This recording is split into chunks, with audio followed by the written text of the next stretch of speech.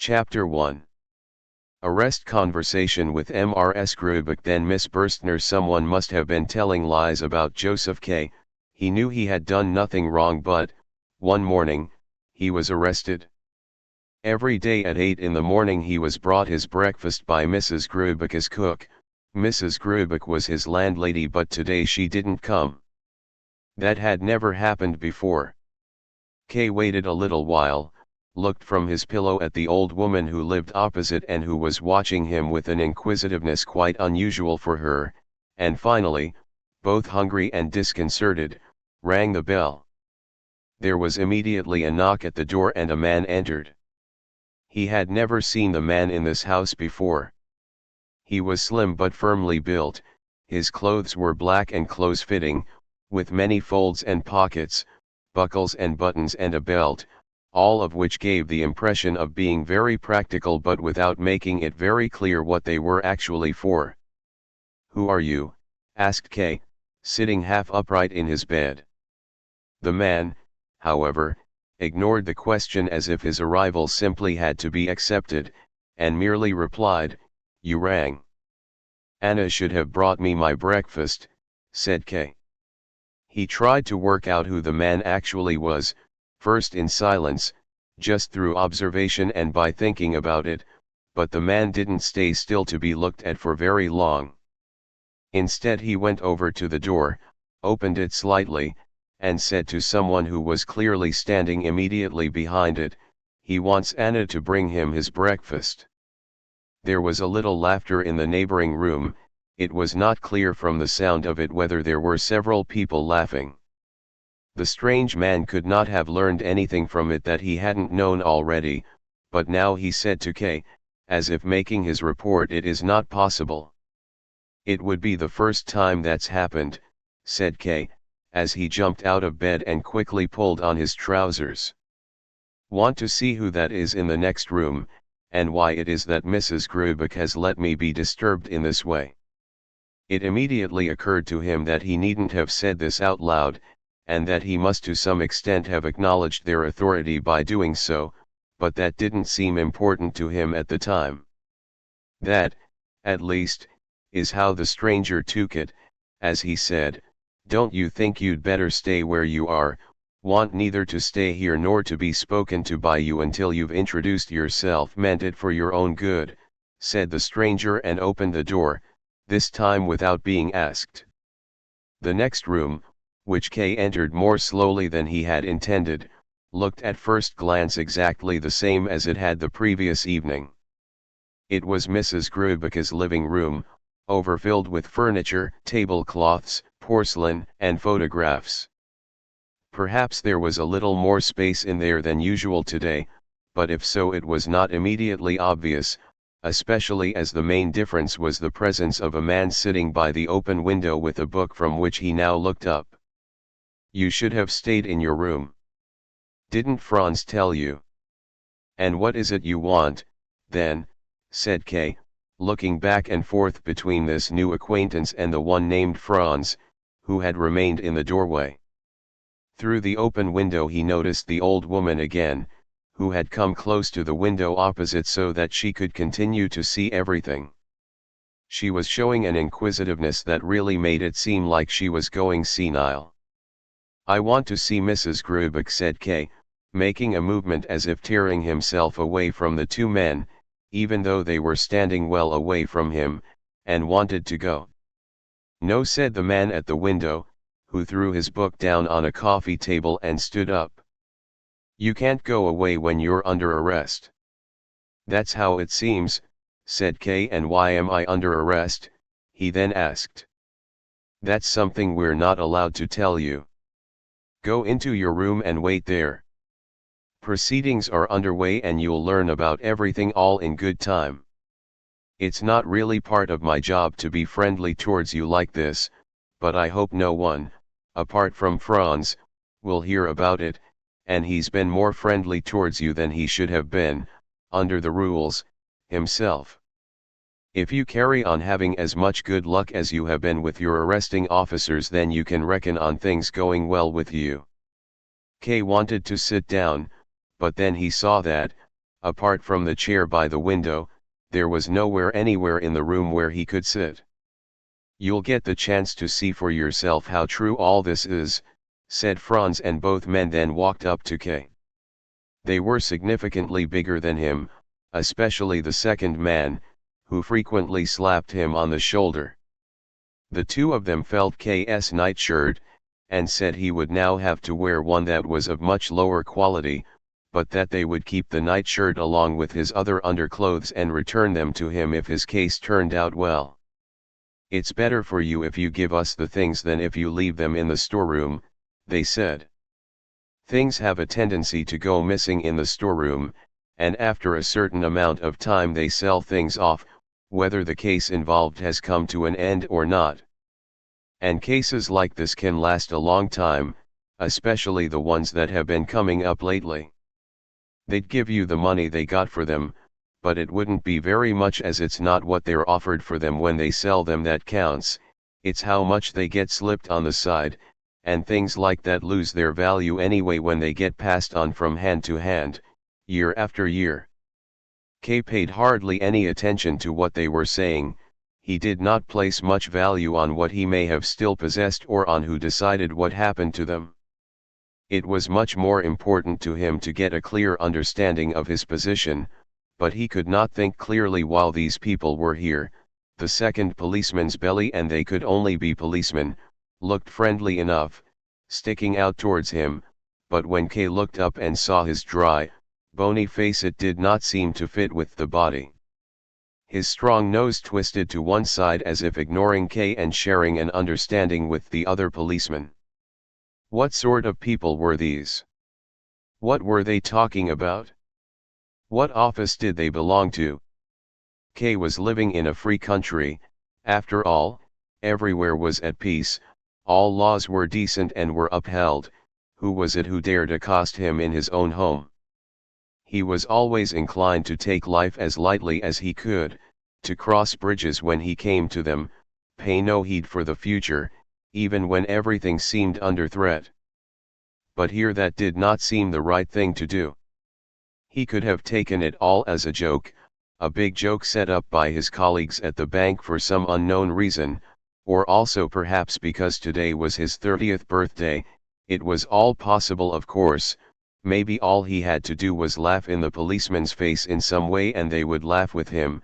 Maybe they were tradesmen from the corner of the street, they looked like they might be, but he was nonetheless determined, ever since he first caught sight of the one called Franz, not to lose any slight advantage he might have had over these people.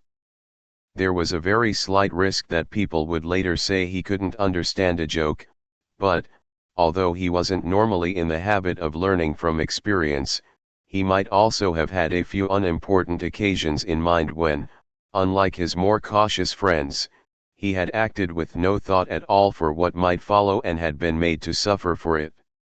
He didn't want that to happen again, not this time at least. If they were play acting, he would act along with them. He still had time.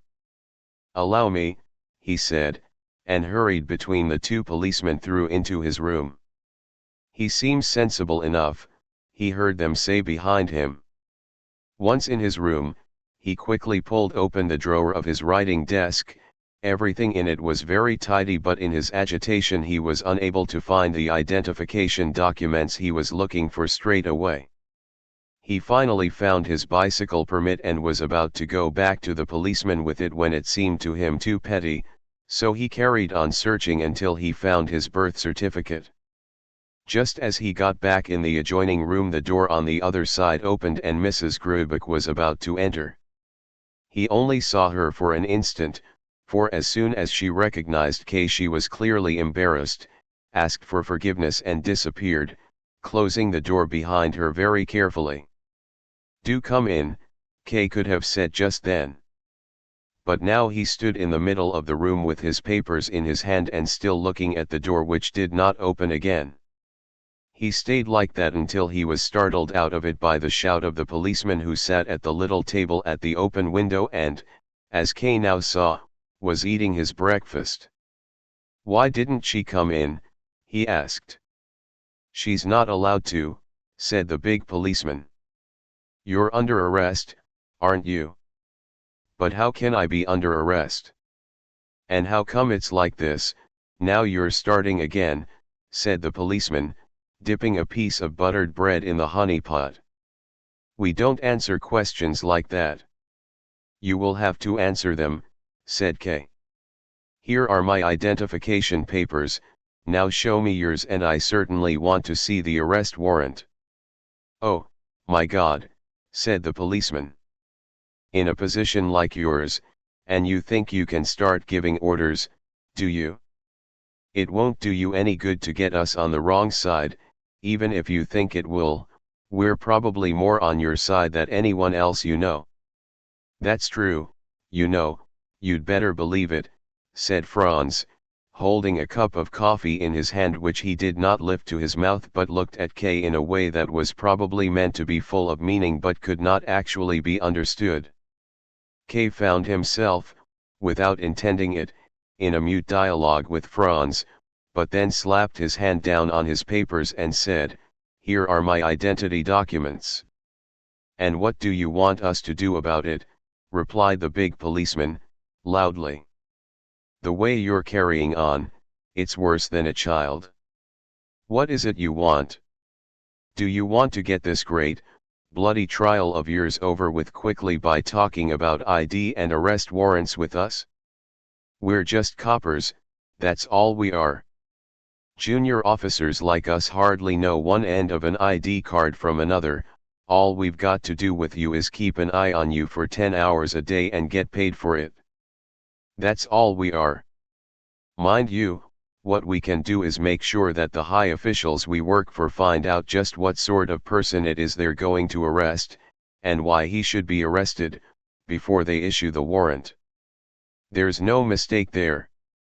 Our authorities, as far as I know, and I only know the lowest grades, don't go out looking for guilt among the public, it's the guilt that draws them out, like it says in the law, and they have to send us police officers out. That's the law. Where do you think there'd be any mistake there? Don't know this law, said Kay. So much the worse for you, then, said the policeman. It's probably exists only in your heads, said Kay. He wanted, in some way, to insinuate his way into the thoughts of the policeman, to reshape those thoughts to his benefit or to make himself at home there. But the policeman just said dismissively, "You'll find out when it affects you." Franz joined in, and said, "Look at this, Willem, he admits he doesn't know the law and at the same time insists he's innocent."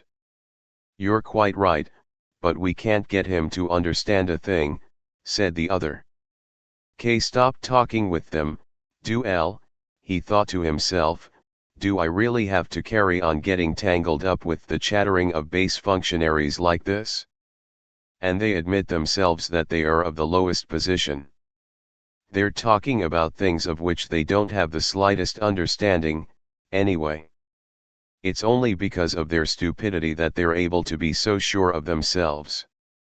I just need few words with someone of the same social standing as myself and everything will be incomparably clearer, much clearer than a long conversation with these two can make it. He walked up and down the free space in the room a couple of times. Across the street he could see the old woman who, now, had pulled an old man, much older than herself, up to the window and had her arms around him. Kay had to put an end to this display. "Take me to your superior," he said. "As soon as he wants to see you." "Not before," said the policeman, the one called Willem. "And now my advice to you," he added, "is to go into your room, stay calm, and wait and see what's to be done with you. If you take our advice, you won't tire yourself out thinking about things to no purpose. You need to pull yourself together as there's a lot that's going to required of you. You've not behaved towards us the way we deserve after being so good to you. You forget that we, whatever we are, we're still free men and you're not, and that's quite an advantage. But in spite of all that we're still willing, if you've got the money, to go and get you some breakfast from the cafe over the road." Without giving any answer to this offer, Kay stood still for some time. Perhaps, if he opened the door of the next room or even the front door, the two of them would not dare to stand in his way. Perhaps that would be the simplest way to settle the whole thing, by bringing it to a head. But maybe they would grab him, and if he were thrown down on the ground he would lose all the advantage he, in a certain respect, had over them. So he decided on the more certain solution, the way things would go in the natural course of events, and went back in his room without another word either from him or from the policeman. He threw himself down on his bed, and from the dressing table he took the nice apple that he had put there the previous evening for his breakfast. Now it was all the breakfast he had, and anyway, as he confirmed as soon as he took his first big bite of it, it was far better than a breakfast he could have had through the goodwill of the policeman from the dirty cafe. He felt well and confident. He had failed to go into work at the bank this morning, but that could easily be excused because of the relatively high position he held there. Should he really send in his explanation? He wondered about it. If nobody believed him, and in this case that would be understandable, he could bring Mrs. Grubeck in as a witness, or even the old pair from across the street, who probably even now were on their way over to the window opposite. It puzzled Kay, at least it puzzled him looking at it from the policeman's point of view, that they had made him go into the room and left him alone there, where he had 10 different ways of killing himself. At the same time, though, he asked himself, this time looking at it from his own point of view, what reason he could have to do so. Because those two were sitting there in the next room and had taken his breakfast, perhaps. It would have been so pointless to kill himself that, even if he had wanted to, the pointlessness would have made him unable. Maybe, if the policemen had not been so obviously limited in their mental abilities, it could have been supposed that they had come to the same conclusion and saw no danger in leaving him alone because of it. They could watch now, if they wanted, and see how he went over to the cupboard in the wall where he kept a bottle of good schnapps, how he first emptied a glass of it in place of his breakfast, and how he then took a second glassful in order to give himself courage, the last one just as a precaution for the unlikely chance it would be needed. Then he was so startled by a shout to him from the other room that he struck his teeth against the glass. "The supervisor wants to see you," a voice said.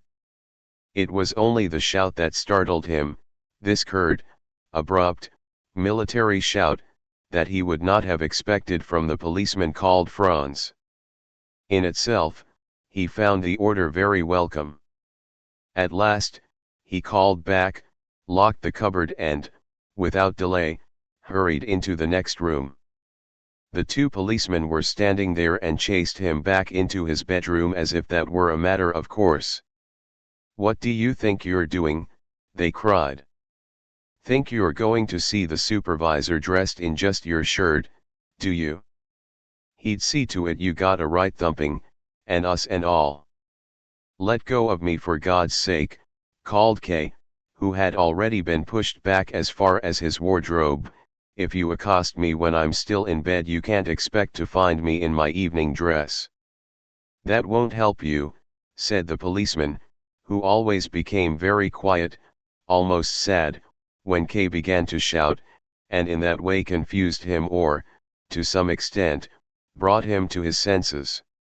"Ridiculous formalities," he grumbled, as he lifted his coat from the chair and kept it in both his hands for a little while, as if holding it out for the policeman's inspection. They shook their heads. "It's got to be a black coat," they said.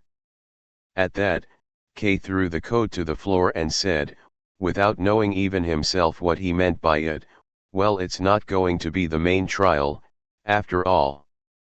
The policeman laughed, but continued to insist, "It's got to be a black coat." "Well, that's all right by me if it makes things go any faster," said Kay. He opened the wardrobe himself, spent a long time searching through all the clothes, and chose his best black suit, which had a short jacket that had greatly surprised those who knew him. Then he also pulled out a fresh shirt and began, carefully, to get dressed.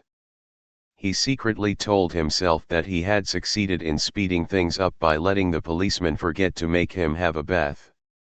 He watched them to see if they might remember after all, but of course it never occurred to them, although Willem did not forget to send Franz up to the supervisor with the message saying that Kay was getting dressed. Once he was properly dressed, Kay had to pass by Willem as he went through the next room into the one beyond, the door of which was already wide open.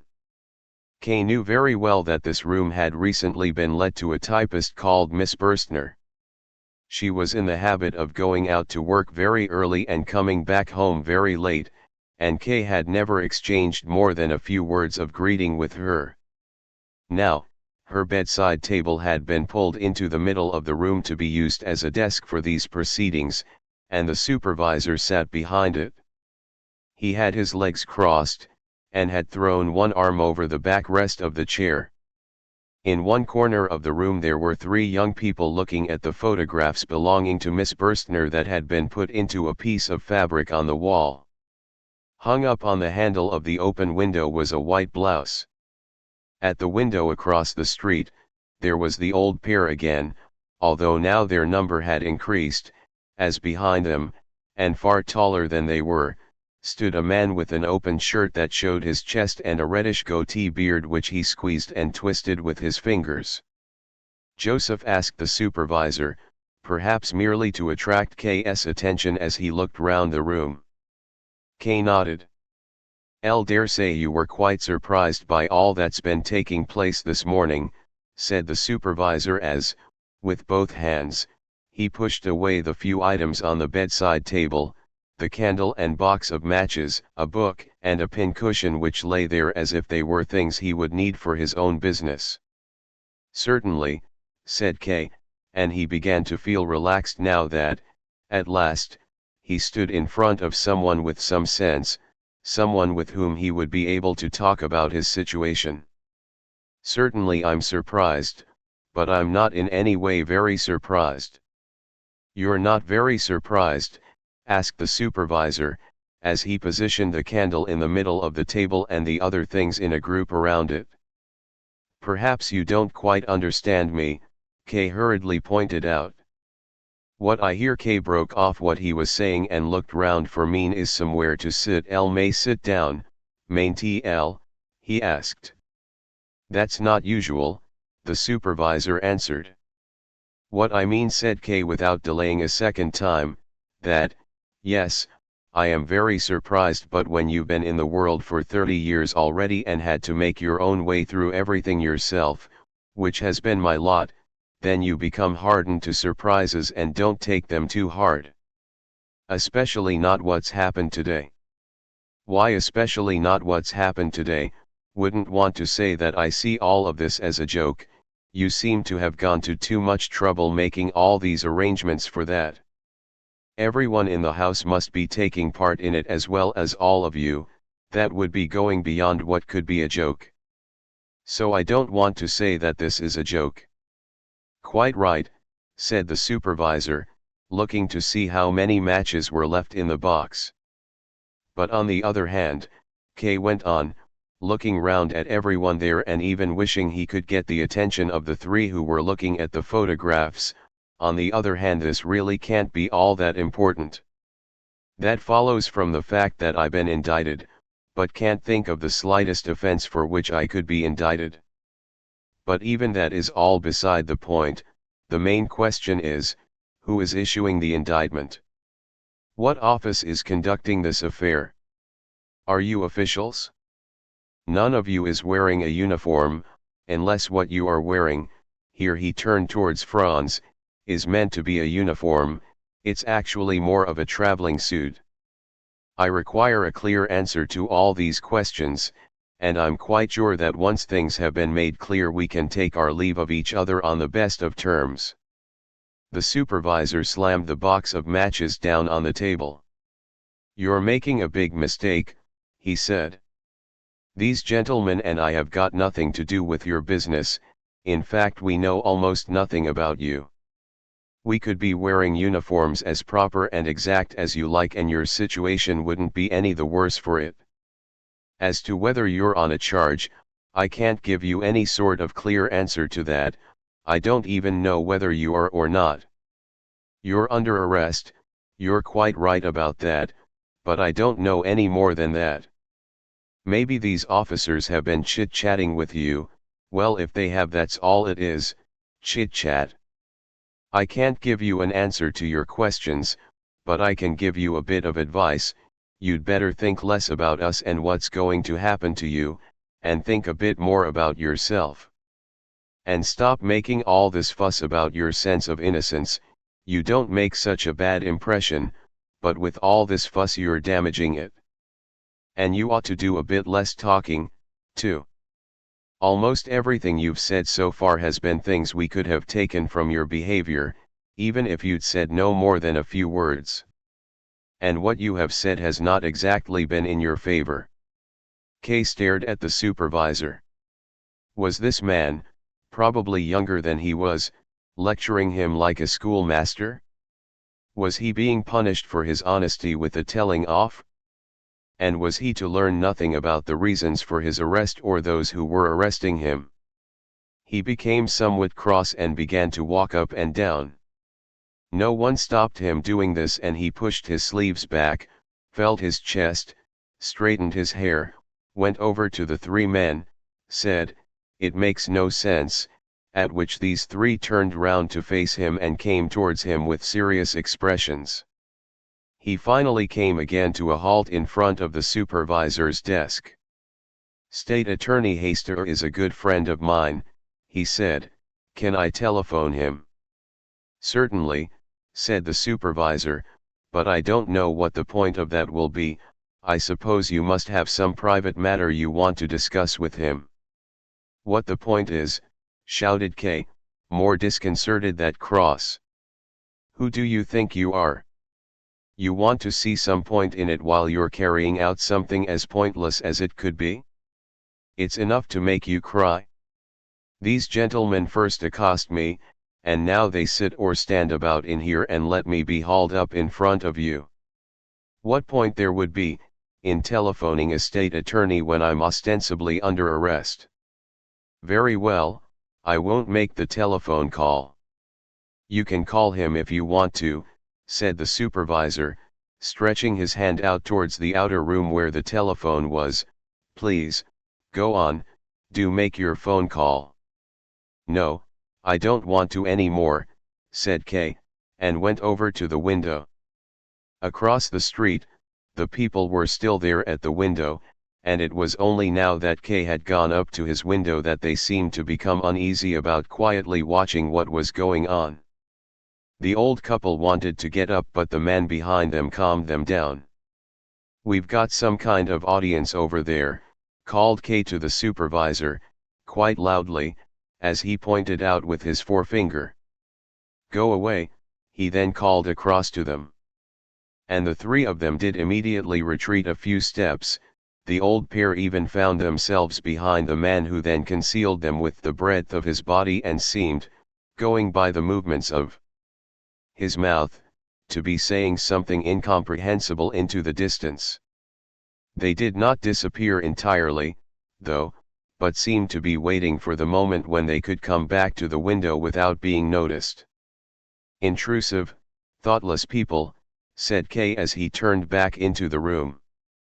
The supervisor may have agreed with him, at least Kay thought that was what he saw from the corner of his eye. But it was just as possible that he had not even been listening, as he had his hand pressed firmly down on the table and seemed to be comparing the length of his fingers. The two policemen were sitting on a chest covered with a colored blanket, rubbing their knees. The three young people had put their hands on their hips and were looking round aimlessly. Everything was still, like in some office that has been forgotten about. "Now, gentlemen," called out Kay, and for a moment it seemed as if he was carrying all of them on his shoulders, "it looks like your business with me is over with. In my opinion, It's best now to stop wondering about whether you're proceeding correctly or incorrectly, and to bring the matter to a peaceful close with a mutual handshake. If you are of the same opinion, then please," and he walked up to the supervisor's desk and held out his hand to him. The supervisor raised his eyes, bit his lip and looked at K's outstretched hand. K still believed the supervisor would do as he suggested. But instead, he stood up, picked up a hard round hat that was laying on Miss Burstner's bed and put it carefully onto his head, using both hands as if trying on a new hat. "Everything seems so simple to you, doesn't it?" he said to K as he did so. "So you think we should bring the matter to a peaceful close, do you?" "No, no, that won't do. Mind you, on the other hand, I certainly wouldn't want you to think there's no hope for you." "No, why should you think that? You're simply under arrest, nothing more than that. That's what I had to tell you, that's what I've done, and now I've seen how you've taken it. That's enough for one day, and we can take our leave of each other, for the time being at least. I expect you'll want to go into the bank now, won't you?" "Into the bank?" asked K. "Thought I was under arrest." K said this with a certain amount of defiance as, although his handshake had not been accepted, he was feeling more independent of all these people, especially since the supervisor had stood up. He was playing with them. If they left, he had decided he would run after them and offer to let them arrest him. That's why he even repeated, "How can I go into the bank when I'm under arrest?" "I see you've misunderstood me," said the supervisor, who was already at the door. "It's true that you're under arrest, but that shouldn't stop you from carrying out your job. And there shouldn't be anything to stop you carrying on with your usual life. In that case it's not too bad, being under arrest," said K, and went up close to the supervisor. "Never meant it should be anything else," he replied. "It hardly seems to have been necessary to notify me of the arrest in that case," said K, and went even closer. The others had also come closer. All of them had gathered together into a narrow space by the door. "That was my duty," said the supervisor. "A silly duty," said K, unyielding. "Maybe so," replied the supervisor, "only don't let's waste our time talking on like this. I had assumed you'd be wanting to go to the bank.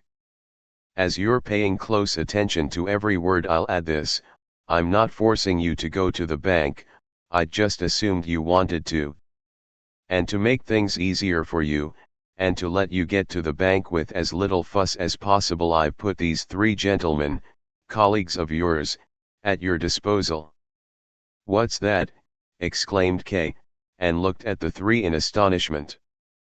He could only remember seeing them in their group by the photographs, but these characterless, anemic young people were indeed officials from his bank, not colleagues of his. That was putting it too high, and it showed a gap in the omniscience of the supervisor, but they were nonetheless junior members of staff at the bank. How could K have failed to see that?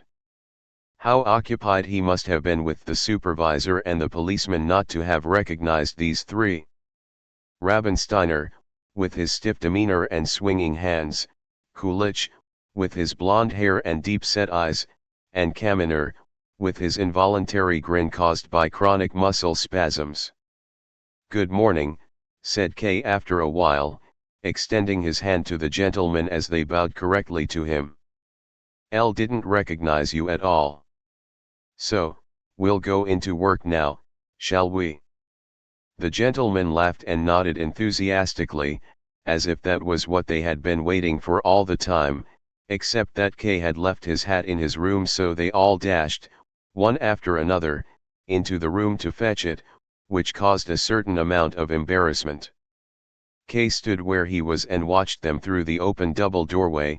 The last to go, of course, was the apathetic Rabensteiner, who had broken into no more than an elegant trot. Kaminer got to the hat, and K, as he often had to do at the bank, forcibly reminded himself that the grin was not deliberate, that he in fact wasn't able to grin deliberately. At that moment Mrs. Grubeck opened the door from the hallway into the living room where all the people were. She did not seem to feel guilty about anything at all, and Kay, as often before, looked down at the belt of her apron which, for no reason, cut so deeply into her hefty body. Once downstairs, Kay, with his watch in his hand, decided to take a taxi. He had already been delayed by half an hour and there was no need to make the delay any longer. Kaminer ran to the corner to summon it, and the two others were making obvious efforts to keep Kay diverted when Kulich pointed to the doorway of the house on the other side of the street where the large man with the blonde goatee beard appeared and, a little embarrassed at first at letting himself be seen in his full height, stepped back to the wall and leaned against it. The old couple were probably still on the stairs. Kay was cross with Kulich for pointing out this man whom he had already seen himself, in fact whom he had been expecting. "Don't look at him," he snapped, without noticing how odd it was to speak to free men in this way.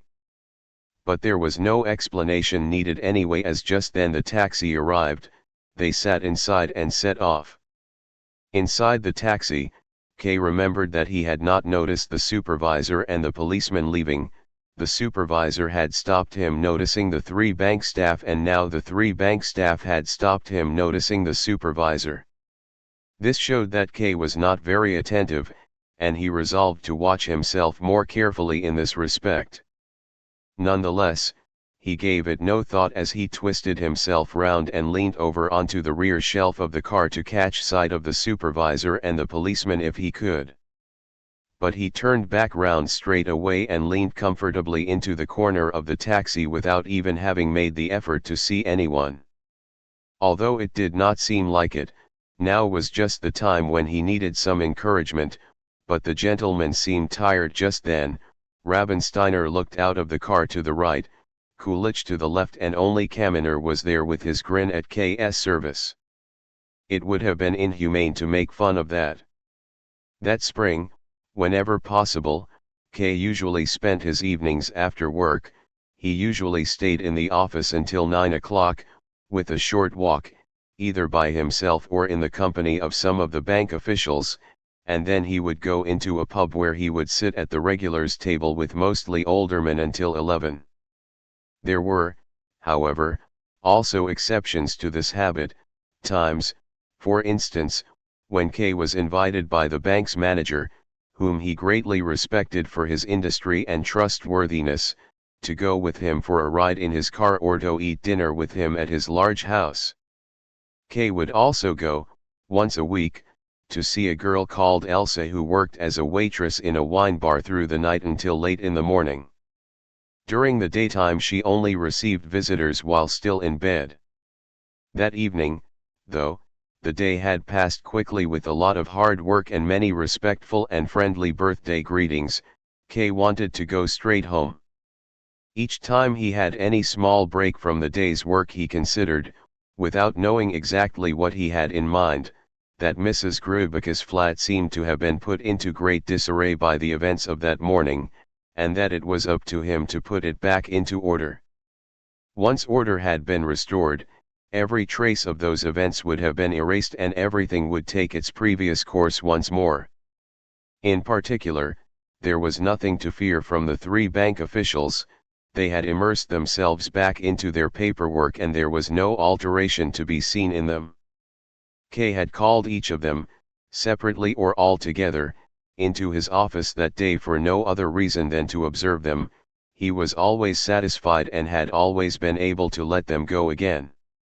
At 9:30 that evening, when he arrived back in front of the building where he lived, he met a young lad in the doorway who was standing there, his legs apart and smoking a pipe.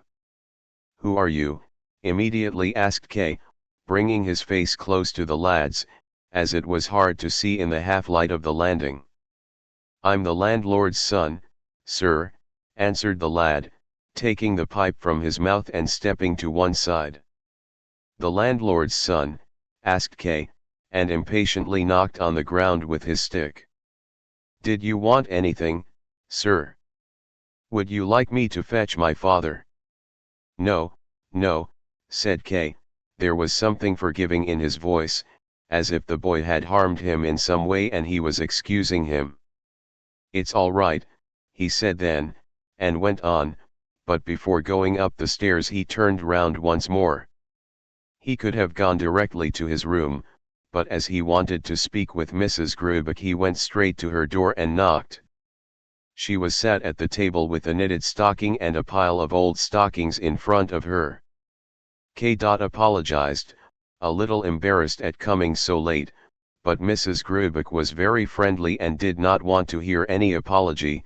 She was always ready to speak to him. He knew very well that he was her best and her favorite tenant. Kay looked round the room. It looked exactly as it usually did. The breakfast dishes, which had been on the table by the window that morning, had already been cleared away. A woman's hands will do many things when no one's looking, he thought.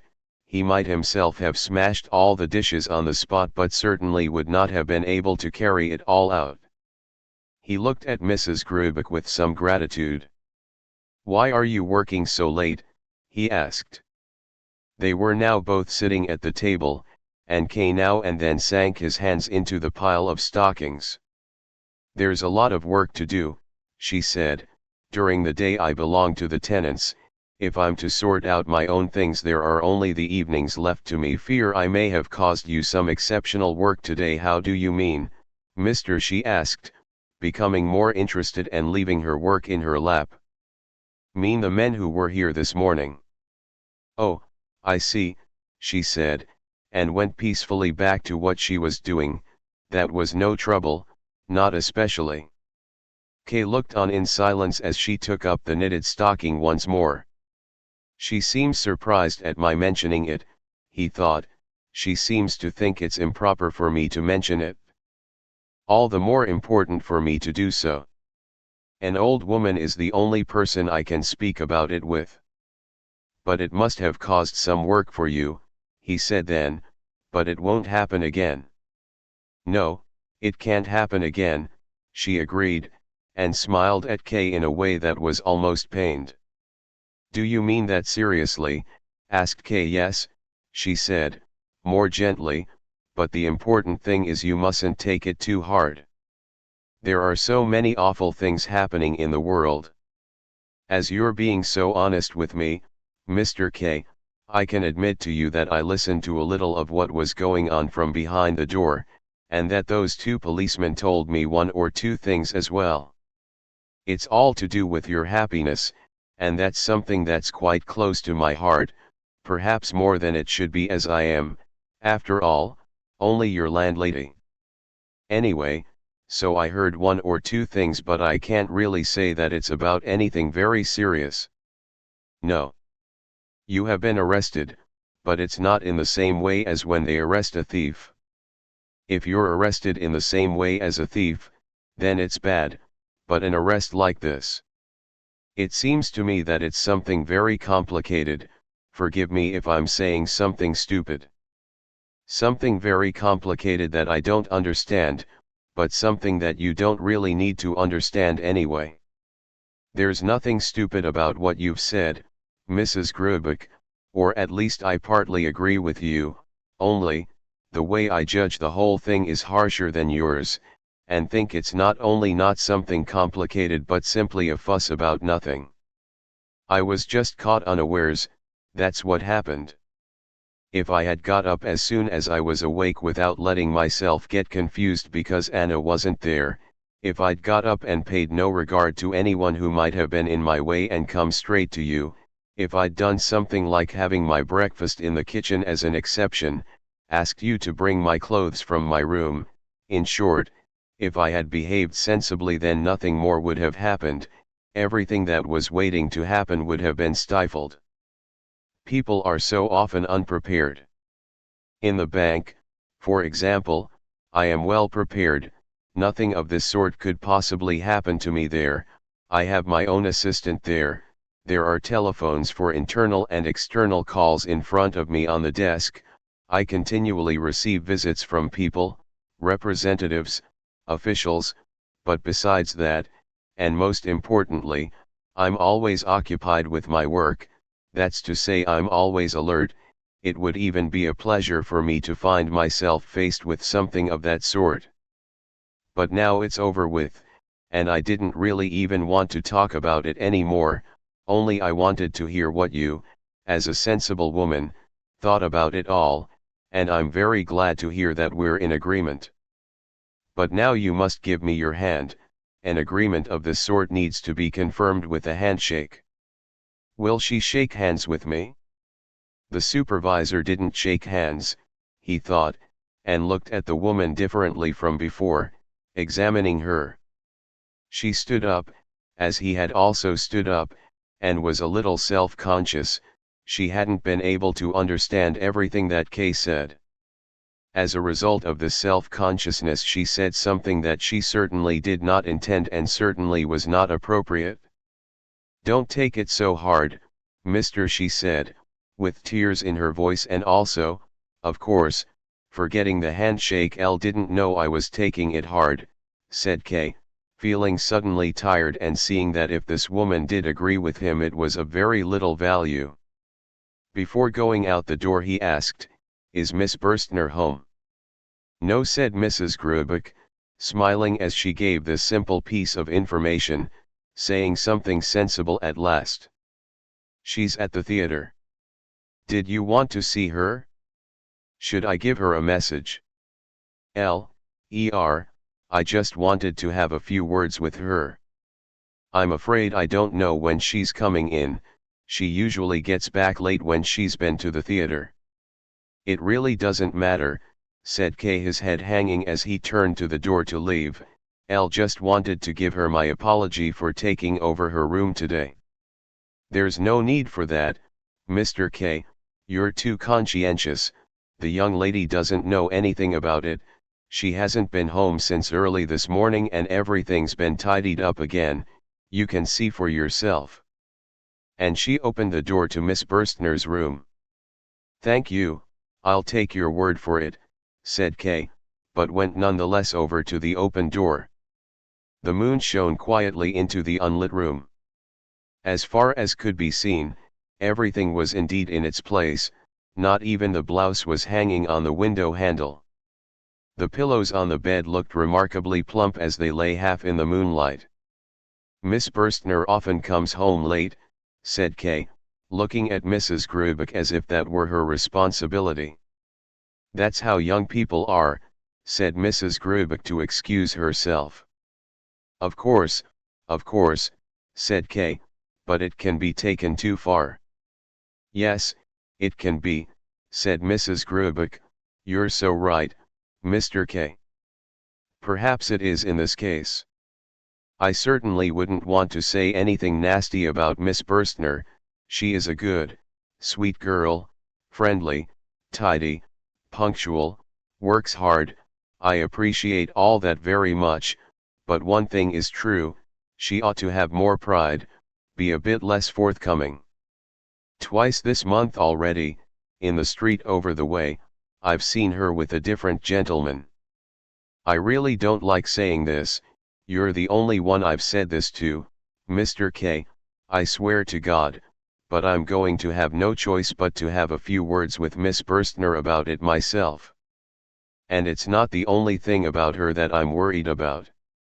"Mrs. Grubeck, you are on quite the wrong track," said Kay, so angry that he was hardly able to hide it, "and you have moreover misunderstood what I was saying about Miss Burstner. That is not what I meant. In fact, I warn you quite directly not to say anything to her. You are quite mistaken. I know Miss Burstner very well and there is no truth at all in what you say. And what's more, perhaps I'm going too far, I don't want to get in your way, say to her whatever you see fit. Good night." "Mr. said Mrs. Grubeck as if asking him for something and hurrying to his door which he had already opened, "L don't want to speak to Miss Burstner at all, not yet. Of course I'll continue to keep an eye on her beauty, the only one I've told what I know. And it is, After all, something that everyone who lets rooms has to do if she's to keep the house decent. That's all I'm trying to do." "Decent," called out Kay through the crack in the door, "if you want to keep the house decent you'll first have to give me notice." Then he slammed the door shut. There was a gentle knocking to which he paid no more attention. He did not feel at all like going to bed, so he decided to stay up, and this would also give him the chance to find out when Miss Burstner would arrive home. Perhaps it would also still be possible, even if a little inappropriate, to have a few words with her. As he lay there by the window, pressing his hands to his tired eyes, he even thought for a moment that he might punish Mrs. Grubeck by persuading Miss Burstner to give in her notice at the same time as he would. But he immediately realized that that would be shockingly excessive, and there would even be the suspicion that he was moving house because of the incidents of that morning. Nothing would have been more nonsensical and, above all, more pointless and contemptible. When he had become tired of looking out onto the empty street, he slightly opened the door to the living room so that he could see anyone who entered the flat from where he was, and lay down on the couch. He lay there, quietly smoking a cigar, until about 11 o'clock. He wasn't able to hold out longer than that, and went a little way into the hallway as if in that way he could make Miss Burstner arrive sooner. He had no particular desire for her. He could not even remember what she looked like, but now he wanted to speak to her, and it irritated him that her late arrival home meant this day would be full of unease and disorder right to its very end. It was also her fault that he had not had any dinner that evening, and that he had been unable to visit Elsa as he had intended. He could still make up for both of those things, though, if he went to the wine bar where Elsa worked. He wanted to do so even later, after the discussion with Miss Burstner. It was already gone 11:30 when someone could be heard in the stairway. Kay, who had been lost in his thoughts in the hallway, walking up and down loudly as if it were his own room, fled behind his door.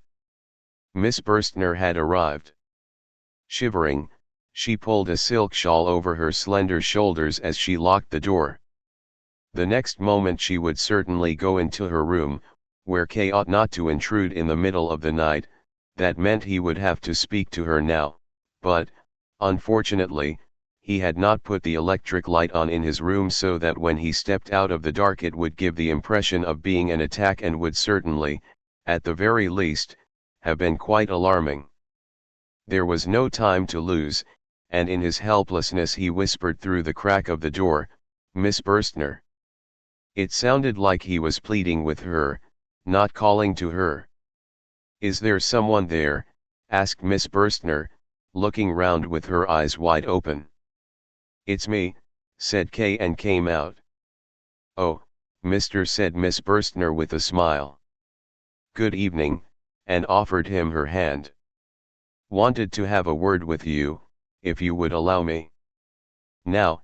asked Miss Burstner, "does it have to be now? It is a little odd, isn't it? I been waiting for you since 9 o'clock. "Well, I was at the theater. I didn't know anything about you waiting for me. The reason I need to speak to you only came up today. I see. Well, I don't see why not.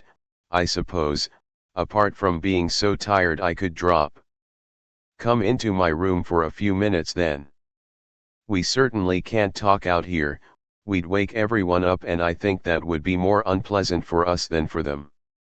Wait here till I've put the light on in my room, and then turn the light down out here." Kay did as he was told, and then even waited until Miss Burstner came out of her room and quietly invited him, once more, to come in. "Sit down," she said, indicating the ottoman, while she herself remained standing by the bedpost. Despite the tiredness she had spoken of, she did not even take off her hat, which was small but decorated with an abundance of flowers. "What is it you wanted, then? I'm really quite curious." She gently crossed her legs. "Expect you'll say," Kay began, "that the matter really isn't all that urgent and we don't need to talk about it right now, but..." Never listen to introductions, said Miss Burstner.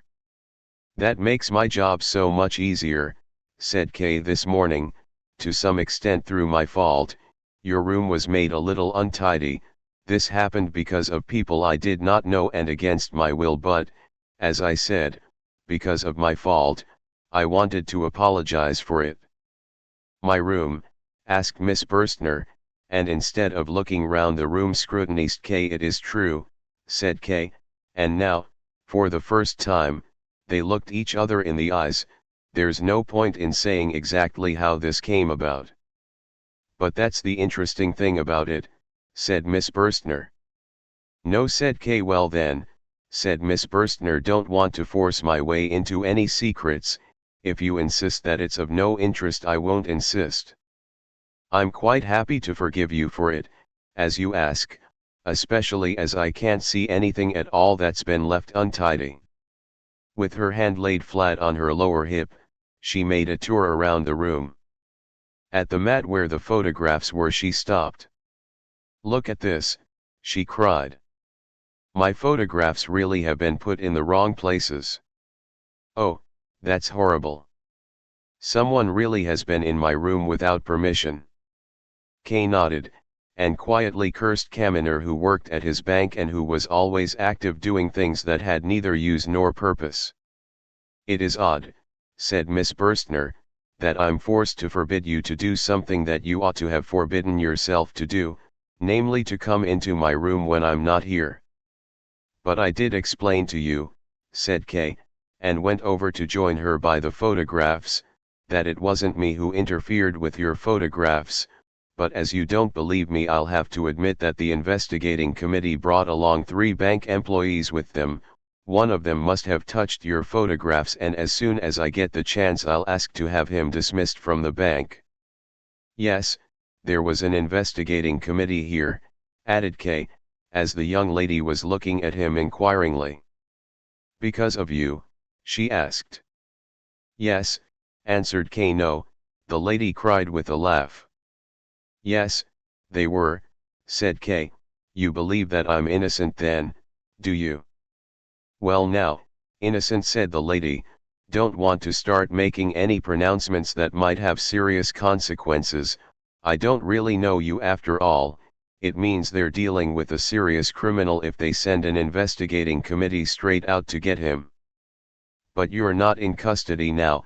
At least I take it you've not escaped from prison, considering that you seem quite calm, so you can't have committed any crime of that sort.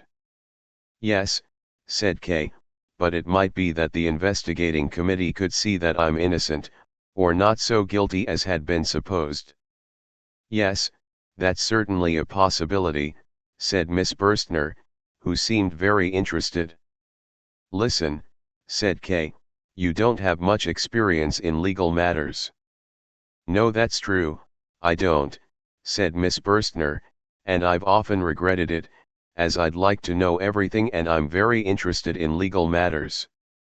There's something peculiarly attractive about the law, isn't there? But I'll certainly be perfecting my knowledge in this area, as next month I start work in a legal office.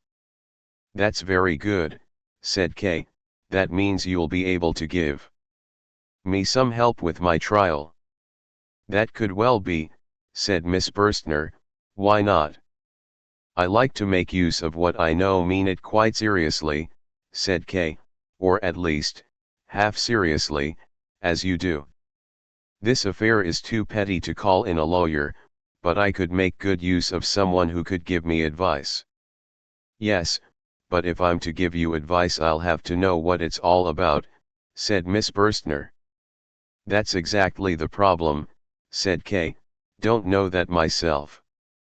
So you have been making fun of me, then, said Miss Burstner, exceedingly disappointed. You really ought not to try something like that on at this time of night. And she stepped away from the photographs where they had stood so long together. Miss Burstner, no, said Kay, I'm not making fun of you. Please believe me. I've already told you everything I know. More than I know, in fact, as it actually wasn't even an investigating committee, That's just what I called them because I don't know what else to call them. There was no cross-questioning at all, I was merely arrested, but by a committee. Miss Burstner sat on the ottoman and laughed again. What was it like then? She asked. It was terrible, said Kay, although his mind was no longer on the subject. He had become totally absorbed by Miss Burstner's gaze, who was supporting her chin on one hand, the elbow rested on the cushion of the ottoman, and slowly stroking her hip with the other. That's too vague, said Miss Burstner. What's too vague? Asked Kay. Then he remembered himself and asked, would you like me to show you what it was like? He wanted to move in some way but did not want to leave. I'm already tired, said Miss Burstner. You arrived back so late, said Kay. Now you've started telling me off. Well, I suppose I deserve it, as I shouldn't have let you in here in the first place, and it turns out there wasn't even any point. Oh, there was a point, you'll see now how important a point it was, said Kay. May I move this table away from your bedside and put it here? What do you think you're doing? Said Miss Burstner. Of course you can't. In that case I can't show you, said Kay, quite upset, as if Miss Burstner had committed some incomprehensible offense against him. All right then, if you needed to show what you mean, just take the bedside table then, said Miss Burstner, and after a short pause added in a weak voice, I'm so tired I'm allowing more than I ought to. Kay put the little table in the middle of the room and sat down behind it.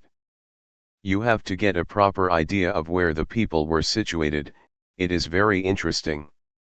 I'm the supervisor, sitting over there on the chest are two policemen, standing next to the photographs there are three young people. Hanging on the handle of the window is a white blouse, I just mentioned that by the way. And now it begins. Ah yes, I'm forgetting myself, the most important person of all, so I'm standing here in front of the table. The supervisor is sitting extremely comfortably with his legs crossed and his arm hanging over the backrest here like some layabout. And now it really does begin. The supervisor calls out as if he had to wake me up, in fact he shouts at me. I'm afraid, if I'm to make it clear to you, I'll have to shout as well, and it's nothing more than my name that he shouts out. Miss Burstner, laughing as she listened to him, laid her forefinger on her mouth so that Kay would not shout, but it was too late. Kay was too engrossed in his role and slowly called out, Joseph. It was not as loud as he had threatened, but nonetheless, once he had suddenly called it out, the cry seemed gradually to spread itself all round the room. There was a series of loud, curt, and regular knocks at the door of the adjoining room.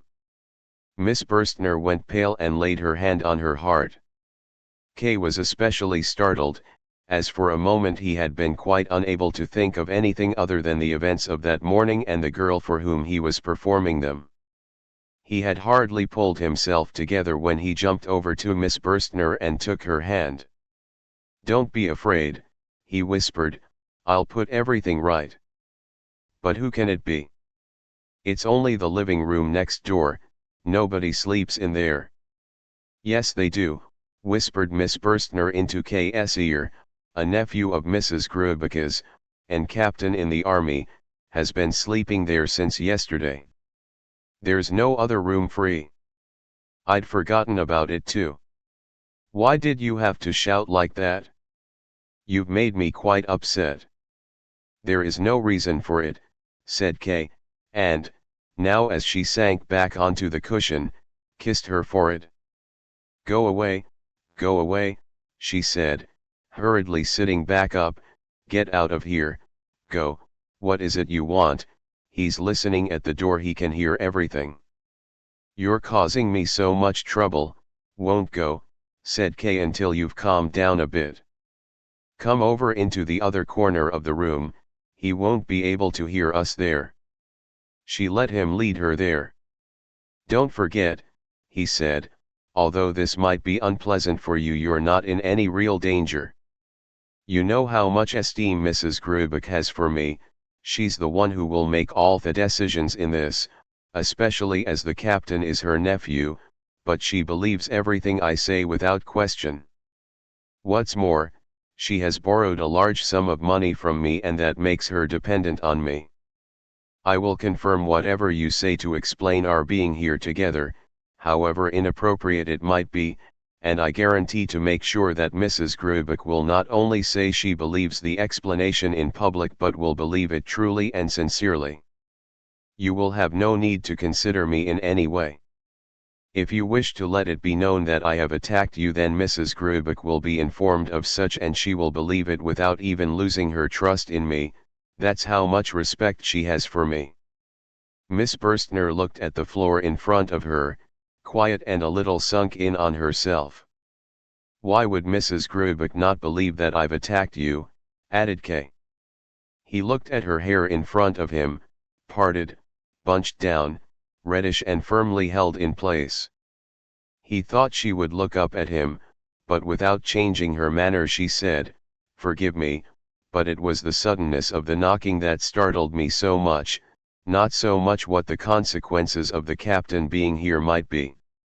It was all so quiet after you'd shouted, and then there was the knocking, that's what made me so shocked, and I was sitting right by the door, the knocking was right next to me. Thank you for your suggestions, but I won't accept them.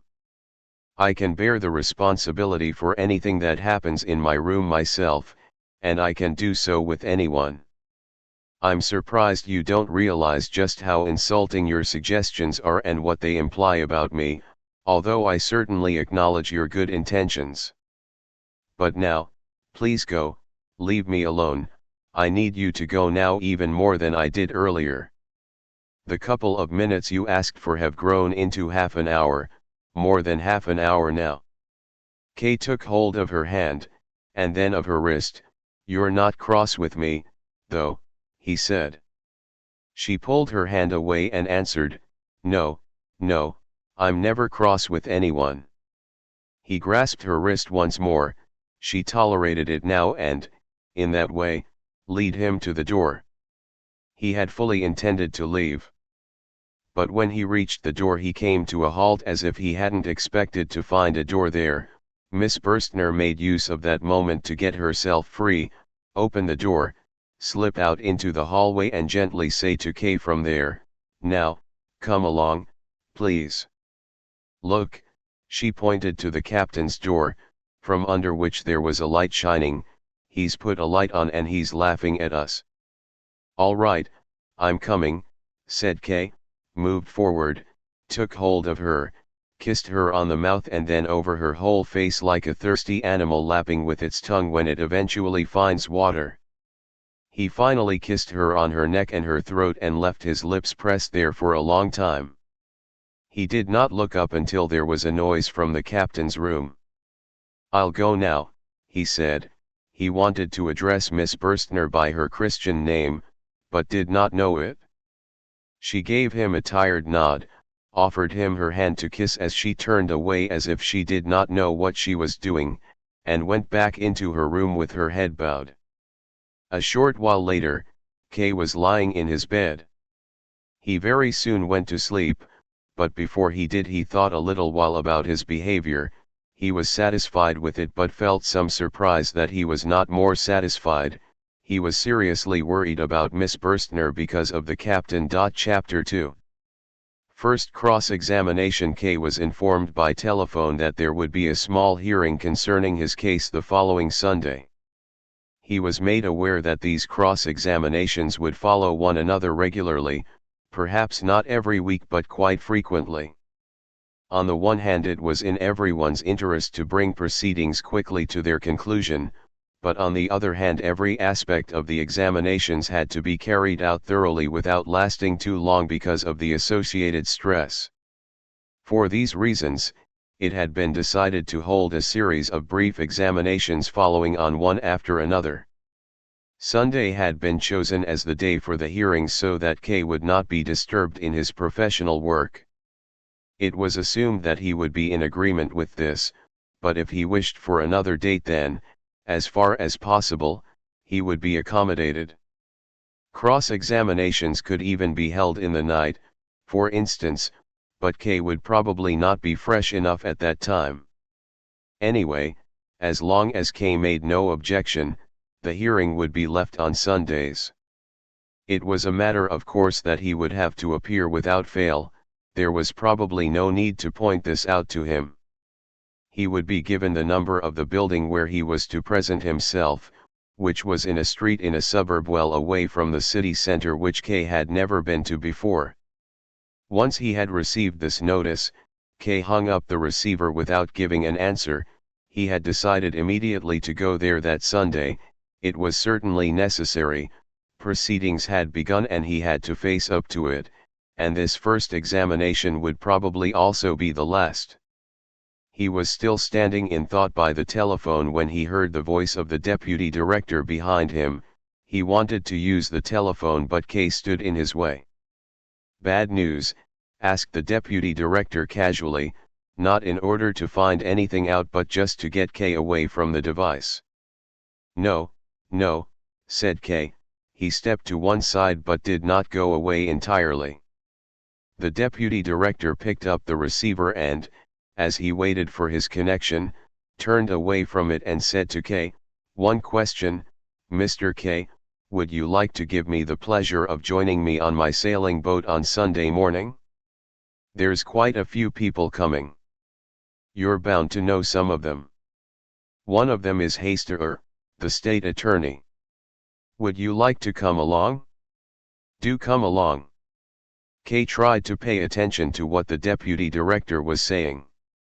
It was of no small importance for him, as this invitation from the deputy director, with whom he had never got on very well, meant that he was trying to improve his relations with him. It showed how important K had become in the bank and how its second most important official seemed to value his friendship, or at least his impartiality. He was only speaking at the side of the telephone receiver while he waited for his connection, but in giving this invitation the deputy director was humbling himself. But K would have to humiliate him a second time as a result. He said, "Thank you very much, but I'm afraid I will have no time on Sunday. I have a previous obligation." "Pity," said the deputy director, and turned to the telephone conversation that had just been connected. It was not a short conversation, but K remained standing confused by the instrument all the time it was going on. It was only when the deputy director hung up that he was shocked into awareness and said, in order to partially excuse his standing there for no reason, "I've just received a telephone call, there's somewhere I need to go, but they forgot to tell me what time." "Ask them then," said the deputy director. "It's not that important," said K, although in that way his earlier excuse, already weak enough, was made even weaker. As he went, the deputy director continued to speak about other things. K forced himself to answer, but his thoughts were mainly about that Sunday, how it would be best to get there for 9 o'clock in the morning as that was the time that courts always start work on weekdays. The weather was dull on Sunday.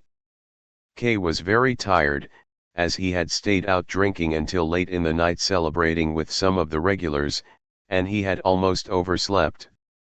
He dressed hurriedly, without the time to think and assemble the various plans he had worked out during the week.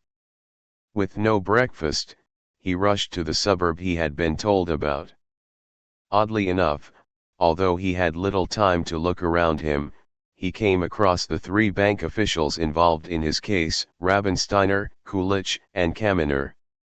The first 2 were traveling in a tram that went across K's route, but Kaminer sat on the terrace of a cafe and leaned curiously over the wall as K came over.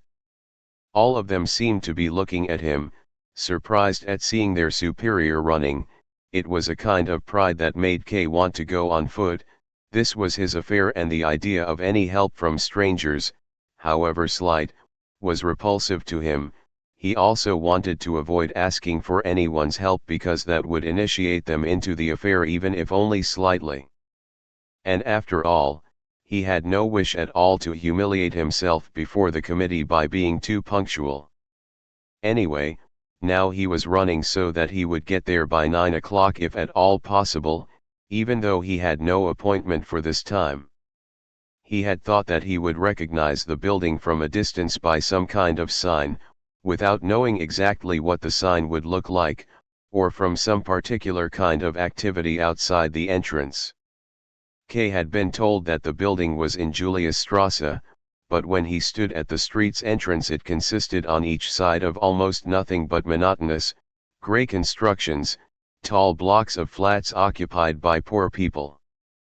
Now, on a Sunday morning, most of the windows were occupied, men in their shirt sleeves leaned out smoking, or carefully and gently held small children on the sills. Other windows were piled up with bedding, above which the dishevelled head of a woman would briefly appear. People called out to each other across the street. One of the calls provoked a loud laugh about K himself. It was a long street, and spaced evenly along it were small shops below street level, selling various kinds of foodstuffs, which you reached by going down a few steps. Women went in and out of them or stood chatting on the steps. A fruitmonger, taking his goods up to the windows, was just as inattentive as K and nearly knocked him down with his cart. Just then, a gramophone, which in better parts of town would have been seen as worn out, began to play some murderous tune. K went further into the street, slowly, as if he had plenty of time now, or as if the examining magistrate were looking at him from one of the windows and therefore knew that K had found his way there. It was shortly after 9. The building was quite far down the street, it covered so much area it was almost extraordinary, and the gateway in particular was tall and long. It was clearly intended for delivery wagons belonging to the various warehouses all round the yard, which were now locked up and carried the names of companies, some of which K knew from his work at the bank. In contrast with his usual habits, he remained standing a while at the entrance to the yard, taking in all these external details.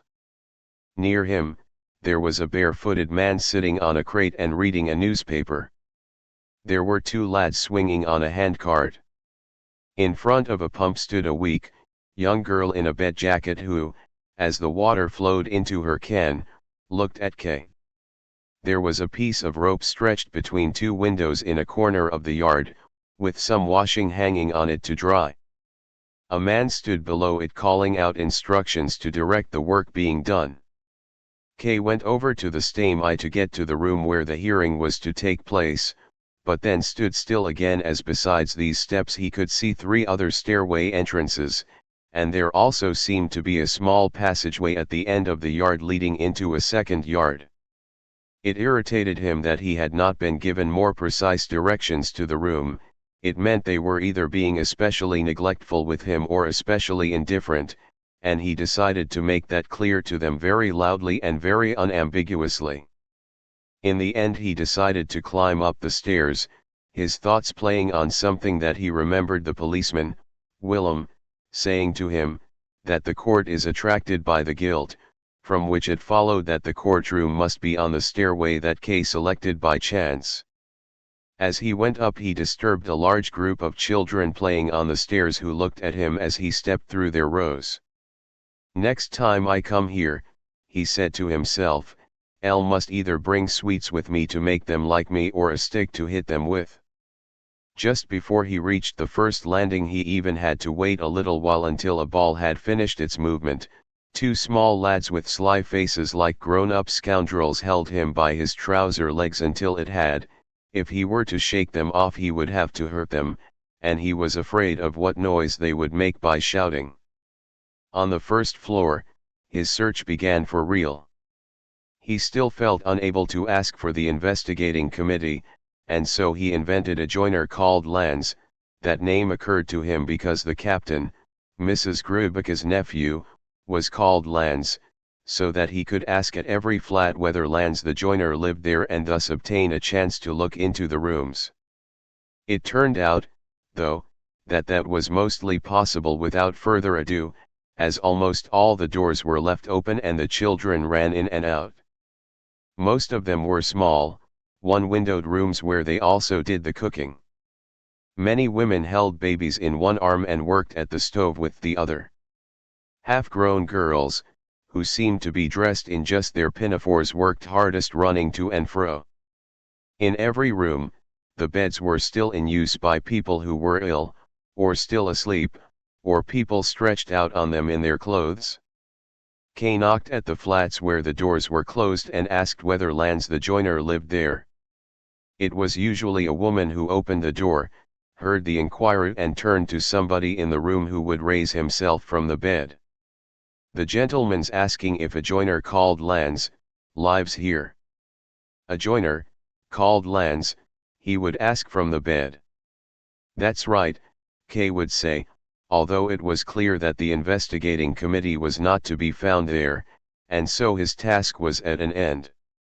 There were many who thought it must be very important for Kay to find Lanz the joiner and thought long about it, naming a joiner who was not called Lanz or giving a name that had some vague similarity with Lanz, or they asked neighbors or accompanied Kay to a door a long way away where they thought someone of that sort might live in the back part of the building, or where someone would be who could advise Kay better than they could themselves.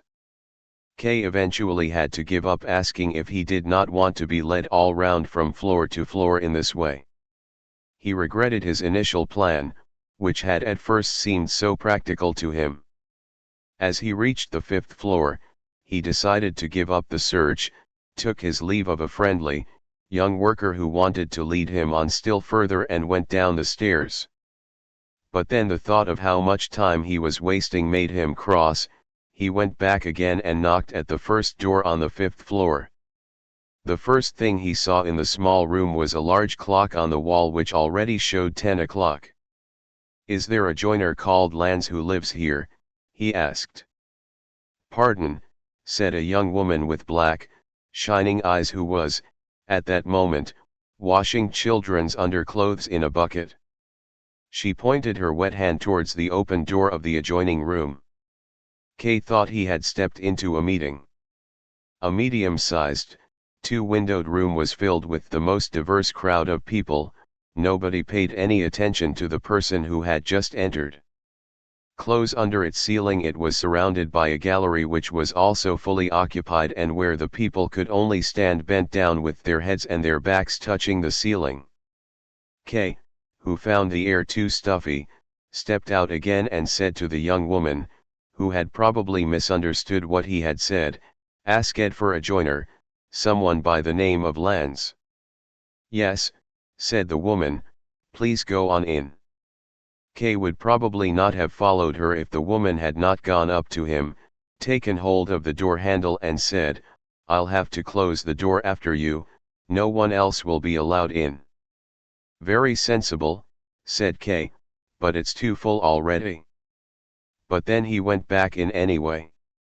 He passed through between two men who were talking beside the door. One of them held both hands far out in front of himself, making the movements of counting out money. The other looked him closely in the eyes, and someone took him by the hand. It was a small, red-faced youth. "Come in," he said.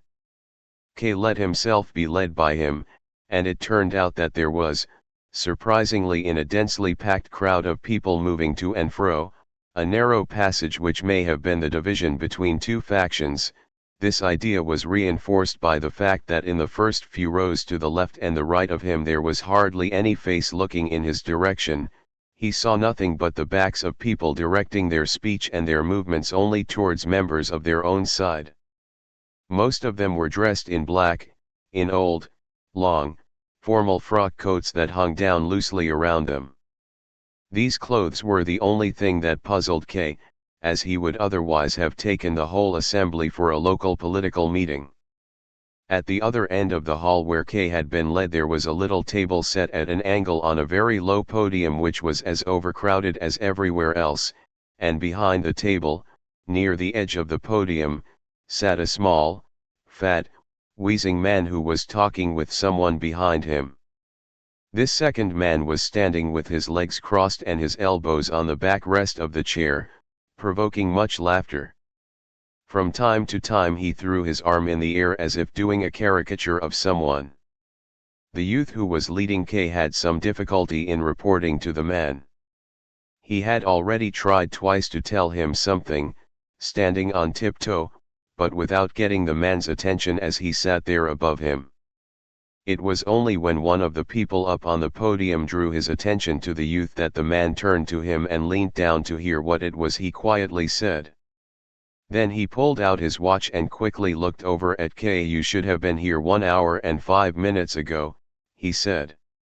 K was going to give him a reply but had no time to do so, as hardly had the man spoken than a general muttering arose all over the right-hand side of the hall.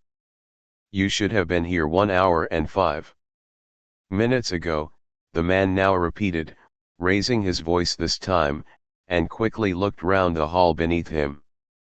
The muttering also became immediately louder and, as the man said nothing more, died away only gradually. Now the hall was much quieter than when K had entered. Only the people up in the gallery had not stopped passing remarks. As far as could be distinguished, up in the half-darkness, dust, and haze, they seemed to be less well dressed than those below. Many of them had brought pillows that they had put between their heads and the ceiling so that they would not hurt themselves pressed against it. K had decided he would do more watching than talking, so he did not defend himself for supposedly having come late, and simply said, "Well, maybe I have arrived late, I'm here now." There followed loud applause, once more from the right-hand side of the hall. Easy people to get on your side, thought K, and was bothered only by the quiet from the left-hand side which was directly behind him and from which there was applause from only a few individuals. He wondered what he could say to get all of them to support him together or, if that were not possible, to at least get the support of the others for a while. "Yes," said the man, "but I'm now no longer under any obligation to hear your case."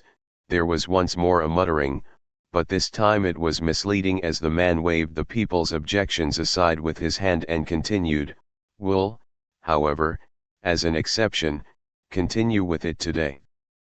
But you should never arrive late like this again. And now, step forward." Someone jumped down from the podium so that there would be a place free for K, and K stepped up onto it. He stood pressed closely against the table. The press of the crowd behind him was so great that he had to press back against it if he did not want to push the judge's desk down off the podium and perhaps the judge along with it. The judge, however, paid no attention to that but sat very comfortably on his chair and, after saying a few words to close his discussion with the man behind him, reached for a little notebook, the only item on his desk.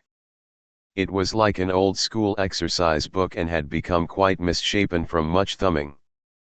"Now then," said the judge, thumbing through the book.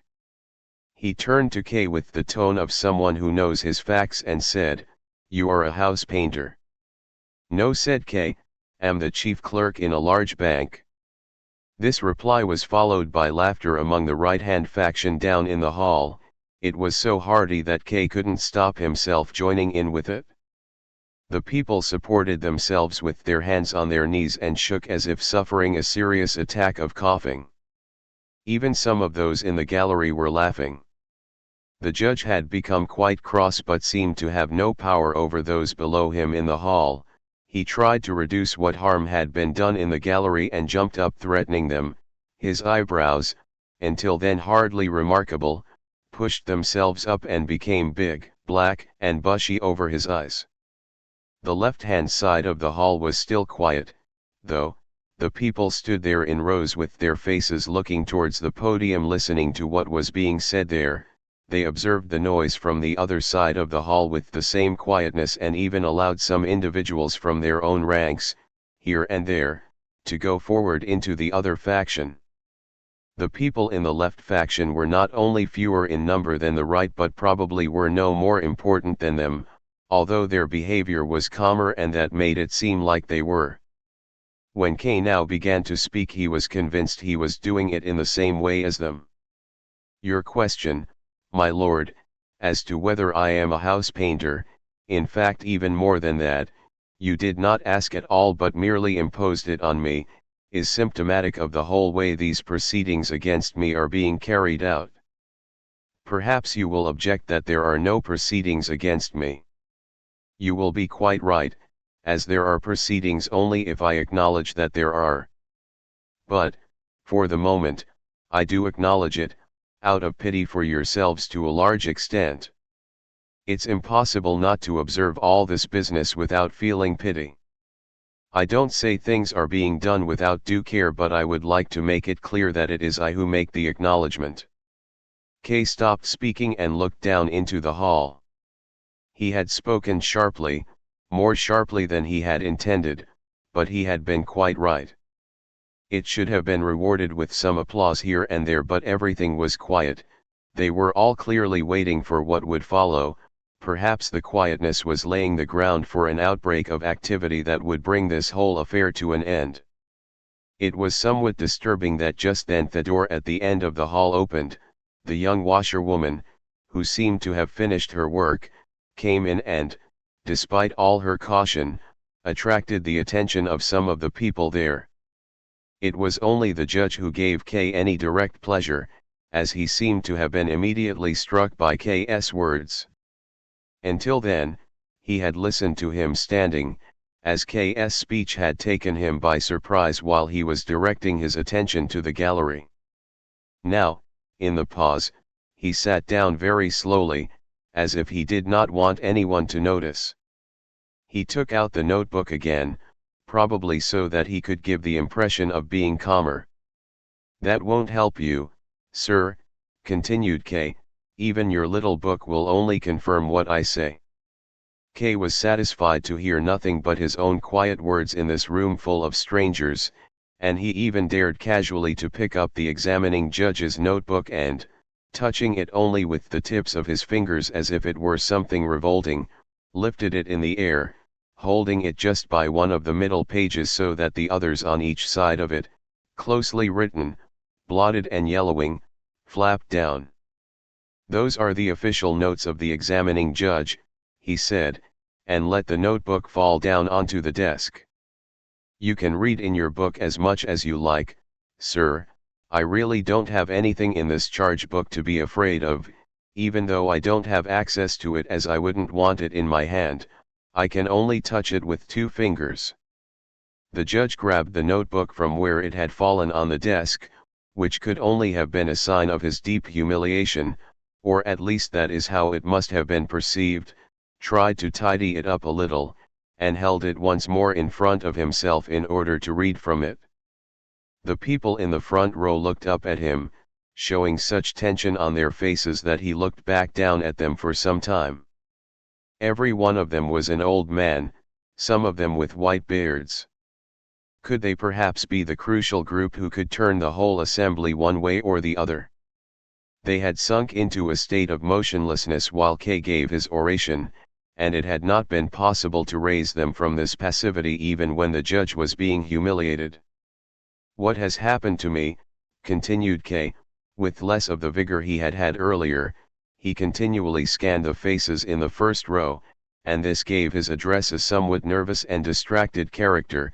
What has happened to me is not just an isolated case.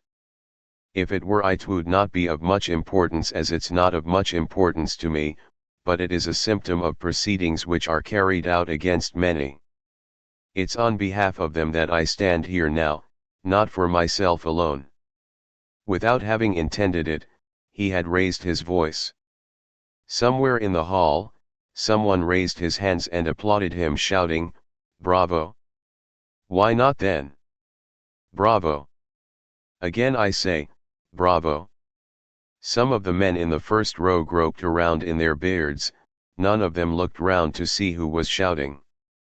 Not even K thought him of any importance, but it did raise his spirits. He no longer thought it at all necessary that all of those in the hall should applaud him. It was enough if the majority of them began to think about the matter, and if only one of them, now and then, was persuaded. "I'm not trying to be a successful orator," said K after this thought, "that's probably more than I'm capable of anyway. I'm sure the examining judge can speak far better than I can, it is part of his job after all. All that I want is a public discussion of a public wrong. Listen, 10 days ago I was placed under arrest. The arrest itself is something I laugh about, but that's beside the point. They came for me in the morning when I was still in bed. Maybe the order had been given to arrest some house painter, that seems possible after what the judge has said, someone who is as innocent as I am, but it was me they chose. There were 2 police thugs occupying the next room. They could not have taken better precautions if I had been a dangerous robber. And these policemen were unprincipled riffraff. They talked at me till I was sick of it. They wanted bribes, they wanted to trick me into giving them my clothes, they wanted money, supposedly so that they could bring me my breakfast after they had blatantly eaten my own breakfast in front of my eyes. And even that was not enough. I was led in front of the supervisor in another room. This was the room of a lady who I have a lot of respect for, and I was forced to look on while the supervisor and the policeman made quite a mess of this room because of me, although not through any fault of mine. It was not easy to stay calm, but I managed to do so and was completely calm when I asked the supervisor why it was that I was under arrest. If he were here he would have to confirm what I say. I can see him now, sitting on the chair belonging to that lady I mentioned, a picture of dull-wit arrogance. What do you think he answered? What he told me, gentlemen, was basically nothing at all. Perhaps he really did know nothing. He had placed me under arrest and was satisfied. In fact, he had done more than that and brought 3 junior employees from the bank where I work into the ladies' room. They had made themselves busy interfering with some photographs that belonged to the lady and causing a mess. There was, of course, another reason for bringing these employees. They, just like my landlady and her maid, were expected to spread the news of my arrest and damage my public reputation, and in particular to remove me from my position at the bank. Well, they didn't succeed in any of that, not in the slightest. Even my landlady, who is quite a simple person, and I will give you here her name in full respect, her name is Mrs. Grubeck. Even Mrs. Grubeck was understanding enough to see that an arrest like this has no more significance than an attack carried out on the street by some youths who are not kept under proper control. I repeat, this whole affair has caused me nothing but unpleasantness and temporary irritation, but could it not also have had some far worse consequences? K broke off here and looked at the judge, who said nothing. As he did so, he thought he saw the judge use a movement of his eyes to give a sign to someone in the crowd. K smiled and said, "And now the judge, right next to me, is giving a secret sign to someone among you. There seems to be someone among you who is taking directions from above. I don't know whether the sign is meant to produce booing or applause, but I'll resist trying to guess what its meaning is too soon. It really doesn't matter to me, and I give his lordship the judge my full and public permission to stop giving secret signs to his paid subordinate down there and give his orders in words instead. Let him just say boo now, and then the next time clap now." Whether it was embarrassment or impatience, the judge rocked backwards and forwards on his seat. The man behind him, whom he had been talking with earlier, leaned forward again, either to give him a few general words of encouragement or some specific piece of advice.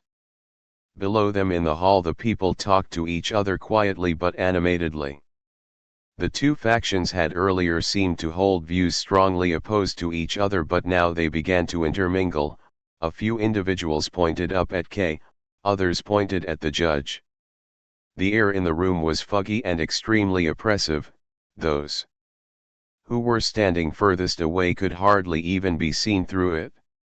It must have been especially troublesome for those visitors who were in the gallery, as they were forced to quietly ask the participants in the assembly what exactly was happening, albeit with timid glances at the judge.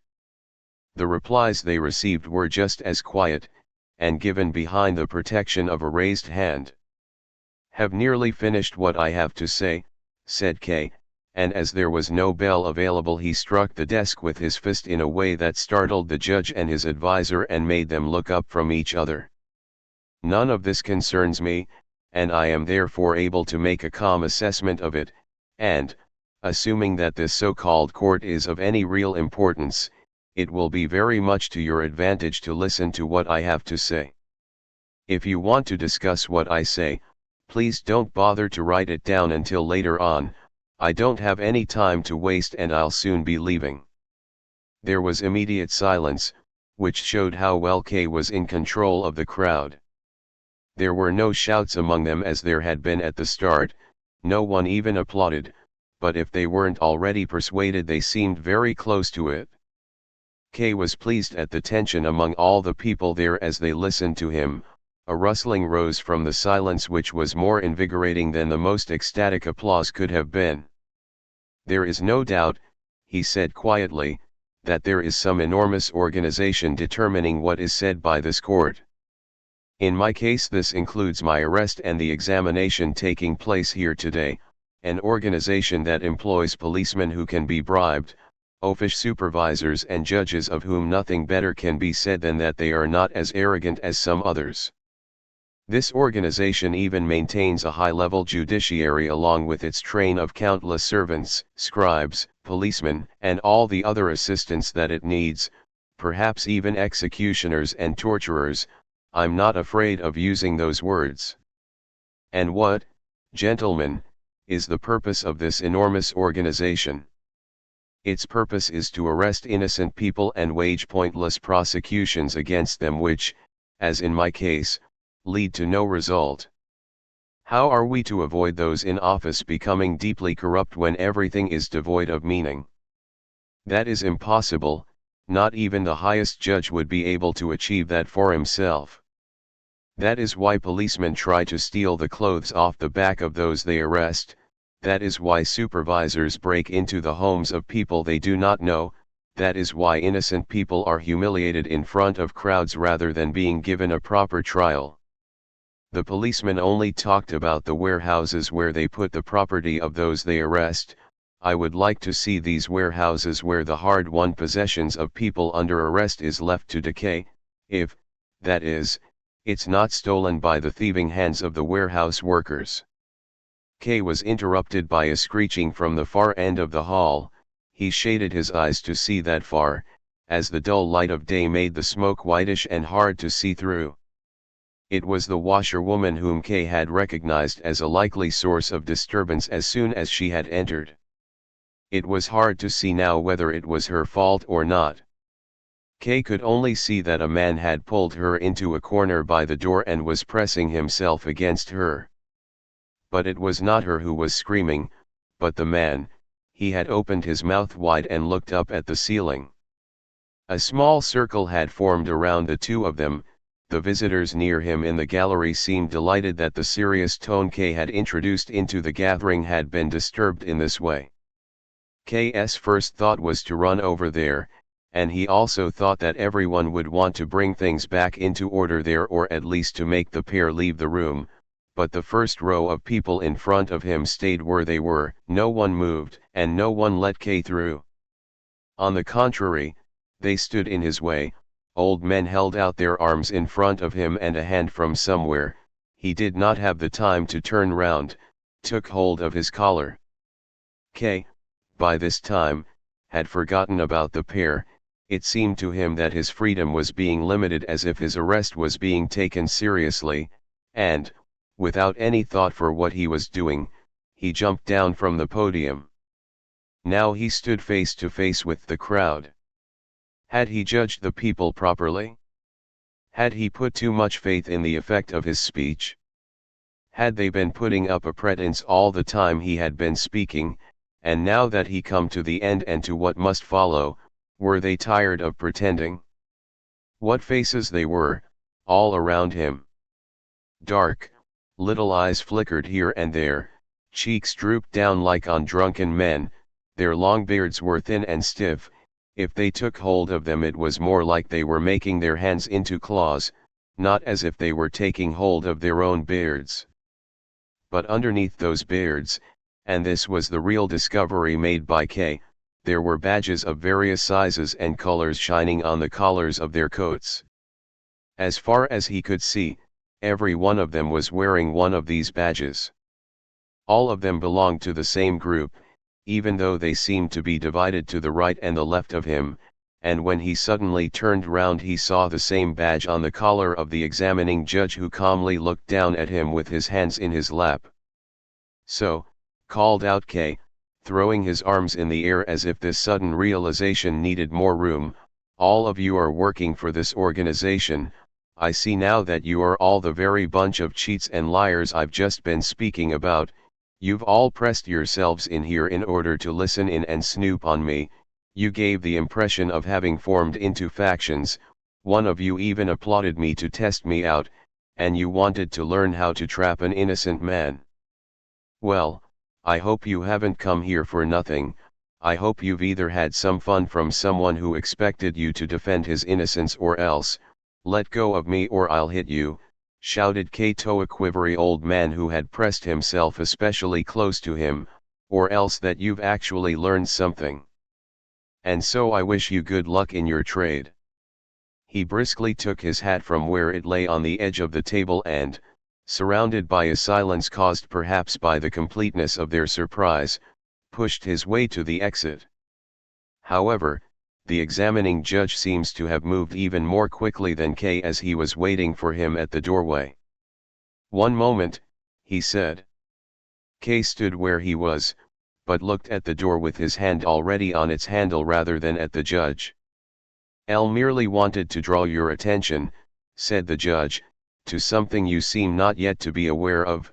Today, you have robbed yourself of the advantages that a hearing of this sort always gives to someone who is under arrest." K laughed towards the door. "You bunch of louts," he called, "you can keep all your hearings as a present from me," then opened the door and hurried down the steps. Behind him, the noise of the assembly rose as it became lively once more and probably began to discuss these events as if making a scientific study of them. Chapter 3. In the empty courtroom, the student, the offices every day over the following week, K expected another summons to arrive. He could not believe that his rejection of any more hearings had been taken literally, and when the expected summons really had not come by Saturday evening he took it to mean that he was expected, without being told, to appear at the same place at the same time. So on Sunday, he set out once more in the same direction, going without hesitation up the steps and through the corridors. Some of the people remembered him and greeted him from their doorways, but he no longer needed to ask anyone the way and soon arrived at the right door. It was opened as soon as he knocked and, paying no attention to the woman he had seen last time who was standing at the doorway, he was about to go straight into the adjoining room when she said to him, "There's no session today." "What do you mean, no session?" he asked, unable to believe it. But the woman persuaded him by opening the door to the next room. It was indeed empty, and looked even more dismal empty than it had the previous Sunday. On the podium stood the table exactly as it had been before, with a few books laying on it. "Can I have a look at those books?" asked K, not because he was especially curious but so that he would not have come for nothing. "No," said the woman as she reclosed the door, "that's not allowed." "Those books belong to the examining judge, see," said K, and nodded. "Those books must be law books, and that's how this court does things. Not only to try people who are innocent but even to try them without letting them know what's going on." "Expect you're right," said the woman, who had not understood exactly what he meant. "I'd better go away again, then," said K. "Should I give a message to the examining judge?" asked the woman. "Do you know him, then?" asked K. "Of course I know him," said the woman, "my husband is the court usher." It was only now that K noticed that the room, which before had held nothing but a wash tub, had been fitted out as a living room. The woman saw how surprised he was and said, "Yes, we're allowed to live here as we like, only we have to clear the room out when the court's in session. There's lots of disadvantages to my husband's job." "It's not so much the room that surprises me," said Kay, looking at her crossly, "it's your being married that shocks me." "Are you thinking about what happened last time the court was in session, when I disturbed what you were saying?" asked the woman. "Of course," said Kay, "it's in the past now and I've nearly forgotten about it, but at the time it made me furious. And now you tell me yourself that you are a married woman. It wasn't any disadvantage for you to have your speech interrupted? The way they talked about you after you'd gone was really bad." "That could well be," said Kay, turning away, "but it does not excuse you."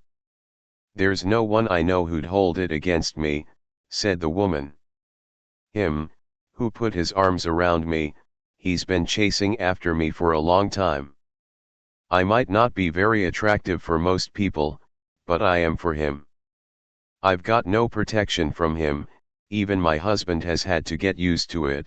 If he wants to keep his job he's got to put up with it, as that man's a student and he'll almost certainly be very powerful later on.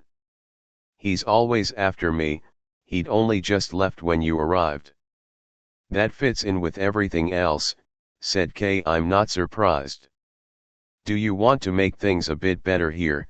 the woman asked slowly, watching him as if she were saying something that could be as dangerous for Kay as for herself. "That's what I thought when I heard you speak. I really liked what you said. Mind you, I only heard part of it. I missed the beginning of it, and at the end I was lying on the floor with the student. It's so horrible here," she said after a pause, and took hold of Kay's hand. "Do you believe you really will be able to make things better?" Kay smiled and twisted his hand round a little in her soft hands. "It's really not my job to make things better here, as you put it," he said, "and if you said that to the examining judge he would laugh at you or punish you for it. I really would not have become involved in this matter if I could have helped it, and I would have lost no sleep worrying about how this court needs to be made better. But because I'm told that I have been arrested, and I am under arrest, it forces me to take some action, and to do so for my own sake. However, if I can be of some service to you in the process I will, of course, be glad to do so. And I will be glad to do so not only for the sake of charity but also because you can be of some help to me." "How could I help you, then?" said the woman. "You could, for example, show me the books on the table there." "Yes, certainly," the woman cried, and pulled Kay along behind her as she rushed to them. The books were old and well worn. The cover of one of them had nearly broken through in its middle, and it was held together with a few threads. "Everything is so dirty here," said Kay, shaking his head, and before he could pick the books up the woman wiped some of the dust off with her apron. Kay took hold of the book that lay on top and threw it open. An indecent picture appeared. A man and a woman sat naked on a sofa. The base intent of whoever drew it was easy to see, but he had been so grossly lacking in skill that all that anyone could really make out were the man and the woman who dominated the picture with their bodies, sitting in overly upright postures that created a false perspective and made it difficult for them to approach each other. Kay didn't thumb through that book anymore, but just threw open the next one at its title page. It was a novel with the title, "What Greet Suffered from Her Husband, Hans." "So this is the sort of law book they study here," said Kay. "This is the sort of person sitting in judgment over me can help you," said the woman. "Would you like me to?" "Could you really do that without placing yourself in danger? You did say earlier on that your husband is wholly dependent on his superiors still want to help you," said the woman. "Come over here, we've got to talk about it. Don't say any more about what danger I'm in. I only fear danger where I want to fear it. Come over here." She pointed to the podium and invited him to sit down on the step with her. "You've got lovely dark eyes," she said after they had sat down, looking up into K's face.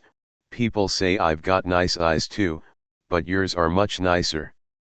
It was the first thing I noticed when you first came here.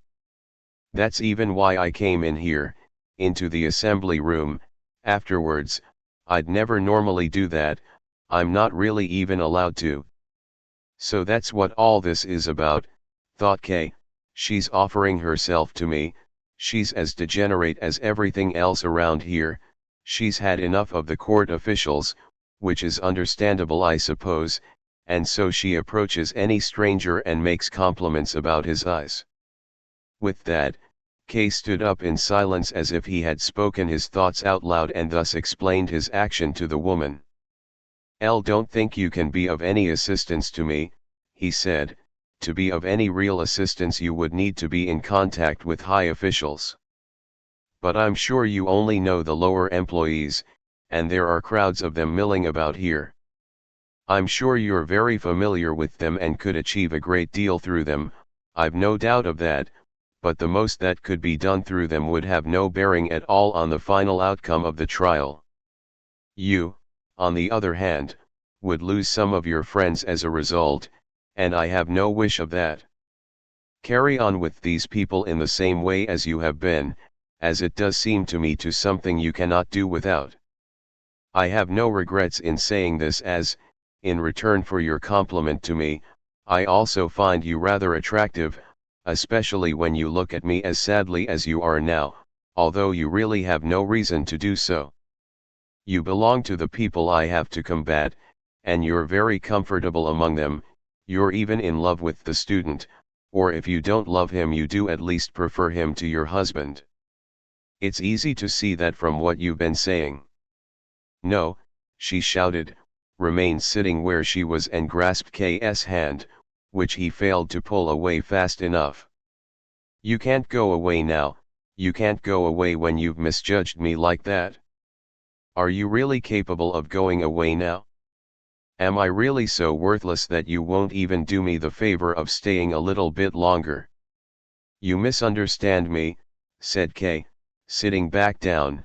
"If it's really important to you for me to stay here then I'll be glad to do so, I have plenty of time, I came here thinking there would be a trial taking place. All I meant with what I said just now was to ask you not to do anything on my behalf in the proceedings against me. But even that is nothing for you to worry about when you consider that there's nothing hanging on the outcome of this trial, and that, whatever the verdict, I will just laugh at it. And that's even presupposing it ever even reaches any conclusion, which I very much doubt. I think it's much more likely that the court officials will be too lazy, too forgetful, or even too fearful ever to continue with these proceedings and that they will soon be abandoned if they haven't been abandoned already. It's even possible that they will pretend to be carrying on with the trial in the hope of receiving a large bribe, although I can tell you now that that will be quite in vain as I pay bribes to no one. Perhaps one favor you could do me would be to tell the examining judge, or anyone else who likes to spread important news, that I will never be induced to pay any sort of bribe through any stratagem of theirs, and I'm sure they have many stratagems at their disposal. There is no prospect of that, you can tell them that quite openly. And what's more, I expect they have already noticed themselves, or even if they haven't, this affair is really not so important to me as they think. Those gentlemen would only save some work for themselves, or at least some unpleasantness for me, which, however, I am glad to endure if I know that each piece of unpleasantness for me is a blow against them. And I will make quite sure it is a blow against them. Do you actually know the judge?" "Course I do," said the woman, "he was the first one I thought of when I offered to help you. I didn't know he's only a minor official, but if you say so it must be true. Mind you, I still think the report he gives to his superiors must have some influence. And he writes so many reports. You say these officials are lazy, but they're certainly not all lazy, especially this examining judge, he writes ever such a lot. Last Sunday, for instance, that session went on till the evening. Everyone had gone, but the examining judge, he stayed in the hall. I had to bring him a lamp in. All I had was a little kitchen lamp, but he was very satisfied with it and started to write straight away. Meantime my husband arrived. He always has the day off on Sundays. We got the furniture back in and got our room sorted out, and then a few of the neighbors came. We sat and talked for a bit by a candle. In short, we forgot all about the examining judge and went to bed. All of a sudden in the night, it must have been quite late in the night, I wakes up. Next to the bed, there's the examining judge shading the lamp with his hand so that there's no light from it falls on my husband. He didn't need to be as careful as that. The way my husband sleeps, the light wouldn't have woken him up anyway. I was quite shocked and nearly screamed, but the judge was very friendly, warned me I should careful. He whispered to me he's been writing all this time, and now he's brought me the lamp back, and he'll never forget how I looked when he found me there asleep. What I mean, with all this, I just wanted to tell you how the examining judge really does write lots of reports, especially about you, as questioning you was definitely one of the main things on the agenda that Sunday.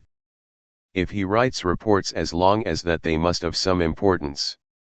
And besides all that, you can see from what happened that the examining judge is after me, and it's right now, when he's first begun to notice me, that I can have a lot of influence on him. And I've got other proof I mean a lot to him, too. Yesterday, he sent that student to me, the one he really trusts and who he works with. He sent him with a present for me, silk stockings. He said it was because I clear up in the courtroom, but that's only a pretense. That job's no more than what I'm supposed to do, it's what my husband gets paid for. Nice stockings, they are. Look. She stretched out her leg, drew her skirt up to her knee and looked, herself, at the stocking. They are nice stockings, but they're too good for me, really. She suddenly interrupted herself and lay her hand on K's as if she wanted to calm him down, and whispered, "Be quiet, Bertold is watching us." K slowly looked up. In the doorway to the courtroom stood a young man. He was short, his legs were not quite straight, and he continually moved his finger round in a short, thin, red beard with which he hoped to make himself look dignified. K looked at him with some curiosity. He was the first student he had ever met of the unfamiliar discipline of jurisprudence, face to face at least, a man who would even most likely attain high office one day. The student, in contrast, seemed to take no notice of K at all. He merely withdrew his finger from his beard long enough to beckon to the woman and went over to the window. The woman leaned over to K and whispered, "Don't be cross with me, please don't, and please don't think ill of me either. I've got to go to him now, to this horrible man. Just look at his bent legs.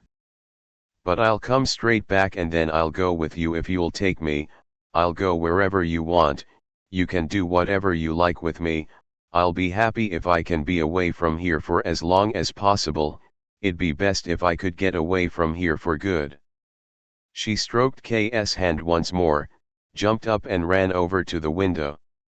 Before he realized it, K grasped for her hand but failed to catch it. He really was attracted to the woman, and even after thinking hard about it could find no good reason why he should not give in to her allure. It briefly crossed his mind that the woman meant to entrap him on behalf of the court, but that was an objection he had no difficulty in fending off. In what way could she entrap him? Was he not still free, so free that he could crush the entire court whenever he wanted, at least where it concerned him? Could he not have that much confidence in himself? And her offer of help sounded sincere, and maybe it wasn't quite worthless. And maybe there was no better revenge against the examining judge and his cronies than to take this woman from him and have her for himself. Maybe then, After much hard work writing dishonest reports about K, the judge would go to the woman's bed late one night and find it empty. And it would be empty because she belonged to K, because this woman at the window, this lush, supple, warm body in its somber clothes of rough, heavy material, belonged to him, totally to him and to him alone. Once he had settled his thoughts towards the woman in this way, he began to find the quiet conversation at the window was taking too long. He rapped on the podium with his knuckles, and then even with his fist. The student briefly looked away from the woman to glance at K over his shoulder, but did allow himself to be disturbed. In fact, he even pressed himself close to the woman and put his arms around her. She dropped her head down low as if listening to him carefully. As she did so, he kissed her right on the neck, hardly even interrupting what he was saying. K saw this as confirmation of the tyranny the student held over the woman and which she had already complained about.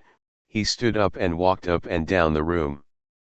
Glancing sideways at the student, he wondered what would be the quickest possible way to get rid of him, and so it was not unwelcome to him when the student, clearly disturbed by K's toing and froing, which K had now developed into a stamping up and down, said to him, "You don't have to stay here, you know, if you're getting impatient. You could have gone earlier, no one would have missed you. In fact, you should have gone, you should have left as quickly as possible as soon as I got here." This comment could have caused all possible rage to break out between them, but K also bore in mind that this was a prospective court official speaking to a disfavored defendant, and he might well have been taking pride in speaking in this way. K remained standing quite close to him and said with a smile, "You're quite right, I am impatient, but the easiest way to settle this impatience would be if you left us. On the other hand, if you've come here to study, you are a student, I hear, I'll be quite happy to leave the room to you and go away with the woman. I'm sure you'll still have a lot of study to do before you're made into a judge. It's true that I'm still not all that familiar with your branch of jurisprudence, but I take it involves a lot more than speaking roughly, and I see you have no shame in doing that extremely well." "He shouldn't have been allowed to move about so freely," said the student, as if he wanted to give the woman an explanation for K's insults. "That was a mistake. I've told the examining judge so. He should at least have been detained in his room between hearings. Sometimes it's impossible to understand what the judge thinks he's doing." "You're wasting your breath," said K, then he reached his hand out towards the woman and said, "Come with me." "So that's it," said the student. "Oh no, you're not going to get her," and with a strength you would not have expected from him, he glanced tenderly at her, lifted her up on one arm and, his back bent under the weight, ran with her to the door. In this way he showed, unmistakably, that he was to some extent afraid of K, but he nonetheless dared to provoke him still further by stroking and squeezing the woman's arm with his free hand.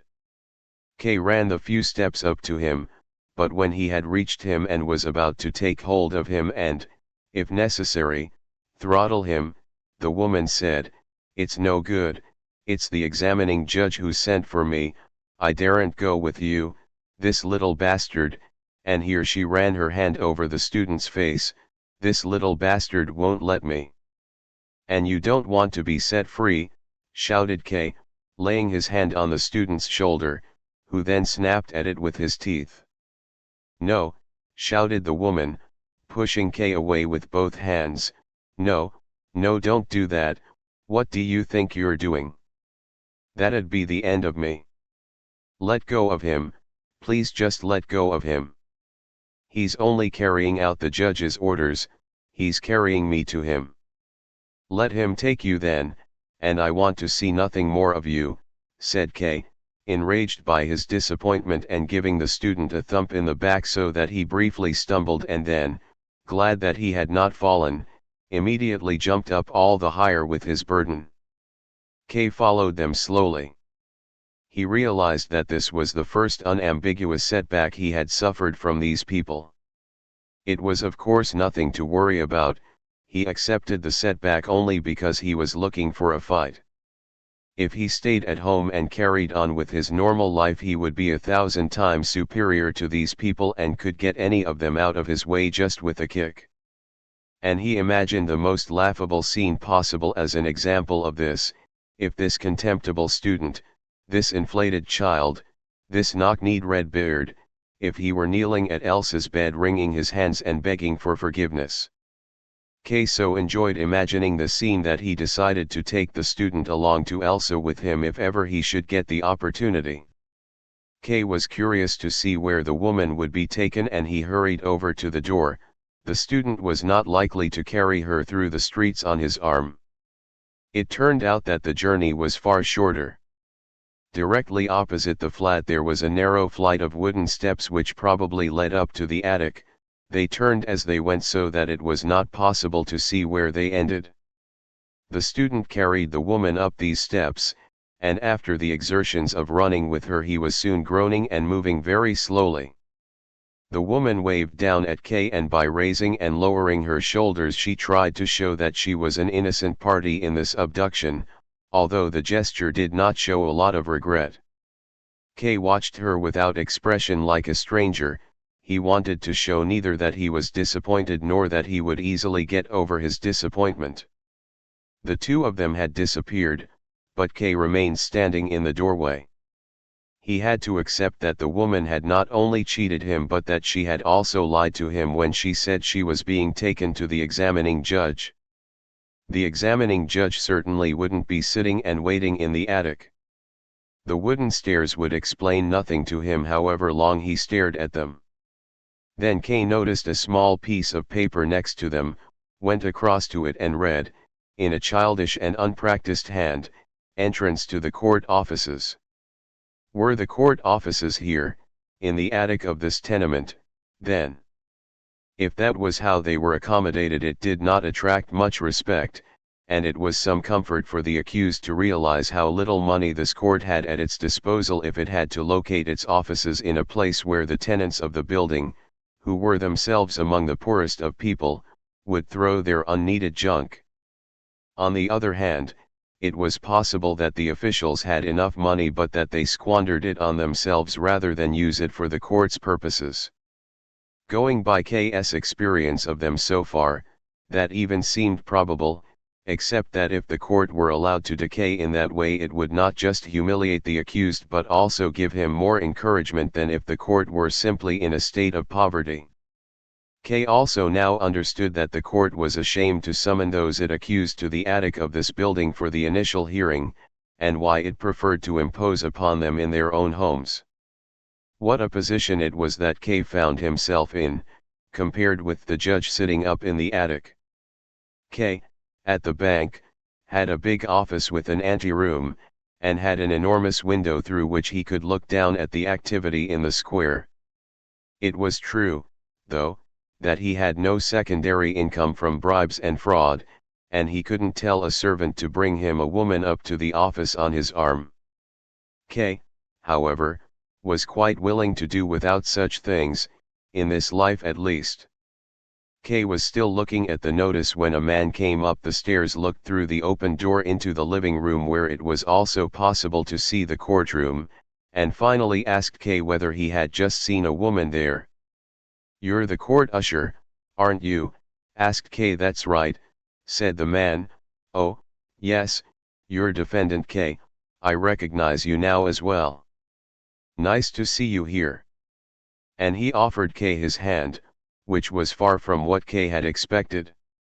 And when Kay said nothing, he added, "There's no court session planned for today, though." "I'll know that," said Kay as he looked at the usher's civilian coat which, beside its ordinary buttons, displayed two gilded ones as the only sign of his office and seemed to have been taken from an old army officer's coat. "I was speaking with your wife a little while ago. She is no longer here. The student has carried her off to the examining judge." "Listen to this," said the usher, "they're always carrying her away from me. It's Sunday today, and it's not part of my job to do any work today, but they send me off with some message which isn't even necessary just to get me away from here. What they do is they send me off not too far away so that I can still hope to get back on time if I really hurry. So off I go running as fast as I can, shout the message through the crack in the door of the office I've been sent to, so out of breath they'll hardly be able to understand it, run back here again, but the student's been even faster than I have. Well, he's got less far to go, he's only got to run down the steps. If I wasn't so dependent on them, I'd have squashed the student against the wall here a long time ago. Right here, next to the sign. I'm always dreaming of doing that.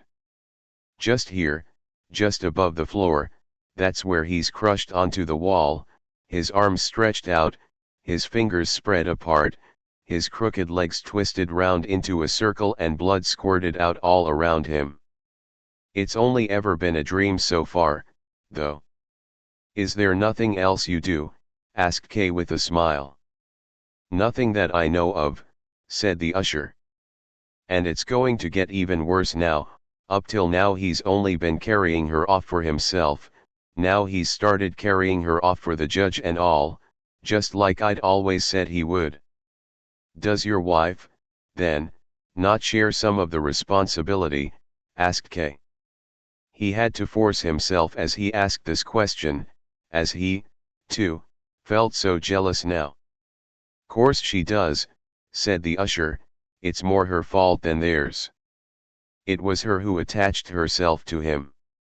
All he did, he just chases after any woman.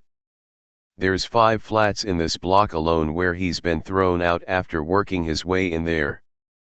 And my wife is the best looking woman in the whole building, but it's me who's not even allowed to defend himself. If that's how things are, then there's nothing that can be done, said Kay. Well, why not? Asked the usher. He's a coward, that student. If he wants to lay a finger on my wife, all you'd have to do is give him such a good hiding he'd never dare do it again. But I'm not allowed to do that, and nobody else is going to do me the favor as they're all afraid of his power. The only one who could do it is a man like you. What? How could I do it? Asked Kay in astonishment. Well, you're facing a charge, aren't you? Said the usher. Yes, but that's all the more reason for me to be afraid. Even if he has no influence on the outcome of the trial, he probably has some on the initial examination. Yes, exactly, said the usher, as if K's view had been just as correct as his own. Only we don't usually get any trials heard here with no hope at all. I am not of the same opinion, said K, although that ought not to prevent me from dealing with the student if the opportunity arises. Would be very grateful to you, said the usher of the court, somewhat formally, not really seeming to believe that his highest wish could be fulfilled. Perhaps, continued K, perhaps there are some other officials of yours here, perhaps all of them, who would deserve the same. Oh yes, yes, said the usher, as if this was a matter of course. Then he looked at Kay trustingly, which, despite all his friendliness, he had not done until then, and added, they're always rebelling. But the conversation seemed to have become a little uncomfortable for him, as he broke it off by saying, now I have to report to the office. Would you like to come with me? There's nothing for me to do there, said Kay. You'd be able to have a look at it. No one will take any notice of you. Is it worth seeing then? Asked Kay hesitatingly, although he felt very keen to go with him. Well, said the usher, thought you'd be interested in it. All right then, said Kay finally, I'll come with you. And, quicker than the usher himself, he ran up the steps. At the entrance he nearly fell over, as behind the door there was another step. They don't show much concern for the public, he said. They don't show any concern at all, said the usher, just look at the waiting room here. It consisted of a long corridor from which roughly made doors led out to the separate departments of the attic. There was no direct source of light, but it was not entirely dark, as many of the departments, instead of solid walls, had just wooden bars reaching up to the ceiling to separate them from the corridor.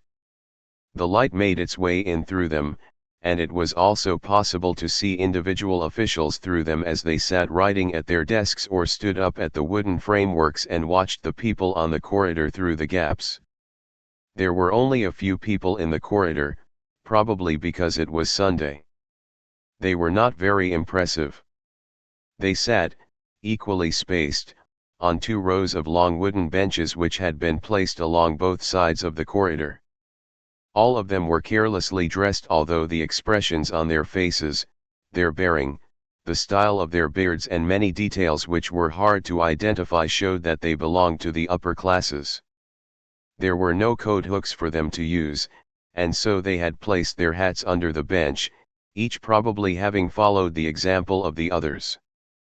When those who were sitting nearest the door saw Kay and the usher of the court, they stood up to greet them, and when the others saw that, they also thought they had to greet them, so that as the 2 of them went by, all the people there stood up. None of them stood properly upright, their backs were bowed, their knees bent, they stood like beggars on the street.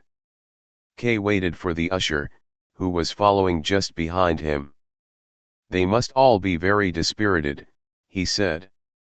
"Yes," said the usher, "they are the accused. Everyone you see here has been accused." "Really," said Kay, "they're colleagues of mine then." And he turned to the nearest one, a tall, thin man with hair that was nearly gray. "What is it you are waiting for here?" asked Kay, politely, but the man was startled at being spoken to unexpectedly, which was all the more pitiful to see because the man clearly had some experience of the world and elsewhere would certainly have been able to show his superiority and would not have easily given up the advantage he had acquired. Here, though, he did not know what answer to give to such a simple question and looked round at the others as if they were under some obligation to help him, and as if no one could expect any answer from him without this help. Then the usher of the court stepped forward to him and, in order to calm him down and raise his spirits, said, "The gentleman here's only asking what it is you're waiting for. You can give him an answer." The voice of the usher was probably familiar to him, and had a better effect than K.'s. I'm waiting," he began, and then came to a halt. He had clearly chosen this beginning so that he could give a precise answer to the question, but now he didn't know how to continue. Some of the others waiting had come closer and stood round the group. The usher of the court said to them, "Get out the way, keep the gangway free." They moved back slightly, but not as far as where they had been sitting before. In the meantime, the man whom Kay had first approached had pulled himself together and even answered him with a smile. "A month ago I made some applications for evidence to be heard in my case, and I'm waiting for it to be settled." "You certainly seem to be going to a lot of effort," said Kay. "Yes," said the man, "it is my affair after all." "Not everyone thinks the same way as you do," said Kay. "I've been indicted as well, but I swear on my soul that I've neither submitted evidence nor done anything else of the sort." "Do you really think that's necessary?" "Don't really know, exactly," said the man, once more totally unsure of himself. He clearly thought Kay was joking with him and therefore probably thought it best to repeat his earlier answer in order to avoid making any new mistakes. With Kay looking at him impatiently, he just said, "As far as I'm concerned, I've applied to have this evidence heard." "Perhaps you don't believe I've been indicted?" asked Kay. "Oh, please, I certainly do," said the man, stepping slightly to one side, but there was more anxiety in his answer than belief. "You don't believe me then?" asked Kay, and took hold of his arm, unconsciously prompted by the man's humble demeanor, and as if he wanted to force him to believe him. But he did not want to hurt the man and had only taken hold of him very lightly. Nonetheless, the man cried out as if Kay had grasped him not with 2 fingers but with red-hot tongs. Shouting in this ridiculous way finally made K tired of him. If he didn't believe he was indicted, then so much the better, maybe he even thought K was a judge. And before leaving, he held him a lot harder, shoved him back onto the bench and walked on. "These defendants are so sensitive, most of them," said the usher of the court. Almost all of those who had been waiting had now assembled around the man who, by now, had stopped shouting, and they seemed to be asking him lots of precise questions about the incident. K was approached by a security guard, identifiable mainly by his sword, of which the scabbard seemed to be made of aluminium. This greatly surprised K, and he reached out for it with his hand. The guard had come because of the shouting and asked what had been happening. The usher of the court said a few words to try and calm him down, but the guard explained that he had to look into it himself, saluted, and hurried on, walking with very short steps, probably because of gout. K didn't concern himself long with the guard or these people, especially as he saw it turning off the corridor, about halfway along it on the right-hand side, where there was no door to stop him going that way. He asked the usher whether that was the right way to go. The usher nodded, and that is the way that K went. The usher remained always 1 or 2 steps behind K, which he found irritating, as in a place like this it could give the impression that he was being driven along by someone who had arrested him, so he frequently waited for the usher to catch up, but the usher always remained behind him. In order to put an end to his discomfort, K finally said, "Now that I've seen what it looks like here, I'd like to go."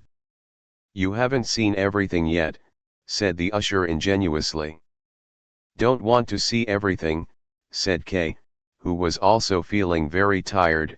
"Want to go? What is the way to the exit?" "You haven't got lost, have you?" asked the usher in amazement.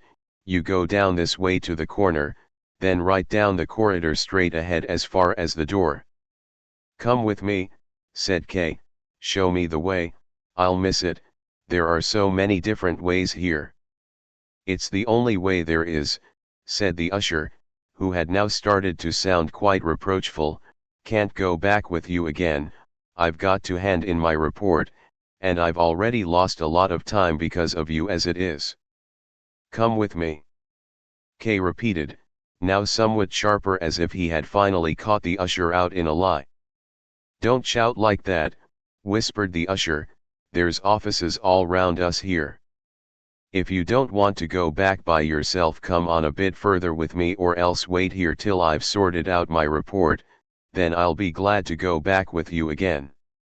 "No, no," said K, "will not wait, and you must come with me now."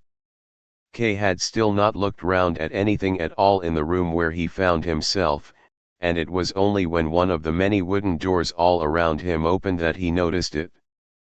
A young woman, probably summoned by the loudness of K's voice, entered and asked, "What is it the gentleman wants?" In the darkness behind her there was also a man approaching. K looked at the usher.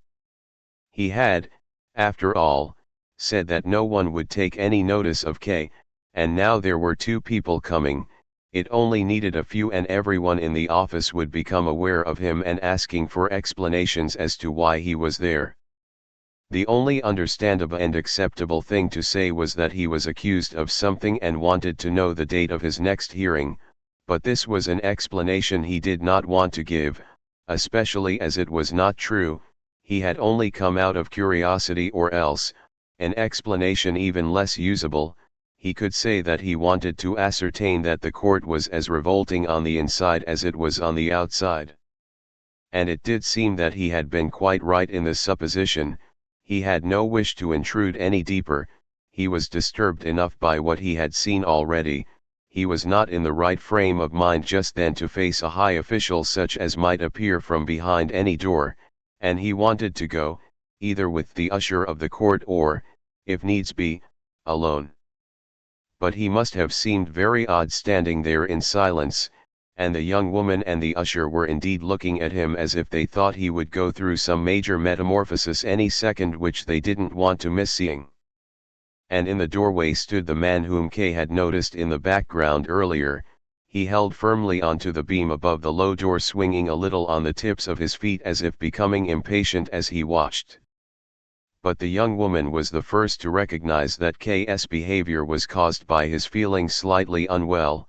She brought a chair and asked, "Would you not like to sit down?" Kay sat down immediately and, in order to keep his place better, put his elbows on the armrests. "You're a little bit dizzy, aren't you?" she asked him. Her face was now close in front of him. It bore the severe expression that many young women have just when they're in the bloom of their youth. "It's nothing for you to worry about," she said. "That's nothing unusual here. Almost everyone gets an attack like that the first time they come here." "This is your first time, is it?" "Yes, it's nothing unusual then. The sun burns down on the roof and the hot wood makes the air so thick and heavy. It makes this place rather unsuitable for offices, whatever other advantages it might offer. But the air is almost impossible to breathe on days when there's a lot of business, and that's almost every day. And when you think that there's a lot of washing put out to dry here as well, and we can't stop the tenants doing that, it's not surprising you started to feel unwell. But you get used to the air all right in the end. When you're here for the second or third time you'll hardly notice how oppressive the air is. Are you feeling any better now?" Kay made no answer. He felt too embarrassed at being put at the mercy of these people. His sudden weakness, and learning the reason for feeling ill made him feel not better but a little worse. The girl noticed it straight away, and to make the air fresher for Kay, she took a window pole that was leaning against the wall and pushed open a small hatch directly above K's head that led to the outside. But so much soot fell in that the girl had to immediately close the hatch again and clean the soot off K's hands with her handkerchief, as Kay was too tired to do that for himself. He would have liked just to sit quietly where he was until he had enough strength to leave, and the less fuss people made about him the sooner that would be. But then the girl said, "You can't stay here, we're in people's way here." Kay looked at her as if to ask whose way they were impeding. "If you like, I can take you to the sick room," and turning to the man in the doorway said, "Please help me." The man immediately came over to them, but Kay did not want to go to the sick room. That was just what he wanted to avoid, being led further from place to place. The further he went the more difficult it must become. So he said, "Am able to walk now," and stood up, shaking after becoming used to sitting so comfortably. But then he was unable to stay upright. "Can't manage it," he said, shaking his head, and sat down again with a sigh.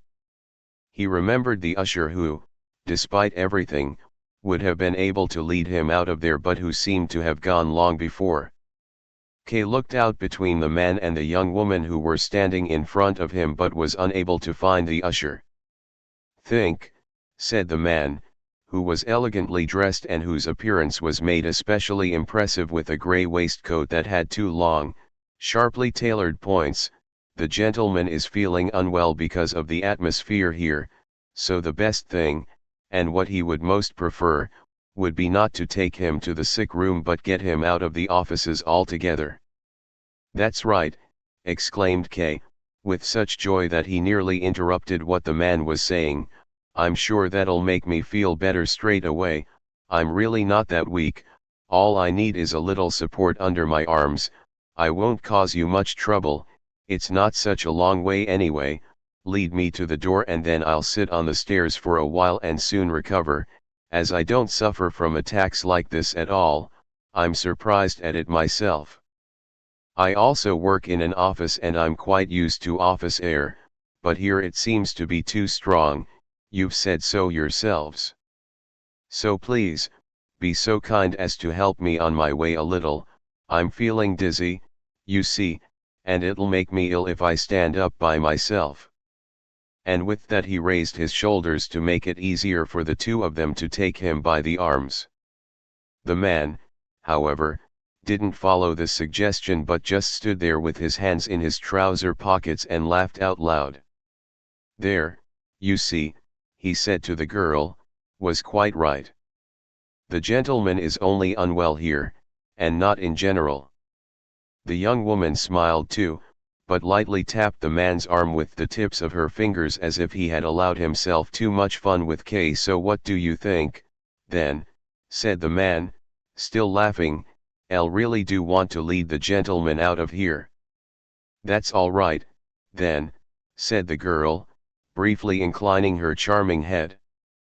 "Don't worry too much about him laughing," said the girl to Kay, who had become unhappy once more and stared quietly in front of himself as if needing no further explanation. "This gentleman, may I introduce you?" The man gave his permission with a wave of the hand. "So, this gentleman's job is to give out information. He gives all the information they need to people who are waiting. As our court and its offices are not very well known among the public, he gets asked for quite a lot. He has an answer for every question.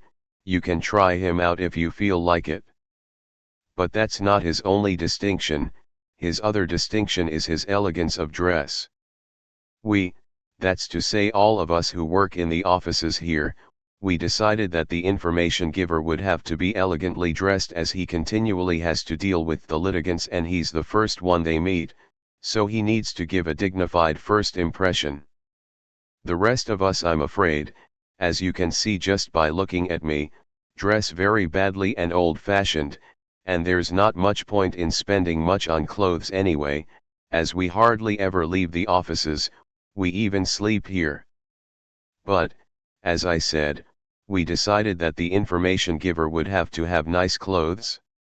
As the management here is rather peculiar in this respect, and they would get them for us, we had a collection, some of the litigants contributed to, and bought him these lovely clothes and some others besides. So everything would be ready for him to give a good impression, except that he spoils it again by laughing and frightening people." "That's how it is," said the man, mocking her, "but I don't understand why it is that you're explaining all our intimate facts to the gentleman, or rather why it is that you're pressing them on him, as I'm sure he's not all interested. Just look at him sitting there, it's clear he's occupied with his own affairs." Kay just did not feel like contradicting him. The girl's intention may have been good, perhaps she was under instructions to distract him or to give him the chance to collect himself, but the attempt had not worked. "Had to explain to him why you were laughing," said the girl. "I'll suppose it was insulting. Think he would forgive even worse insults if I finally took him outside." Kay said nothing, did not even look up. He tolerated the two of them negotiating over him like an object. That was even what suited him best. But suddenly he felt the information giver's hand on one arm and the young woman's hand on the other. "Up you get then, weakling," said the information giver. "Thank you both very much," said Kay, pleasantly surprised, as he slowly rose and personally guided these unfamiliar hands to the places where he most needed support. As they approached the corridor, the girl said quietly into Kay's ear, "Elle must seem to think it's very important to show the information giver in a good light, but you shouldn't doubt what I say, I just want to say the truth. He isn't hard-hearted. It's not really his job to help litigants outside if they're unwell, but he's doing it anyway, as you can see.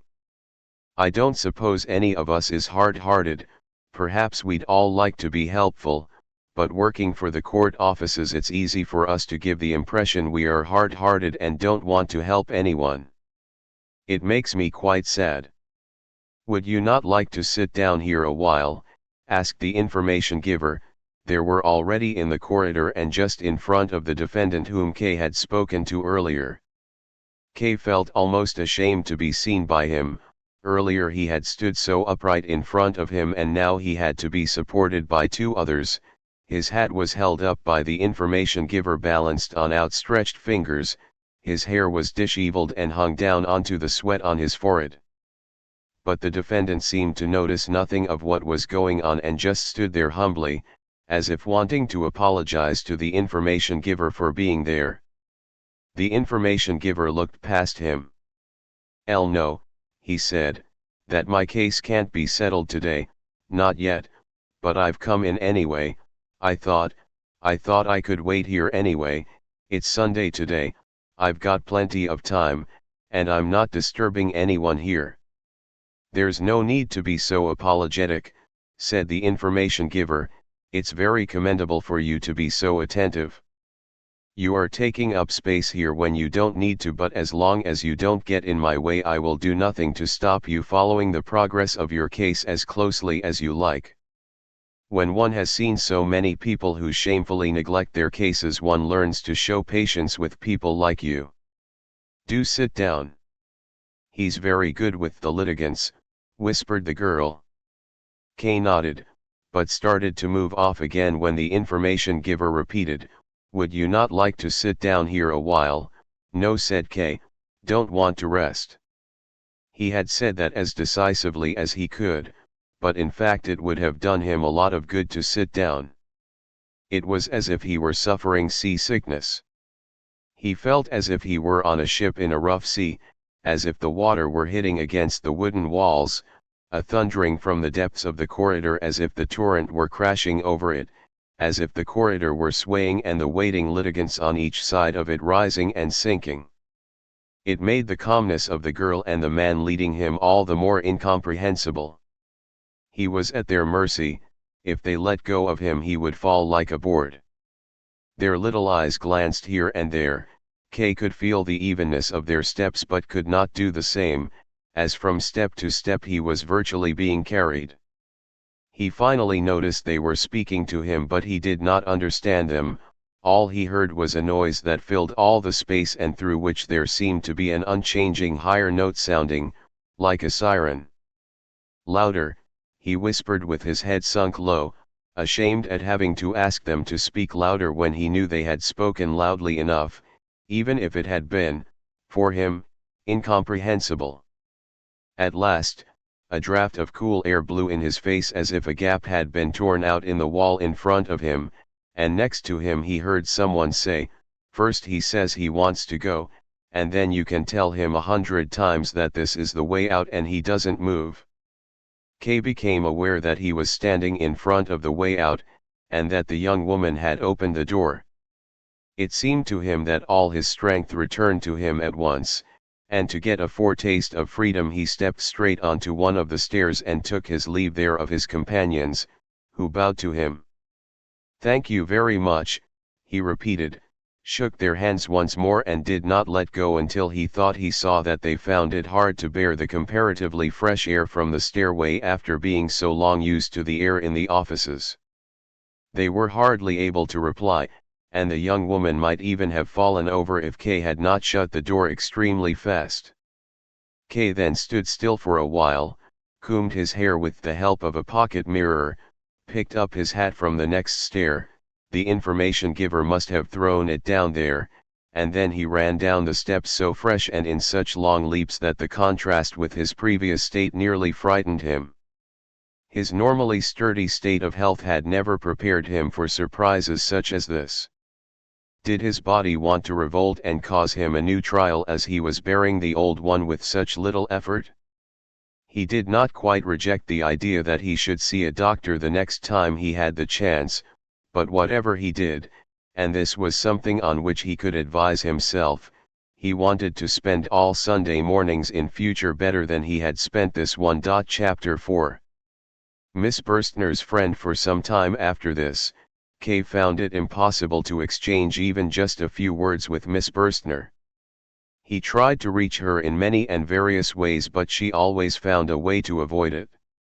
He would come straight home from the office, remain in her room without the light on, and sit on the sofa with nothing more to distract him than keeping watch on the empty hallway. If the maid went by and closed the door of the apparently empty room, he would get up after a while and open it again. He got up an hour earlier than usual in the morning so that he might perhaps find Miss Burstner alone as she went to the office.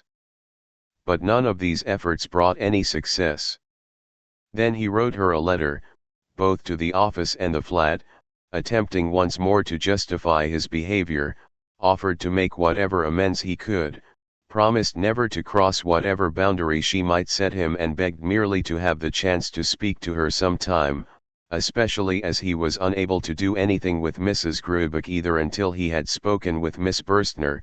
He finally informed her that the following Sunday he would stay in his room all day waiting for a sign from her that there was some hope of his request being fulfilled, or at least that she would explain to him why she could not fulfill it even though he had promised to observe whatever stipulations she might make. The letters were not returned, but there was no answer either. However, on the following Sunday there was a sign that seemed clear enough. It was still early when Kay noticed, through the keyhole, that there was an unusual level of activity in the hallway which soon abated. A French teacher, although she was German and called Montag, a pale and febrile girl with a slight limp who had previously occupied a room of her own, was moving into Miss Burstner's room. She could be seen shuffling through the hallway for several hours. There was always another piece of clothing or a blanket or a book that she had forgotten and had to be fetched specially and brought into the new home. When Mrs. Grubeck brought Kay his breakfast, ever since the time when she had made Kay so cross she didn't trust the maid to do the slightest job, he had no choice but to speak to her, for the first time in 5 days. "Why is there so much noise in the hallway today?" he asked as she poured his coffee out. "Can't something be done about it? Does this clearing out have to be done on a Sunday?" Kay did not look up at Mrs. Grubeck, but he saw nonetheless that she seemed to feel some relief as she breathed in. Even sharp questions like this from Mr. K she perceived as forgiveness, or as the beginning of forgiveness. "We're not clearing anything out, Mr. she said, "it's just that Miss Montag is moving in with Miss Burstner and is moving her things across." She said nothing more, but just waited to see how Kay would take it and whether he would allow her to carry on speaking. But Kay kept her in uncertainty, took the spoon and pensively stirred his coffee while he remained silent. Then he looked up at her and said, "What about the suspicions you had earlier about Miss Burstner, have you given them up?"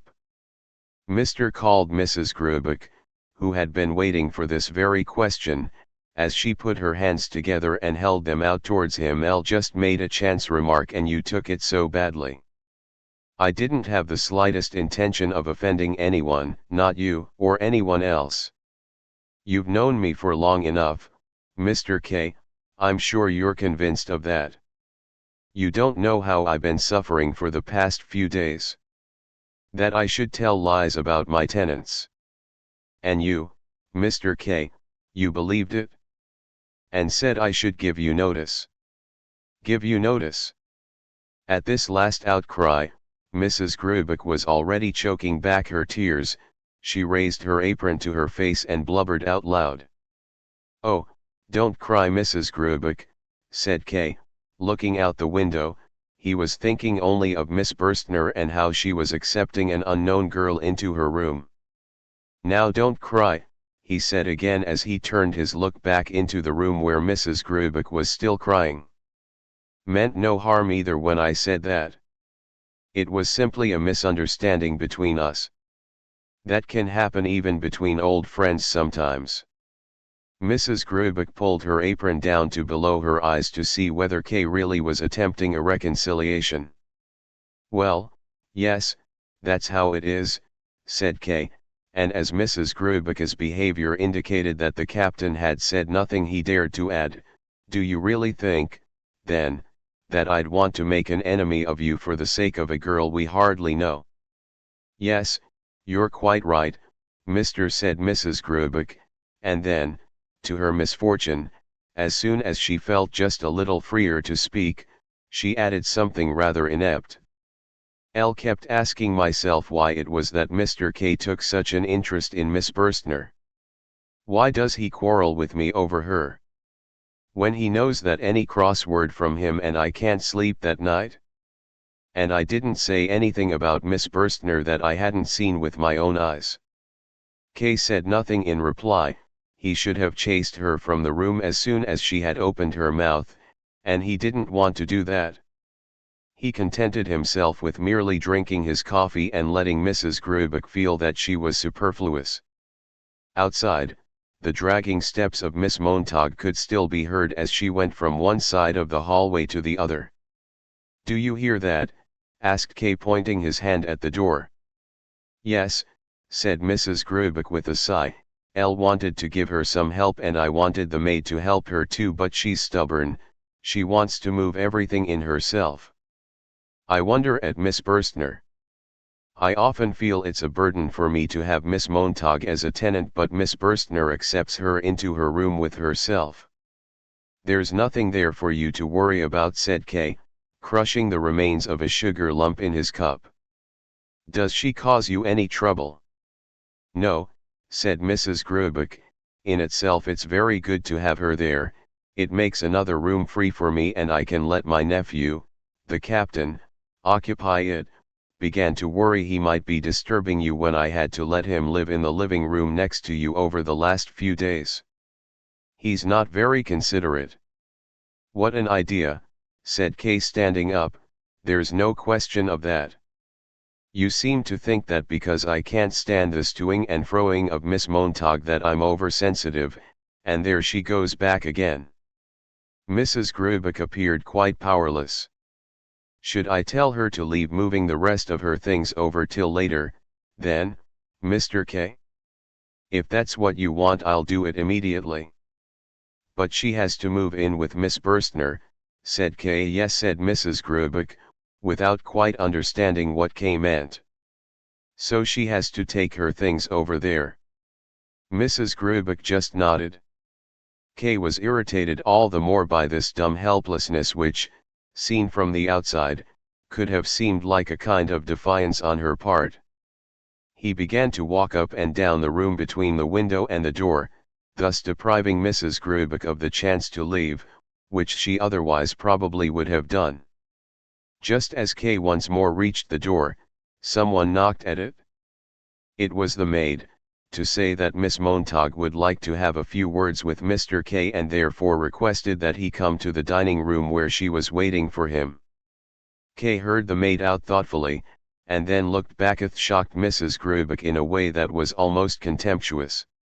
His look seemed to be saying that Kay had been expecting this invitation for Miss Montag for a long time, and that it was confirmation of the suffering he had been made to endure that Sunday morning from Mrs. Grubeck's tenants. He sent the maid back with the reply that he was on his way, then he went to the wardrobe to change his coat, and in answer to Mrs. Grubeck's gentle whining about the nuisance Miss Montag was causing merely asked her to clear away the breakfast things. "But you've hardly touched it," said Mrs. Grubeck. "Oh, just take it away," shouted Kay. It seemed to him that Miss Montag was mixed up in everything and made it repulsive to him. As he went through the hallway he looked at the closed door of Miss Burstner's room. But it wasn't there that he was invited, but the dining room, to which he yanked the door open without knocking. The room was long but narrow with one window. There was only enough space available to put two cupboards at an angle in the corner by the door, and the rest of the room was entirely taken up with the long dining table which started by the door and reached all the way to the great window, which was thus made almost inaccessible. The table was already laid for a large number of people, as on Sundays almost all the tenants ate their dinner here at midday. When Kay entered, Miss Montag came towards him from the window along one side of the table. They greeted each other in silence. Then Miss Montag, her head unusually erect as always, said, "I'm not sure whether you know me." Kay looked at her with a frown. "Of course I do," he said. "You've been living here with Mrs. Grubeck for quite some time now, but I get the impression you don't pay much attention to what's going on in the lodging house," said Miss Montag.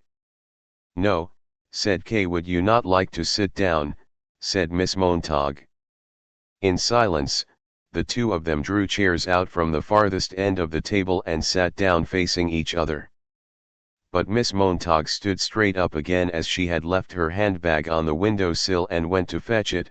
She shuffled down the whole length of the room. When she came back, the handbag lightly swinging, she said, "I'd like just to have a few words with you on behalf of my friend." She would have come herself, but she's feeling a little unwell today. Perhaps you'll be kind enough to forgive her and listen to me instead. There's anyway nothing that she could have said that I won't. On the contrary, in fact, I think I can say even more than her because I'm relatively impartial. Would you not agree? What is there to say, then? Answered K, who was tired of Miss Montag continuously watching his lips. In that way she took control of what he wanted to say before he said it. "Miss Burstner clearly refuses to grant me the personal meeting that I asked her for." "That's how it is," said Miss Montag, "or rather, that's not at all how it is. The way you put it is remarkably severe. Generally speaking, meetings are neither granted nor the opposite. But it can be that meetings are considered unnecessary, and that's how it is here.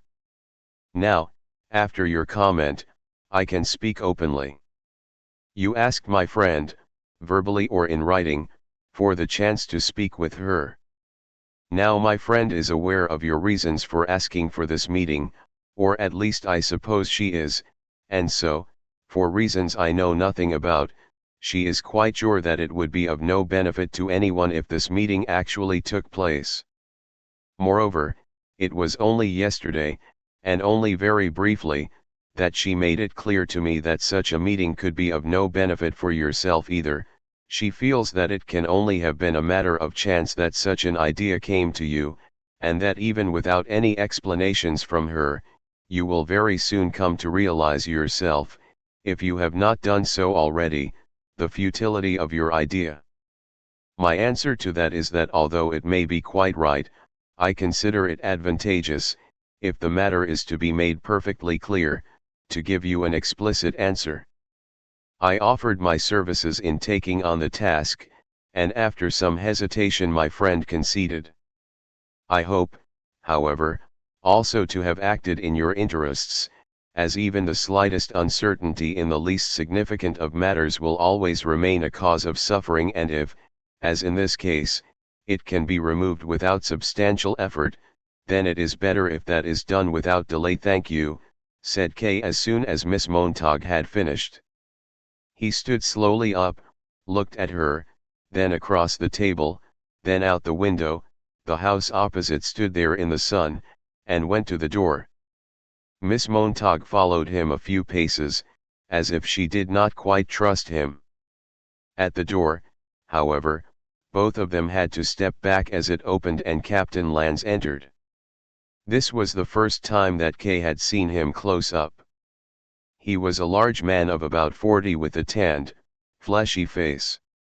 He bowed slightly, intending it also for Kay, and then went over to Miss Montag and deferentially kissed her hand. He was very elegant in the way he moved. The courtesy he showed towards Miss Montag made a striking contrast with the way she had been treated by Kay. Nonetheless, Miss Montag did not seem to be cross with Kay, as it even seemed to him that she wanted to introduce the captain. Kay, however, did not want to be introduced. He would not have been able to show any sort of friendliness either to Miss Montag or to the captain. The kiss on the hand had, for Kay, bound them into a group which would keep him at a distance from Miss Burstner whilst at the same time seeming to be totally harmless and unselfish. Kay thought, however, that he saw more than that. He thought he also saw that Miss Montag had chosen a means of doing it that was good, but two-edged. She exaggerated the importance of the relationship between Kay and Miss Burstner, and above all she exaggerated the importance of asking to speak with her, and she tried at the same time to make out that Kay was exaggerating everything. She would be disappointed. Kay did not want to exaggerate anything. He was aware that Miss Burstner was a little typist who would not offer him much resistance for long. In doing so he deliberately took no account of what Mrs. Grubeck had told him about Miss Burstner. All these things were going through his mind as he left the room with hardly a polite word. He wanted to go straight to his room, but a little laugh from Miss Montag that he heard from the dining room behind him brought him to the idea that he might prepare a surprise for the two of them, the captain and Miss Montag. He looked round and listened to find out if there might be any disturbance from any of the surrounding rooms. Everywhere was quiet.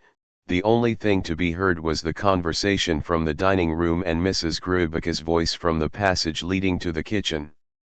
This seemed an opportune time. Kay went to Miss Burstner's room and knocked gently. There was no sound, so he knocked again, but there was still no answer in reply. Was she asleep? Or was she really unwell? Or was she just pretending, as she realized it could only be Kay knocking so gently? Kay assumed she was pretending and knocked harder. Eventually, when the knocking brought no result, he carefully opened the door with the sense of doing something that was not only improper but also pointless. In the room there was no one. What's more, it looked hardly at all like the room Kay had known before. Against the wall there were now two beds behind one another, there were clothes piled up on 3 chairs near the door, a wardrobe stood open. Miss Burstner must have gone out while Miss Montag was speaking to him in the dining room. Kay was not greatly bothered by this. He had hardly expected to be able to find Miss Burstner so easily and had made this attempt for little more reason than to spite Miss Montag.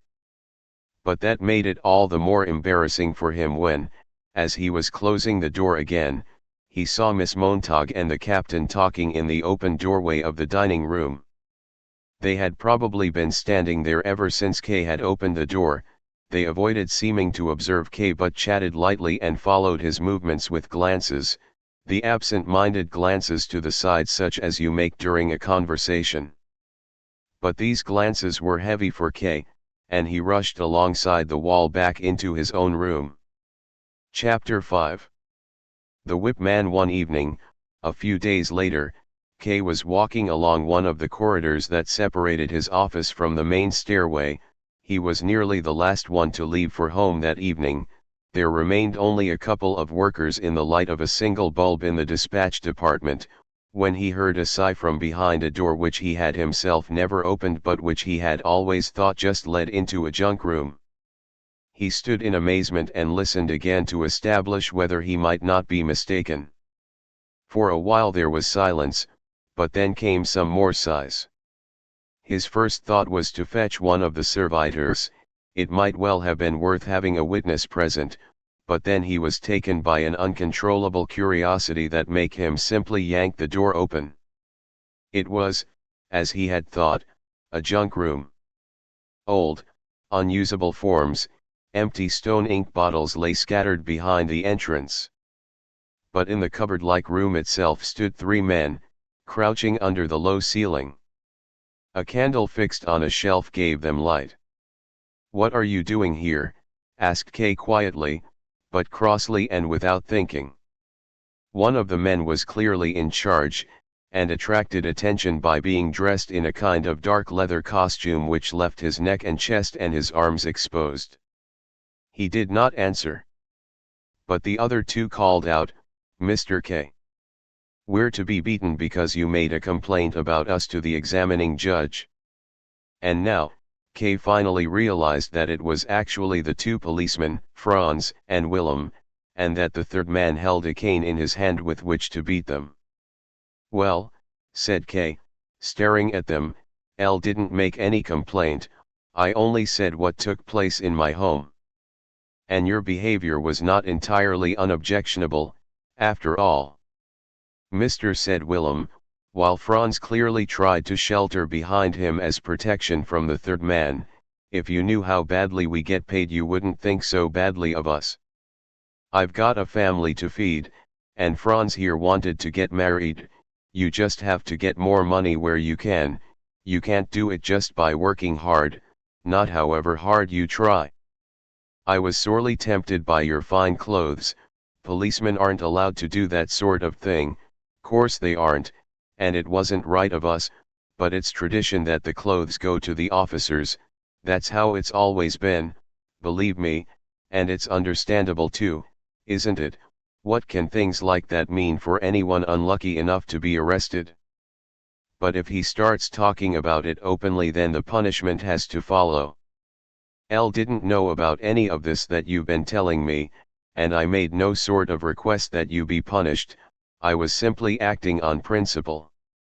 Franz, said Willem, turning to the other policeman, didn't I tell you that the gentleman didn't say he wanted us to be punished? Now you can hear for yourself, he didn't even know we'd have to be punished. Don't you let them persuade you, talking like that, said the third man to K. This punishment is both just and unavoidable. Don't listen to him, said Willem, interrupting himself only to quickly bring his hand to his mouth when it had received a stroke of the cane. We're only being punished because you made a complaint against us. Nothing would have happened to us otherwise, not even if they'd found out what we'd done. Can you call that justice? Both of us, me especially, we'd proved our worth as good police officers over a long period. You've got to admit yourself that as far as official work was concerned, we did the job well. Things looked good for us, we had prospects. It's quite certain that we would have been made whipmen too, like this one, only he had the luck not to have anyone make a complaint about him, as you really don't get many complaints like that. Only that's all finished now, Mr. K, our careers are at an end. We're going to have to do work now that's far inferior to police work, and besides all this we're going to get this terrible, painful beating. Can the cane really cause so much pain, then? Asked K, testing the cane that the whipman swung in front of him.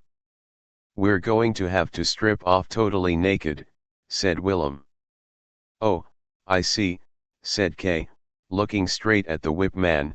His skin was burned brown like a sailor's, and his face showed health and vigor. Is there then no possibility of sparing these two their beating? He asked him. No, said the whipman, shaking his head with a laugh. Get undressed, he ordered the policeman. And to K he said, you shouldn't believe everything they tell you, it's the fear of being beaten, it's already made them a bit weak in the head. This one here, for instance, he pointed at Willem, all that he told you about his career prospects, it's just ridiculous. Look at him, look how fat he is, the first strokes of the cane will just get lost in all that fat. Do you know what it is that's made him so fat? He's in the habit of, everyone that gets arrested by him, he eats their breakfast. Didn't they eat up your breakfast? Yeah, I thought as much. But a man with a belly like that can't be made into a whipman and never will be, that is quite out of the question.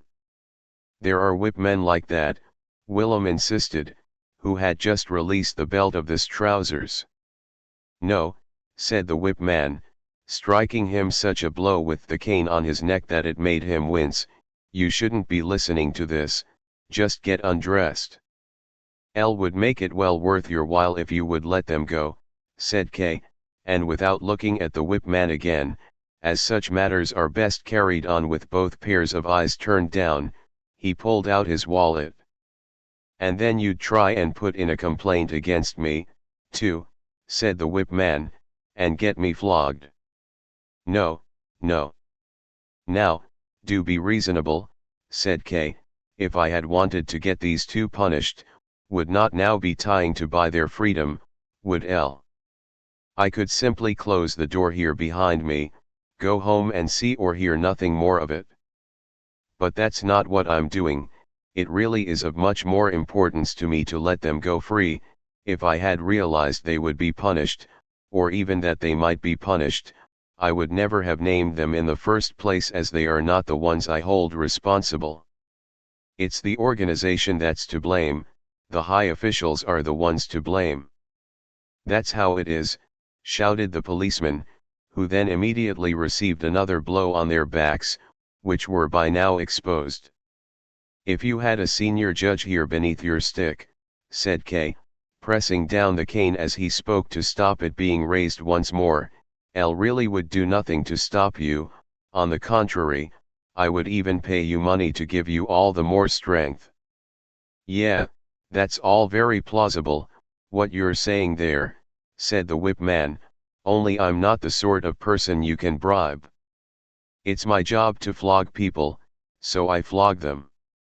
Franz, the policeman, had been fairly quiet so far, probably in expectation of a good result from K's intervention, but now he stepped forward to the door wearing just his trousers, kneeled down hanging onto K's arm and whispered, "Even if you can't get mercy shown for both of us, at least try and get me set free.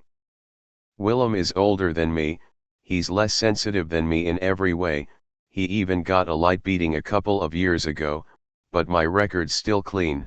I only did things the way I did because Willem led me onto it, he's been my teacher both for good and bad. Down in front of the bank my poor bride is waiting for me at the entrance, I'm so ashamed of myself, it's pitiful."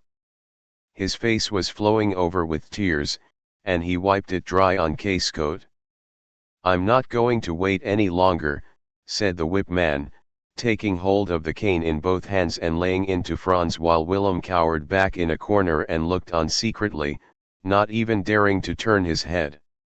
Then, the sudden scream that shot out from Franz was long and irrevocable, it seemed to come not from a human being but from an instrument that was being tortured, the whole corridor rang with it, it must have been heard by everyone in the building. "Don't shout like that," called out K, unable to prevent himself, and, as he looked anxiously in the direction from which the servitor would come, he gave Franz a shove, not hard, but hard enough for him to fall down unconscious, clawing at the ground with his hands by reflex. He still did not avoid being hit, the rod still found him on the floor, the tip of the rod swung regularly up and down while he rolled to and fro under its blows. And now one of the servitors appeared in the distance, with another a few steps behind him. K had quickly thrown the door shut, gone over to one of the windows overlooking the yard and opened it. The screams had completely stopped. So that the servitor wouldn't come in, he called out, "It's only me." "Good evening, Chief Clerk," somebody called back. "Is there anything wrong?" No, answered K, "it's only a dog yelping in the yard." There was no sound from the servitor, so he added, "You can go back to what you were doing." He did not want to become involved with a conversation with them, and so he leaned out of the window. A little while later, when he looked out in the corridor, they had already gone. Now, K remained at the window, he did not dare go back into the junk room, and he did not want to go home either. The yard he looked down into was small and rectangular, all around it were offices, all the windows were now dark and only those at the very top caught a reflection of the moon. K tried hard to see into the darkness of one corner of the yard, where a few handcarts had been left behind one another. He felt anguish at not having been able to prevent the flogging, but that was not his fault. If Franz had not screamed like that, clearly it must have caused a great deal of pain, but it's important to maintain control of oneself at important moments. If Franz had not screamed, then it was at least highly probable that K would have been able to dissuade the whip man. If all the junior officers were contemptible, why would the whip man, whose position was the most inhumane of all, be any exception? And K had noticed very clearly how Hyses had lit up when he saw the bank notes. He had obviously only seemed serious about the flogging to raise the level of the bribe a little. And K had not been ungenerous, he really had wanted to get the policeman freed. If he really had now begun to do something against the degeneracy of the court, then it was a matter of course that he would have to do something here as well. But of course, it became impossible for him to do anything as soon as Franz started screaming. K could not possibly have let the junior bank staff, and perhaps even all sorts of other people, come along and catch him by surprise as he haggled with those people in the junk room. Nobody could really expect that sort of sacrifice of him. If that had been his intention, then it would almost have been easier. K would have taken his own clothes off and offered himself to the whip man in the policeman's place. The whip man would certainly not have accepted the substitution anyway, as in that way he would have seriously violated his duty without gaining any benefit. He would most likely have violated his duty twice over, as court employees were probably under orders not to cause any harm to K while he was facing charges, although there may have been special conditions in force here.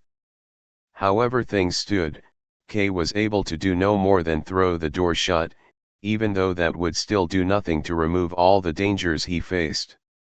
It was regrettable that he had given Franz a shove, and it could only be excused by the heat of the moment. In the distance, he heard the steps of the servitors. He did not want them to be too aware of his presence, so he closed the window and walked towards the main staircase. At the door of the junk room he stopped and listened for a little while. All was silent. The two policemen were entirely at the whip man's mercy. He could have beaten them to death. K reached his hand out for the door handle but drew it suddenly back. He was no longer in any position to help anyone, and the servitors would soon be back. He did, though, promise himself that he would raise the matter again with somebody and see that, as far as it was in his power, those who really were guilty, the high officials whom nobody had so far dared point out to him, received their due punishment. As he went down the main stairway at the front of the bank, he looked carefully round at everyone who was passing, but there was no girl to be seen who might have been waiting for somebody, not even within some distance from the bank.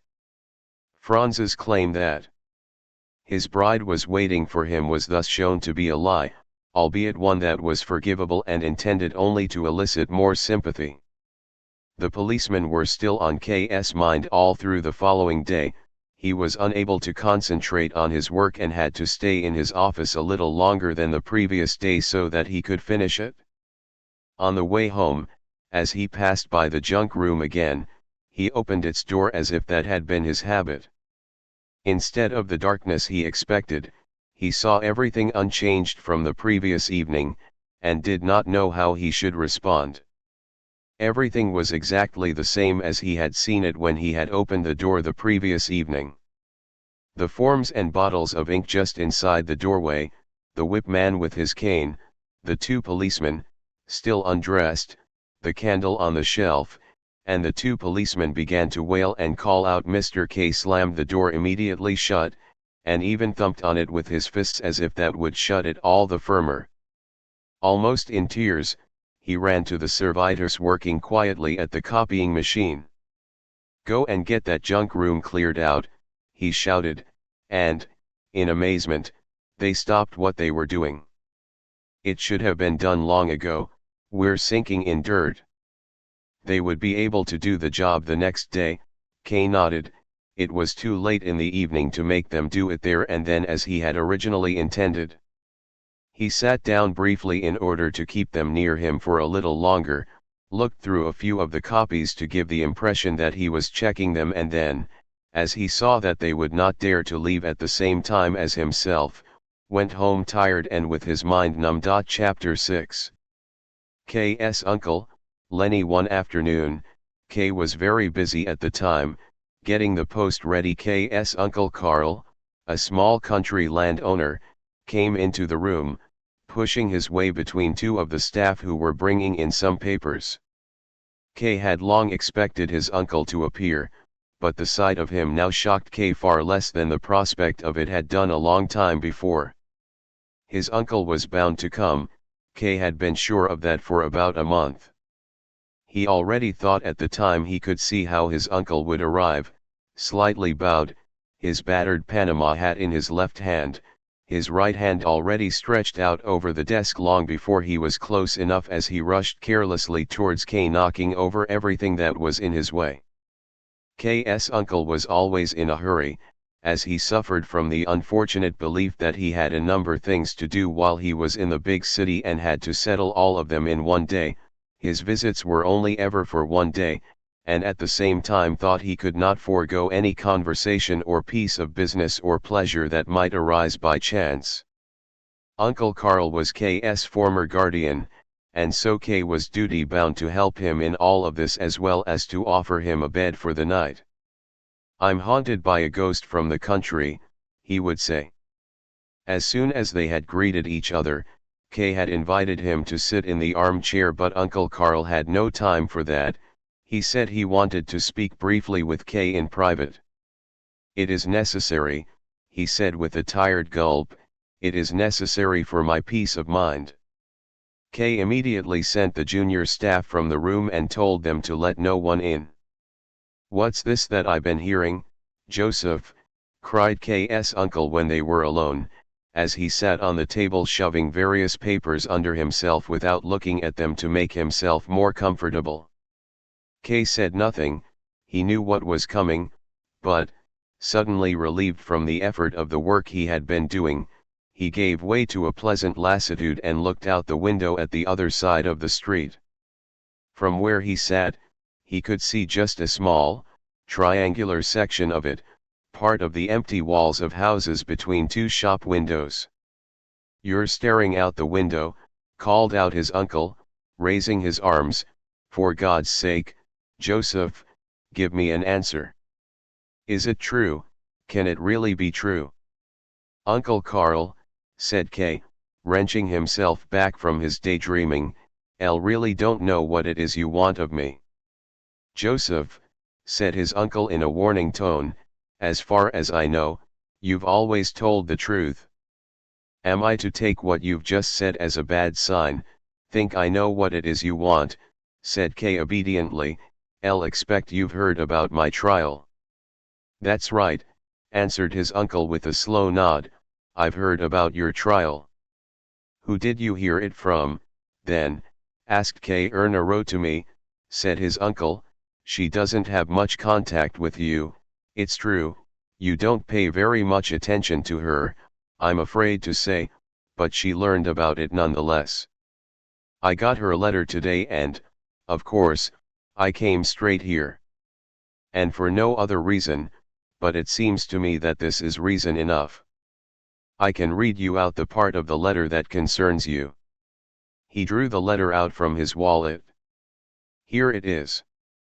She writes, I'll have not seen Joseph for a long time.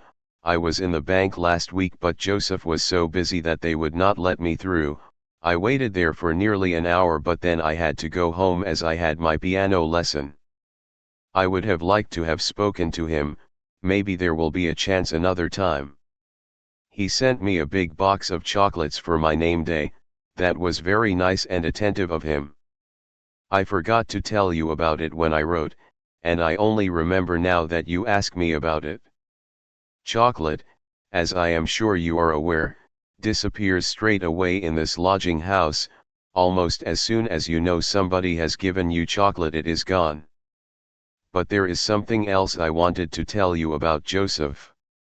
Like I said, they would not let me through to see him at the bank because he was negotiating with some gentleman just then. After I had been waiting quietly for quite a long time I asked one of the staff whether his meeting would last much longer. He said it might well do, as it was probably about the legal proceedings, he said, that were being conducted against him. I asked what sort of legal proceedings it was that were being conducted against the chief clerk, and whether he was not making some mistake, but he said he was not making any mistake. There were legal proceedings underway and even that they were about something quite serious, but he did not know any more about it. He would have liked to have been of some help to the chief clerk himself, as the chief clerk was a gentleman, good and honest, but he did not know what it was he could do and merely hoped there would be some influential gentleman who would take his side.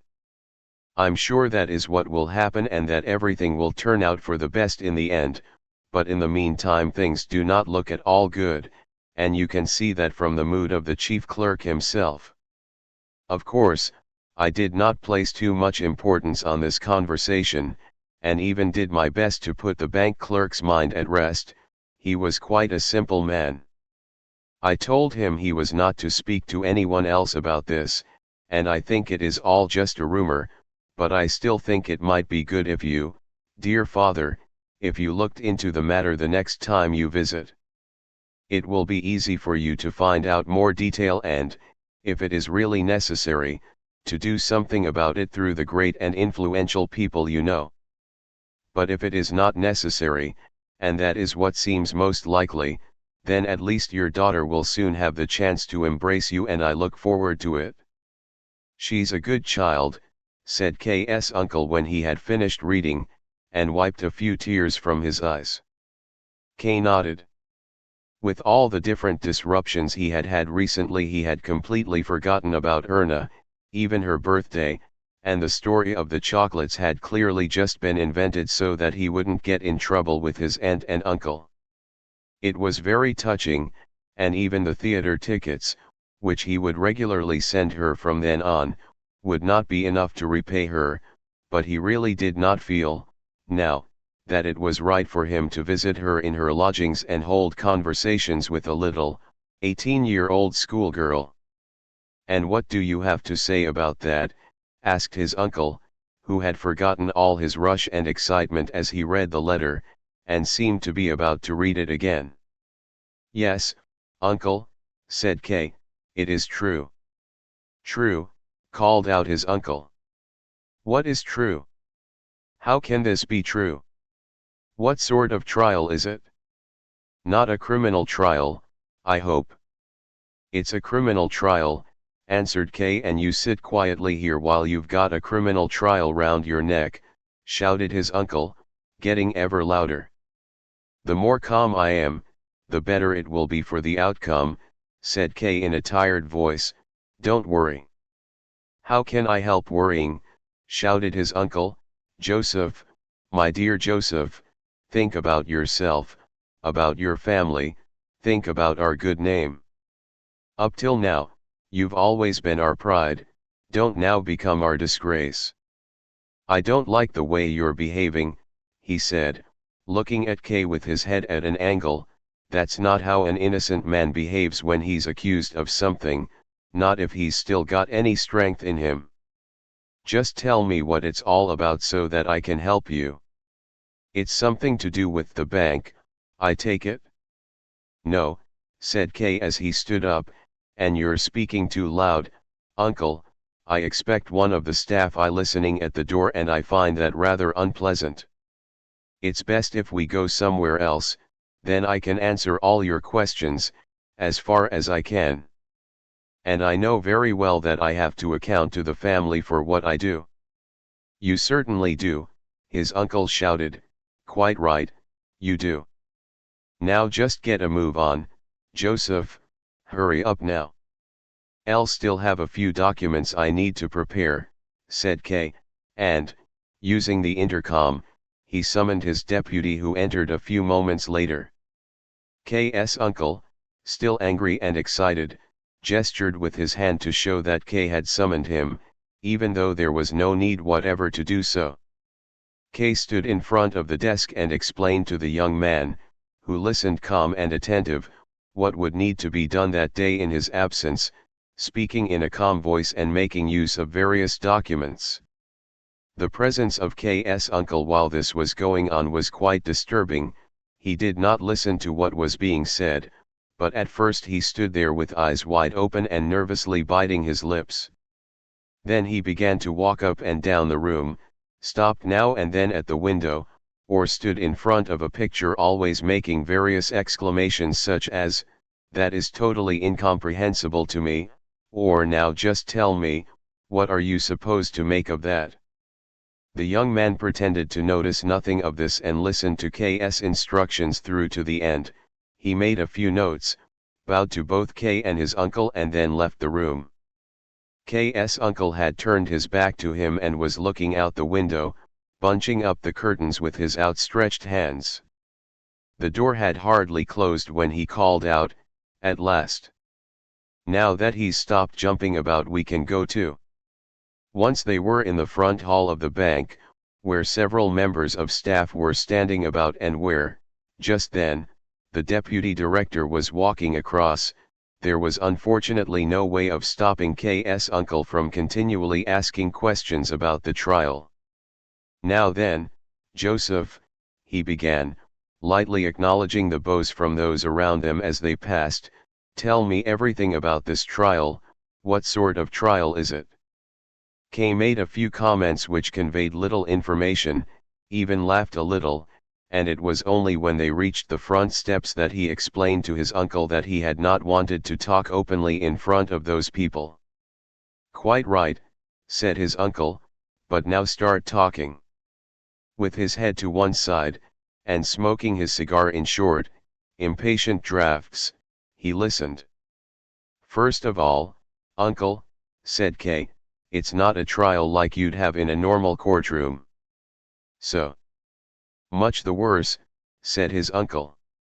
"How's that?" asked K, looking at him. "What I mean is, that's for the worse," he repeated. They were standing on the front steps of the bank. As the doorkeeper seemed to be listening to what they were saying, K drew his uncle down further, where they were absorbed into the bustle of the street. His uncle took K's arm and stopped asking questions with such urgency about the trial. They walked on for a while in silence. "But how did all this come about?" he eventually asked, stopping abruptly enough to startle the people walking behind, who had to avoid walking into him. "Things like this don't come all of a sudden, they start developing a long time beforehand. There must have been warning signs of it. Why didn't you write to me? You know I'd do anything for you. To some extent I am still your guardian, and until today that's something I was proud of. I'll still help you, of course I will, only now that the trial is already underway, it makes it very difficult. But whatever, the best thing now is for you to take a short holiday staying with us in the country. You've lost weight, I can see that now. The country life will give you strength, that will be good. There's bound to be a lot of hard work ahead of you. But besides that, it'll be a way of getting you away from the court, to some extent. Here they've got every means of showing the powers at their disposal, and they're automatically bound to use them against you. In the country they'll either have to delegate authority to different bodies or just have to try and bother you by letter, telegram, or telephone. And that's bound to weaken the effect. It won't release you from them, but it'll give you room to breathe. You could forbid me to leave," said K, who had been drawn slightly into his uncle's way of thinking by what he had been saying. "L didn't think you would do it," said his uncle thoughtfully. "You won't suffer too much loss of power by moving away." K grasped his uncle under the arm to prevent him stopping still and said, "L thought you'd think all this is less important than I do, and now you're taking it so hard." "Joseph," called his uncle, trying to disentangle himself from him so that he could stop walking, but K did not let go. "You've completely changed. You used to be so astute. Are you losing it now? Do you want to lose the trial? Do you realize what that would mean? That would mean you would be simply destroyed. And that everyone you know would be pulled down with you, or at the very least humiliated, disgraced right down to the ground. Joseph, pull yourself together. The way you're so indifferent about it, it's driving me mad. Looking at you I can almost believe that old saying, having a trial like that means losing a trial like that. My dear uncle," said K, "it won't do any good to get excited. It's no good for you to do it, and it'd be no good for me to do it. The case won't be won by getting excited, and please admit that my practical experience counts for something, just as I have always and still do respect your experience, even when it surprises me. You say that the family will also be affected by this trial. I really can't see how, but that's beside the point, and I'm quite willing to follow your instructions in all of this. Only, I don't see any advantage in staying in the country, not even for you, as that would indicate flight and a sense of guilt. And besides, although I am more subject to persecution if I stay in the city, I can also press the matter forward better here. "You're right," said his uncle in a tone that seemed to indicate they were finally coming closer to each other. "L just made the suggestion because, as I saw it, if you stay in the city the case will be put in danger by your indifference to it, and I thought it was better if I did the work for you. But will you push things forward yourself with all your strength? If so, that will naturally be far better." "We're agreed then," said Kay. "And do you have any suggestions for what I should do next?" "Well, naturally I'll have to think about it," said his uncle. "You must bear in mind that I've been living in the country for 20 years now, almost without a break. You lose your ability to deal with matters like this. But I do have some important connections with several people who, I expect, know their way around these things better than I do, and to contact them is a matter of course. Out there in the country I've been getting out of condition, I'm sure you're already aware of that. It's only at times like this that you notice it yourself. And this affair of yours came largely unexpected, although, oddly enough, I had expected something of the sort after I'd read Erna's letter, and today when I saw your face I knew it with almost total certainty. But all that is by the by, the important thing now is, we have no time to lose." Even while he was still speaking, K's uncle had stood on tiptoe to summon a taxi, and now he pulled K into the car behind himself as he called out an address to the driver. "We're going now to see Dr. Gould, the lawyer," he said. "We were at school together. I'm sure you know the name, don't you?" "No." "Well, that is odd. He's got a very good reputation as a defense barrister and for working with the poor. But I esteem him especially as someone you can trust." "It's all right with me, whatever you do," said Kay, although he was made uneasy by the rushed and urgent way his uncle was dealing with the matter. It was not very encouraging, as the accused, be to taken to a lawyer for poor people. "Didn't know," he said, "that you could take on a lawyer in matters like this." "Well, of course you can," said his uncle, "that goes without saying. Why wouldn't you take on a lawyer? And now, so that I'm properly instructed in this matter, tell me what's been happening so far." Kay instantly began telling his uncle about what had been happening, holding nothing back. Being completely open with him was the only way that Kay could protest at his uncle's belief that the trial was a great disgrace. He mentioned Miss Burstner's name just once and in passing, but that did nothing to diminish his openness about the trial, as Miss Burstner had no connection with it. As he spoke, he looked out the window and saw how, just then, they were getting closer to the suburb where the court offices were. He drew this to his uncle's attention, but he did not find the coincidence especially remarkable. The taxi stopped in front of a dark building. K's uncle knocked at the very first door at ground level.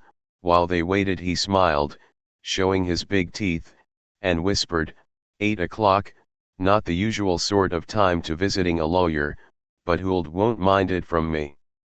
Two large, black eyes appeared in the spy hatch in the door. They stared at the two visitors for a while and then disappeared. The door, however, did not open. Kay and his uncle confirmed to each other the fact that they had seen the two eyes.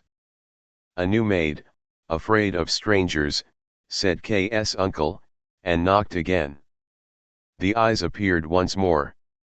This time they seemed almost sad, but the open gas flame that burned with a hiss close above their heads gave off little light, and that may have merely created an illusion. "Open the door," called K's uncle, raising his fist against it. "We are friends of Dr. Gould, the lawyer." "Dr. Gould is ill," whispered someone behind them.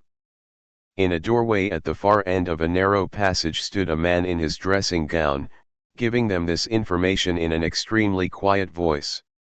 K's uncle, who had already been made very angry by the long wait, turned abruptly round and retorted, "Ill? You say he's ill," and strode towards the gentleman in a way that seemed almost threatening, as if he were the illness himself. "They've opened the door for you, now," said the gentleman, pointing at the door of the lawyer. He pulled his dressing gown together and disappeared. The door had indeed been opened. A young girl, Kay recognized the dark, slightly bulging eyes, stood in the hallway in a long white apron, holding a candle in her hand. "Next time, open up sooner," said K's uncle instead of a greeting, while the girl made a slight curtsy. "Come along, Joseph," he then said to Kay, who was slowly moving over towards the girl. "Dr. Hould is unwell," said the girl as K's uncle, without stopping, rushed towards one of the doors. Kay continued to look at the girl in amazement as she turned round to block the way into the living room. She had a round face like a puppy's. Not only the pale cheeks and the chin were round, but the temples and the hairline were too. "Joseph," called his uncle once more, and he asked the girl, "It's trouble with his heart, is it?" "I'll think it is, sir," said the girl, who by now had found time to go ahead with the candle and open the door into the room. In one corner of the room, where the light of the candle did not reach, a face with a long beard looked up from the bed. "Lenny, who's this coming in?"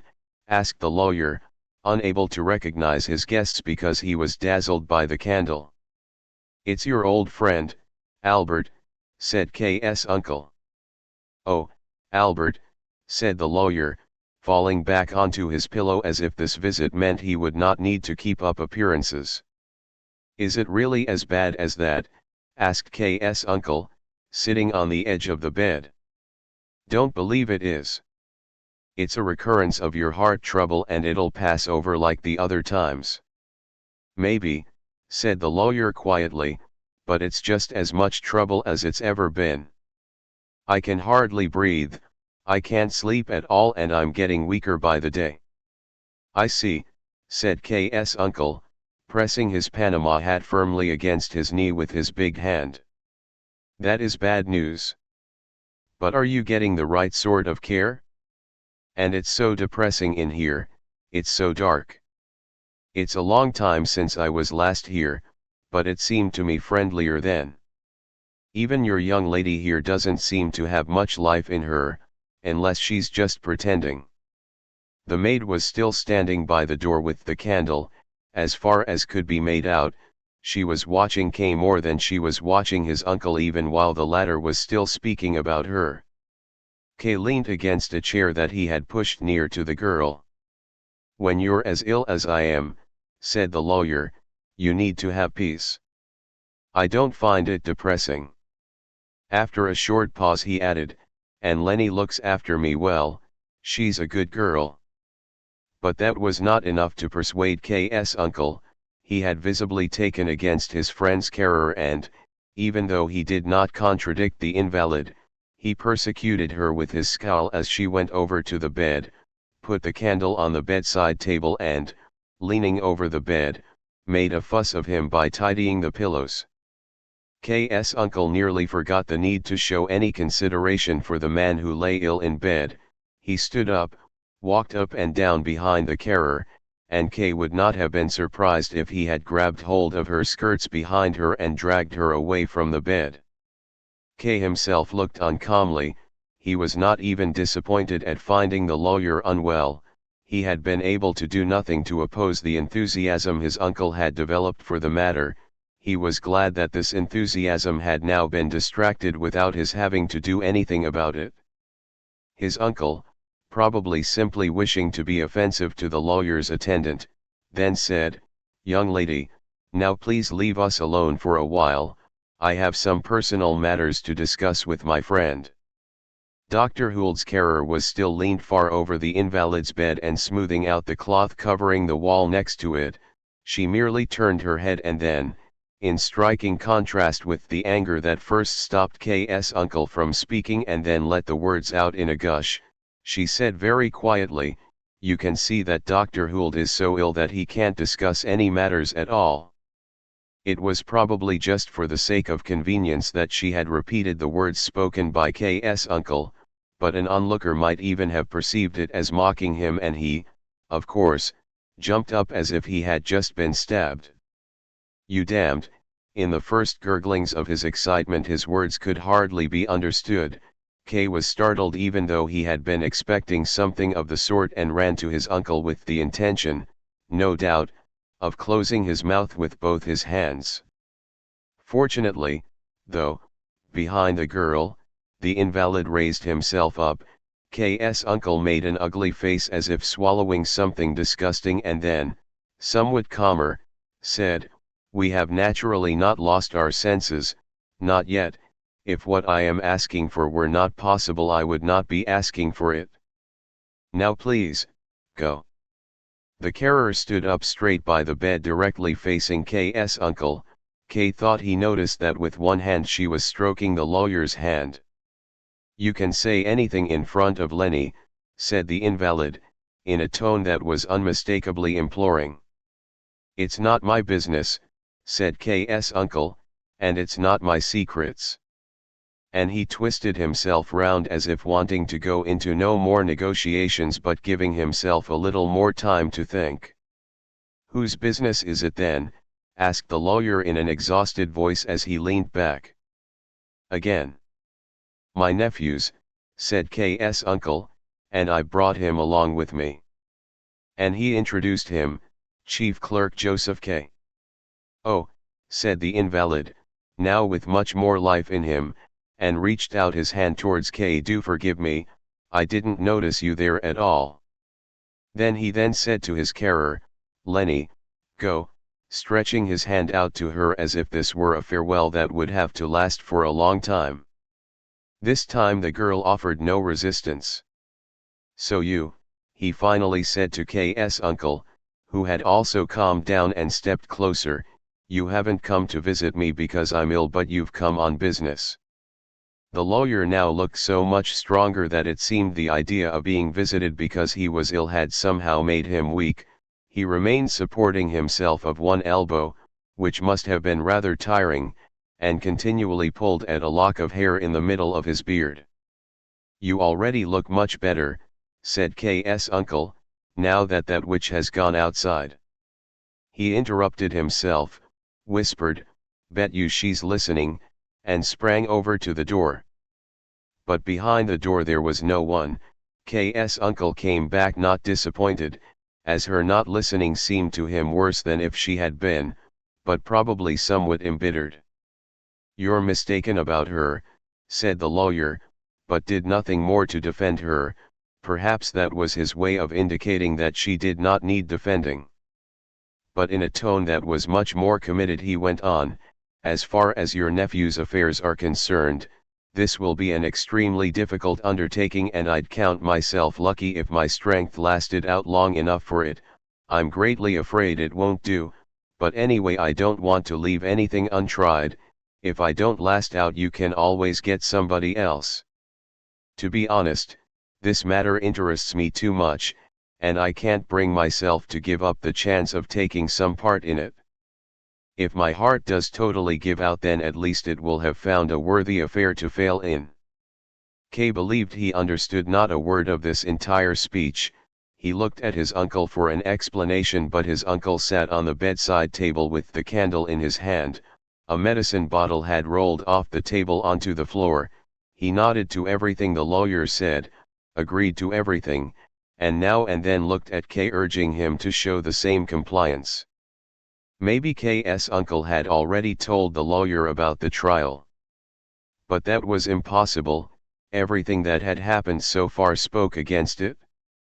So he said, "L don't understand well, maybe I've misunderstood what you've been saying," said the lawyer, just as astonished and embarrassed as K. "Perhaps I've been going too fast.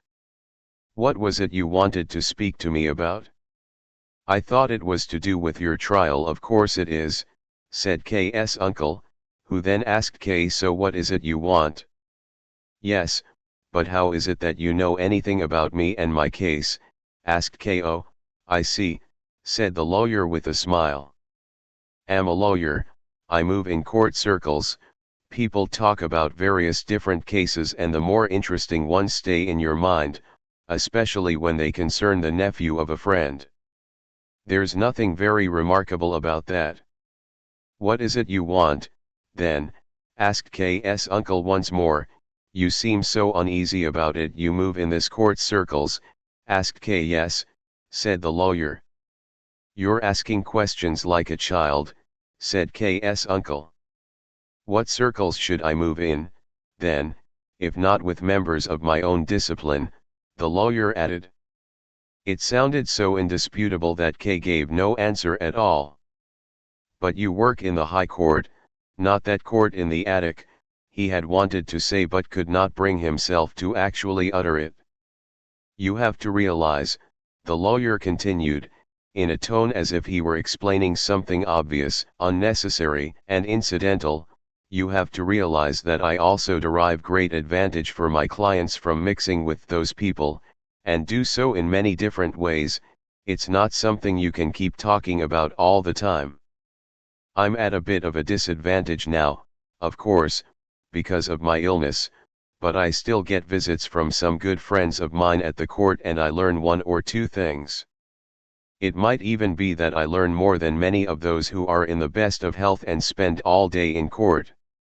And I'm receiving a very welcome visit right now, for instance. And he pointed into a dark corner of the room. Where? Asked K, almost uncouth in his surprise. He looked round uneasily.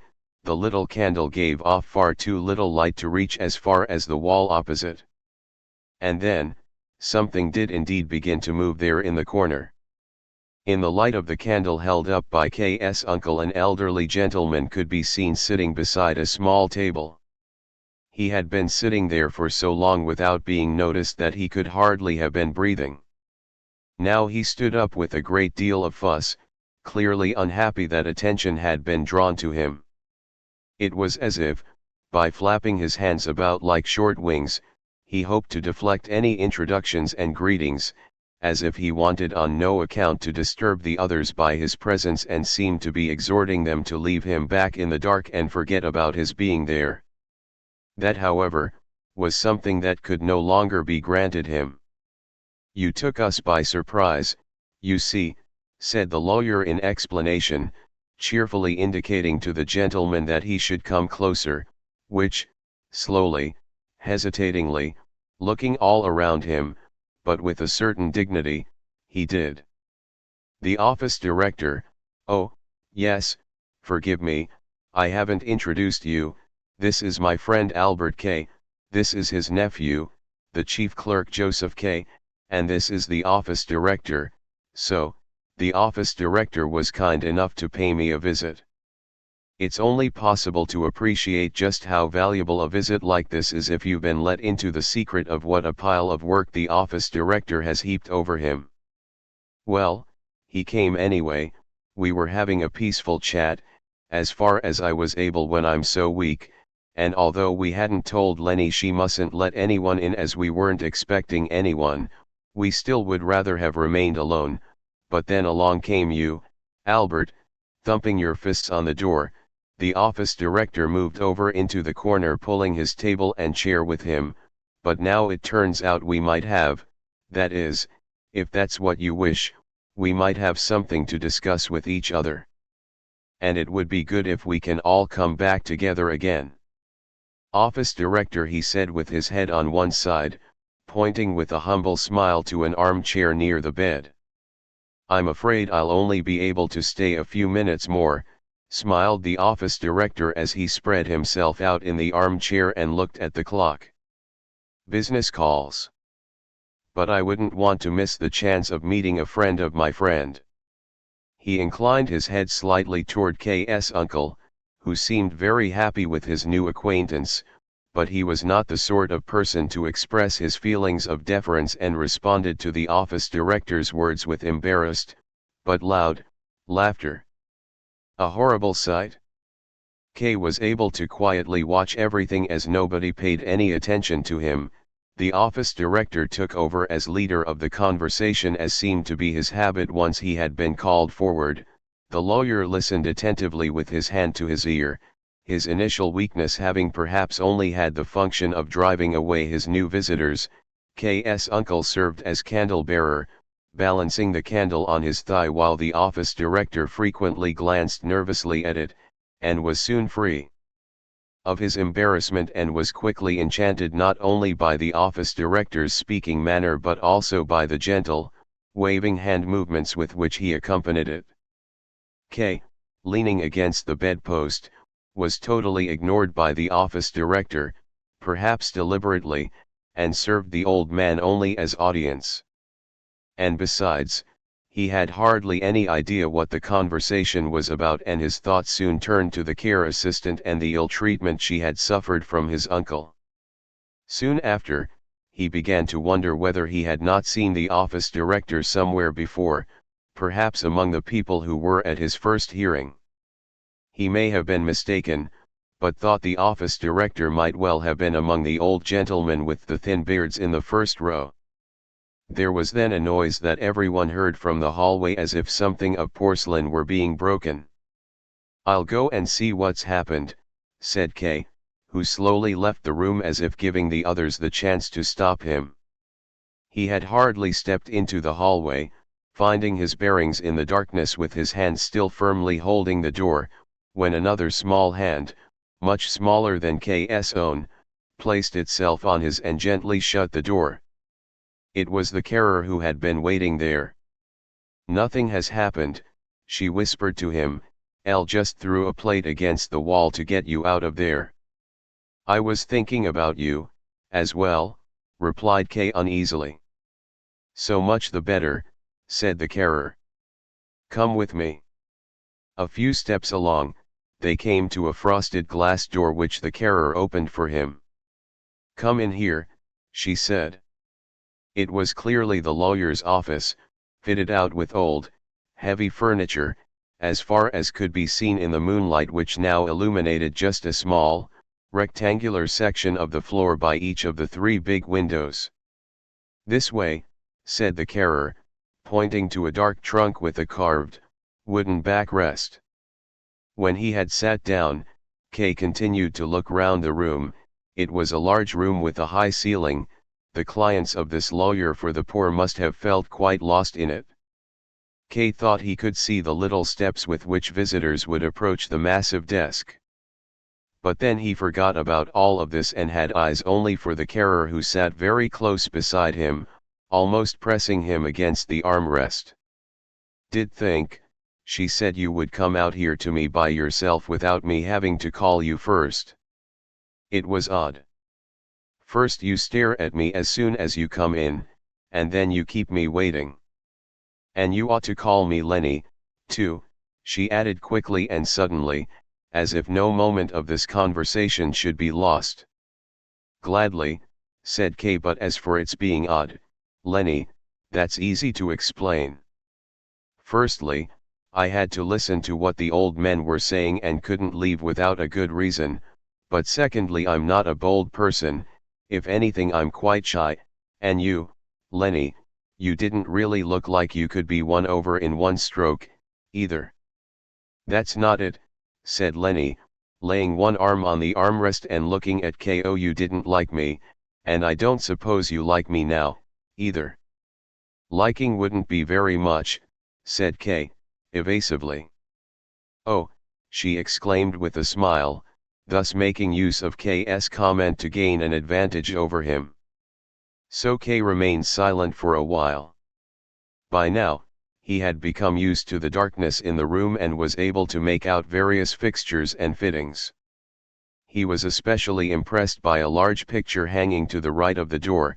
He leaned forward in order to see it better. It depicted a man wearing a judge's robes. He was sitting on a lofty throne gilded in a way that shone forth from the picture. The odd thing about the picture was that this judge was not sitting there in dignified calm but had his left arm pressed against the back and armrest. His right arm, however, was completely free and only grasped the armrest with his hand, as if about to jump up any moment in vigorous outrage and make some decisive comment or even to pass sentence. The accused was probably meant to be imagined at the foot of the steps, the top one of which could be seen in the picture, covered with a yellow carpet. "That might be my judge," said K, pointing to the picture with one finger. "I'll know him," said Lenny, looking up at the picture. "He comes here quite often. That picture is from when he was young, but he can never have looked anything like it, as he's tiny, minute almost. But despite that, he had himself made to look bigger in the picture, as he's madly vain, just like everyone round here. But even I'm vain, and that makes me very unhappy that you don't like me." Kay replied to that last comment merely by embracing Lenny and drawing her towards him. She lay her head quietly on his shoulder. "To the rest of it, though," he said, "what rank is he?" "He's an examining judge," she said, taking hold of the hand with which Kay held her and playing with his fingers. "Just an examining judge once again," said Kay in disappointment. "The senior officials keep themselves hidden. But here he is sitting on a throne." "That's all just made up," said Lenny with her face bent over K's hand. "Really, he's sitting on a kitchen chair with an old horse blanket folded over it." "But do you have to be always thinking about your trial?" she added slowly. "No, not at all," said K. "I'll probably even think too little about it." "That's not the mistake you're making," said Lenny. "You're too unyielding." "That's what I've heard." "Who said that?" asked Kay.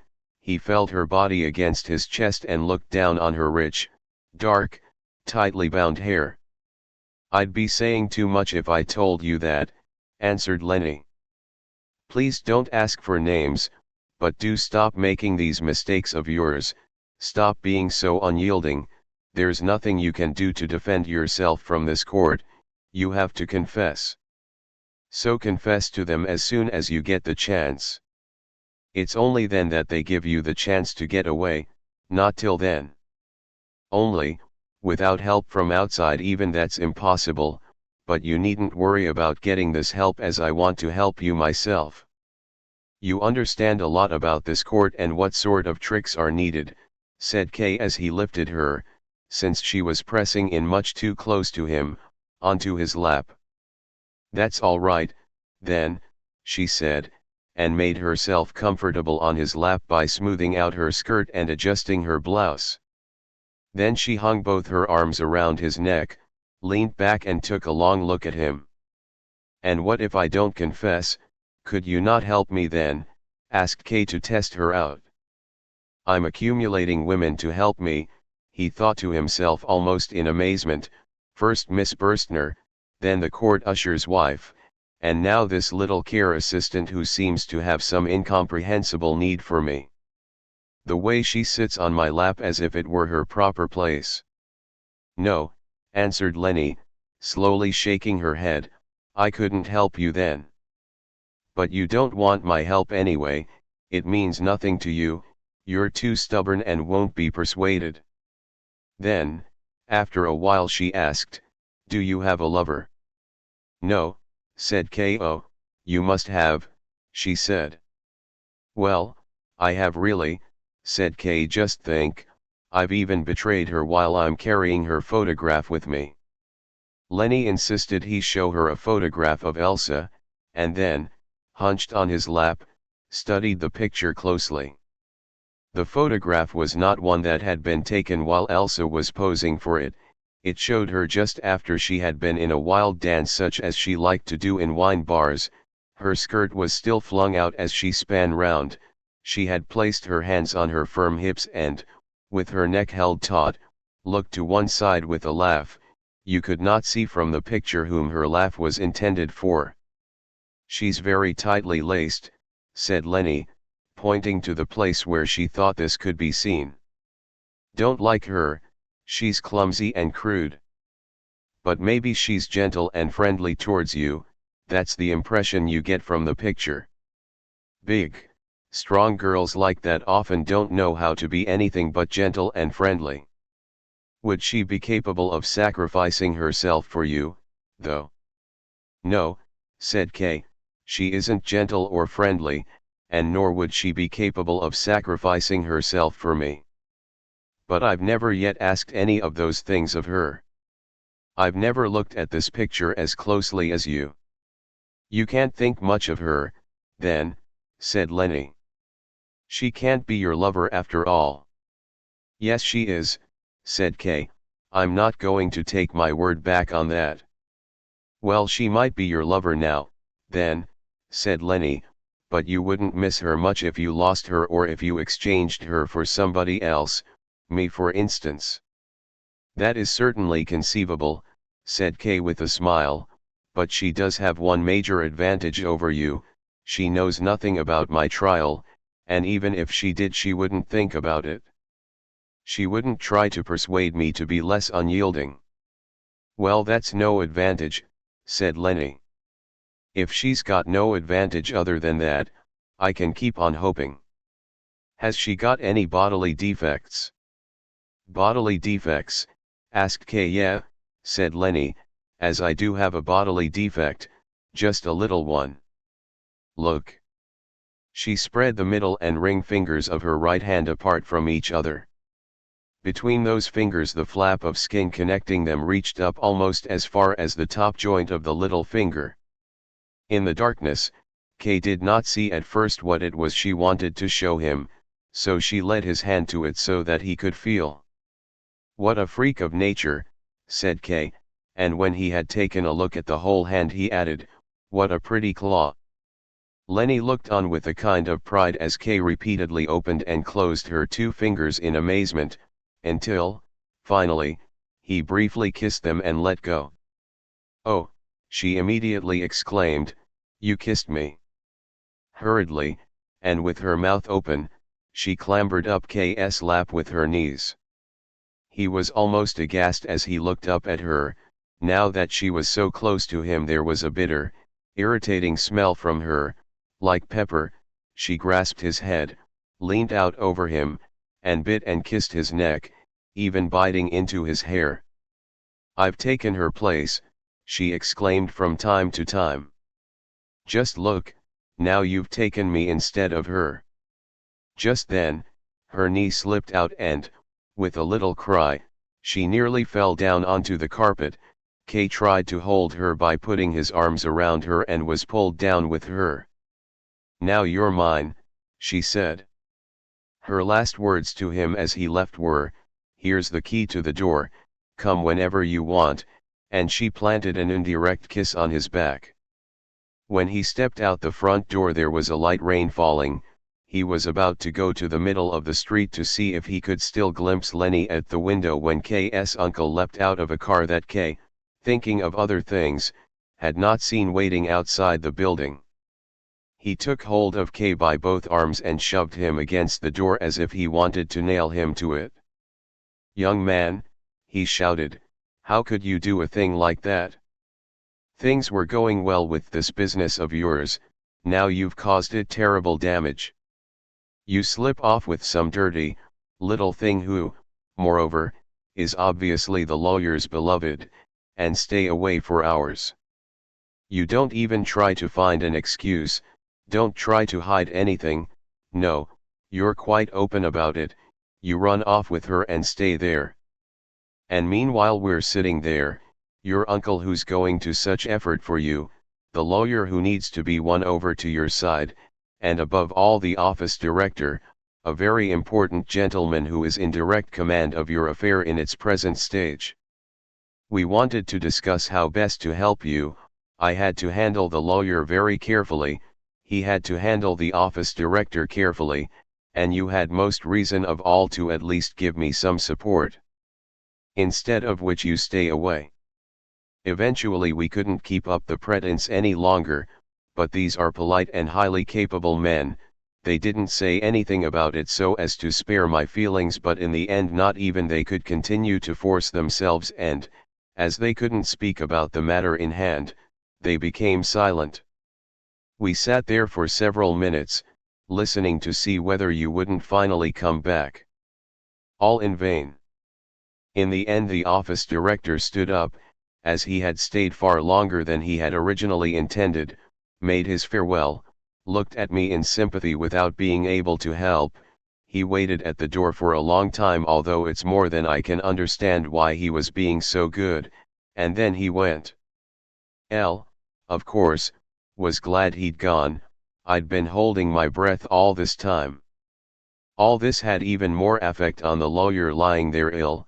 When I took my leave of him, the good man, he was quite unable to speak. You have probably contributed to his total collapse and so brought the very man who you are dependent on closer to his death. And me, your own uncle, you leave me here in the rain. Just feel this, I'm wet right through, waiting here for hours, sick with worry. Chapter 7. Lawyer, manufacturer, painter. One winter morning snow was falling in the dull light outside. K was sitting in his office, already extremely tired despite the early hour. He had told the servitor he was engaged in a major piece of work and none of the junior staff should be allowed in to see him, so he would not be disturbed by them at least.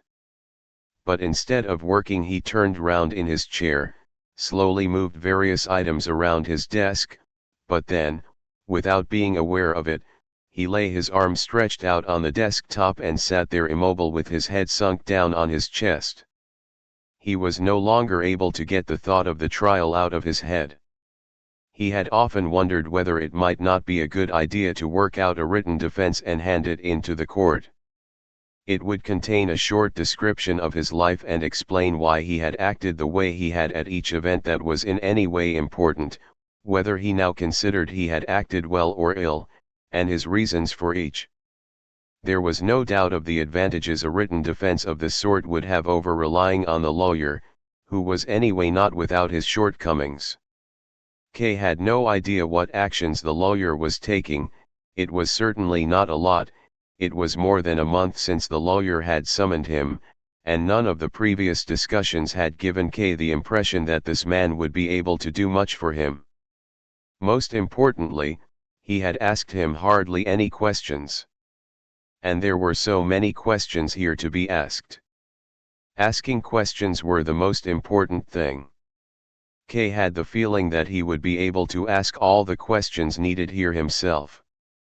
The lawyer, in contrast, did not ask questions but did all the talking himself or sat silently facing him, leaned forward slightly over the desk, probably because he was hard of hearing, pulled on a strand of hair in the middle of his beard and looked down at the carpet, perhaps at the very spot where K had lain with Lenny. Now and then he would give K some vague warning of the sort you give to children. His speeches were as pointless as they were boring, and K decided that when the final bill came he would pay not a penny for them. Once the lawyer thought he had humiliated K sufficiently, he usually started something that would raise his spirits again. He had already, he would then say, won many such cases, partly or in whole, cases which may not really have been as difficult as this one but which, on the face of it, had even less hope of success. He had a list of these cases here in the drawer. Here he would tap on one or other of the drawers in his desk, but could, unfortunately, not show them to K as they dealt with official secrets. Nonetheless, the great experience he had acquired through all these cases would, of course, be of benefit to K. He had, of course, begun work straight away and was nearly ready to submit the first documents.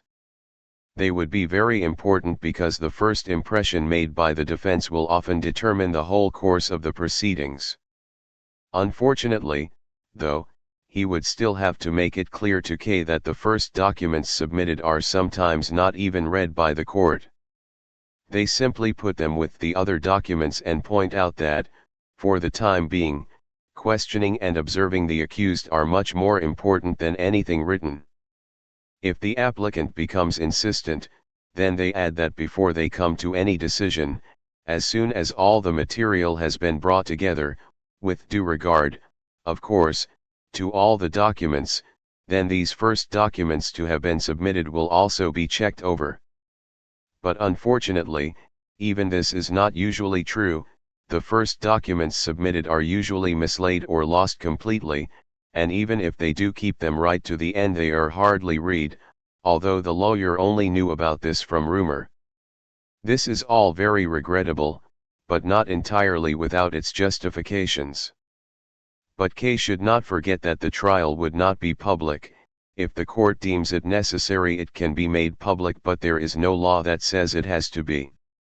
As a result, the accused and his defense don't have access even to the court records, and especially not to the indictment, and that means we generally don't know, or at least not precisely, what the first documents need to about, which means that if they do contain anything of relevance to the case it's only by a lucky coincidence. If anything about the individual charges and the reasons for them comes out clearly or can be guessed at while the accused is being questioned, then it's possible to work out and submit documents that really direct the issue and present proof, but not before.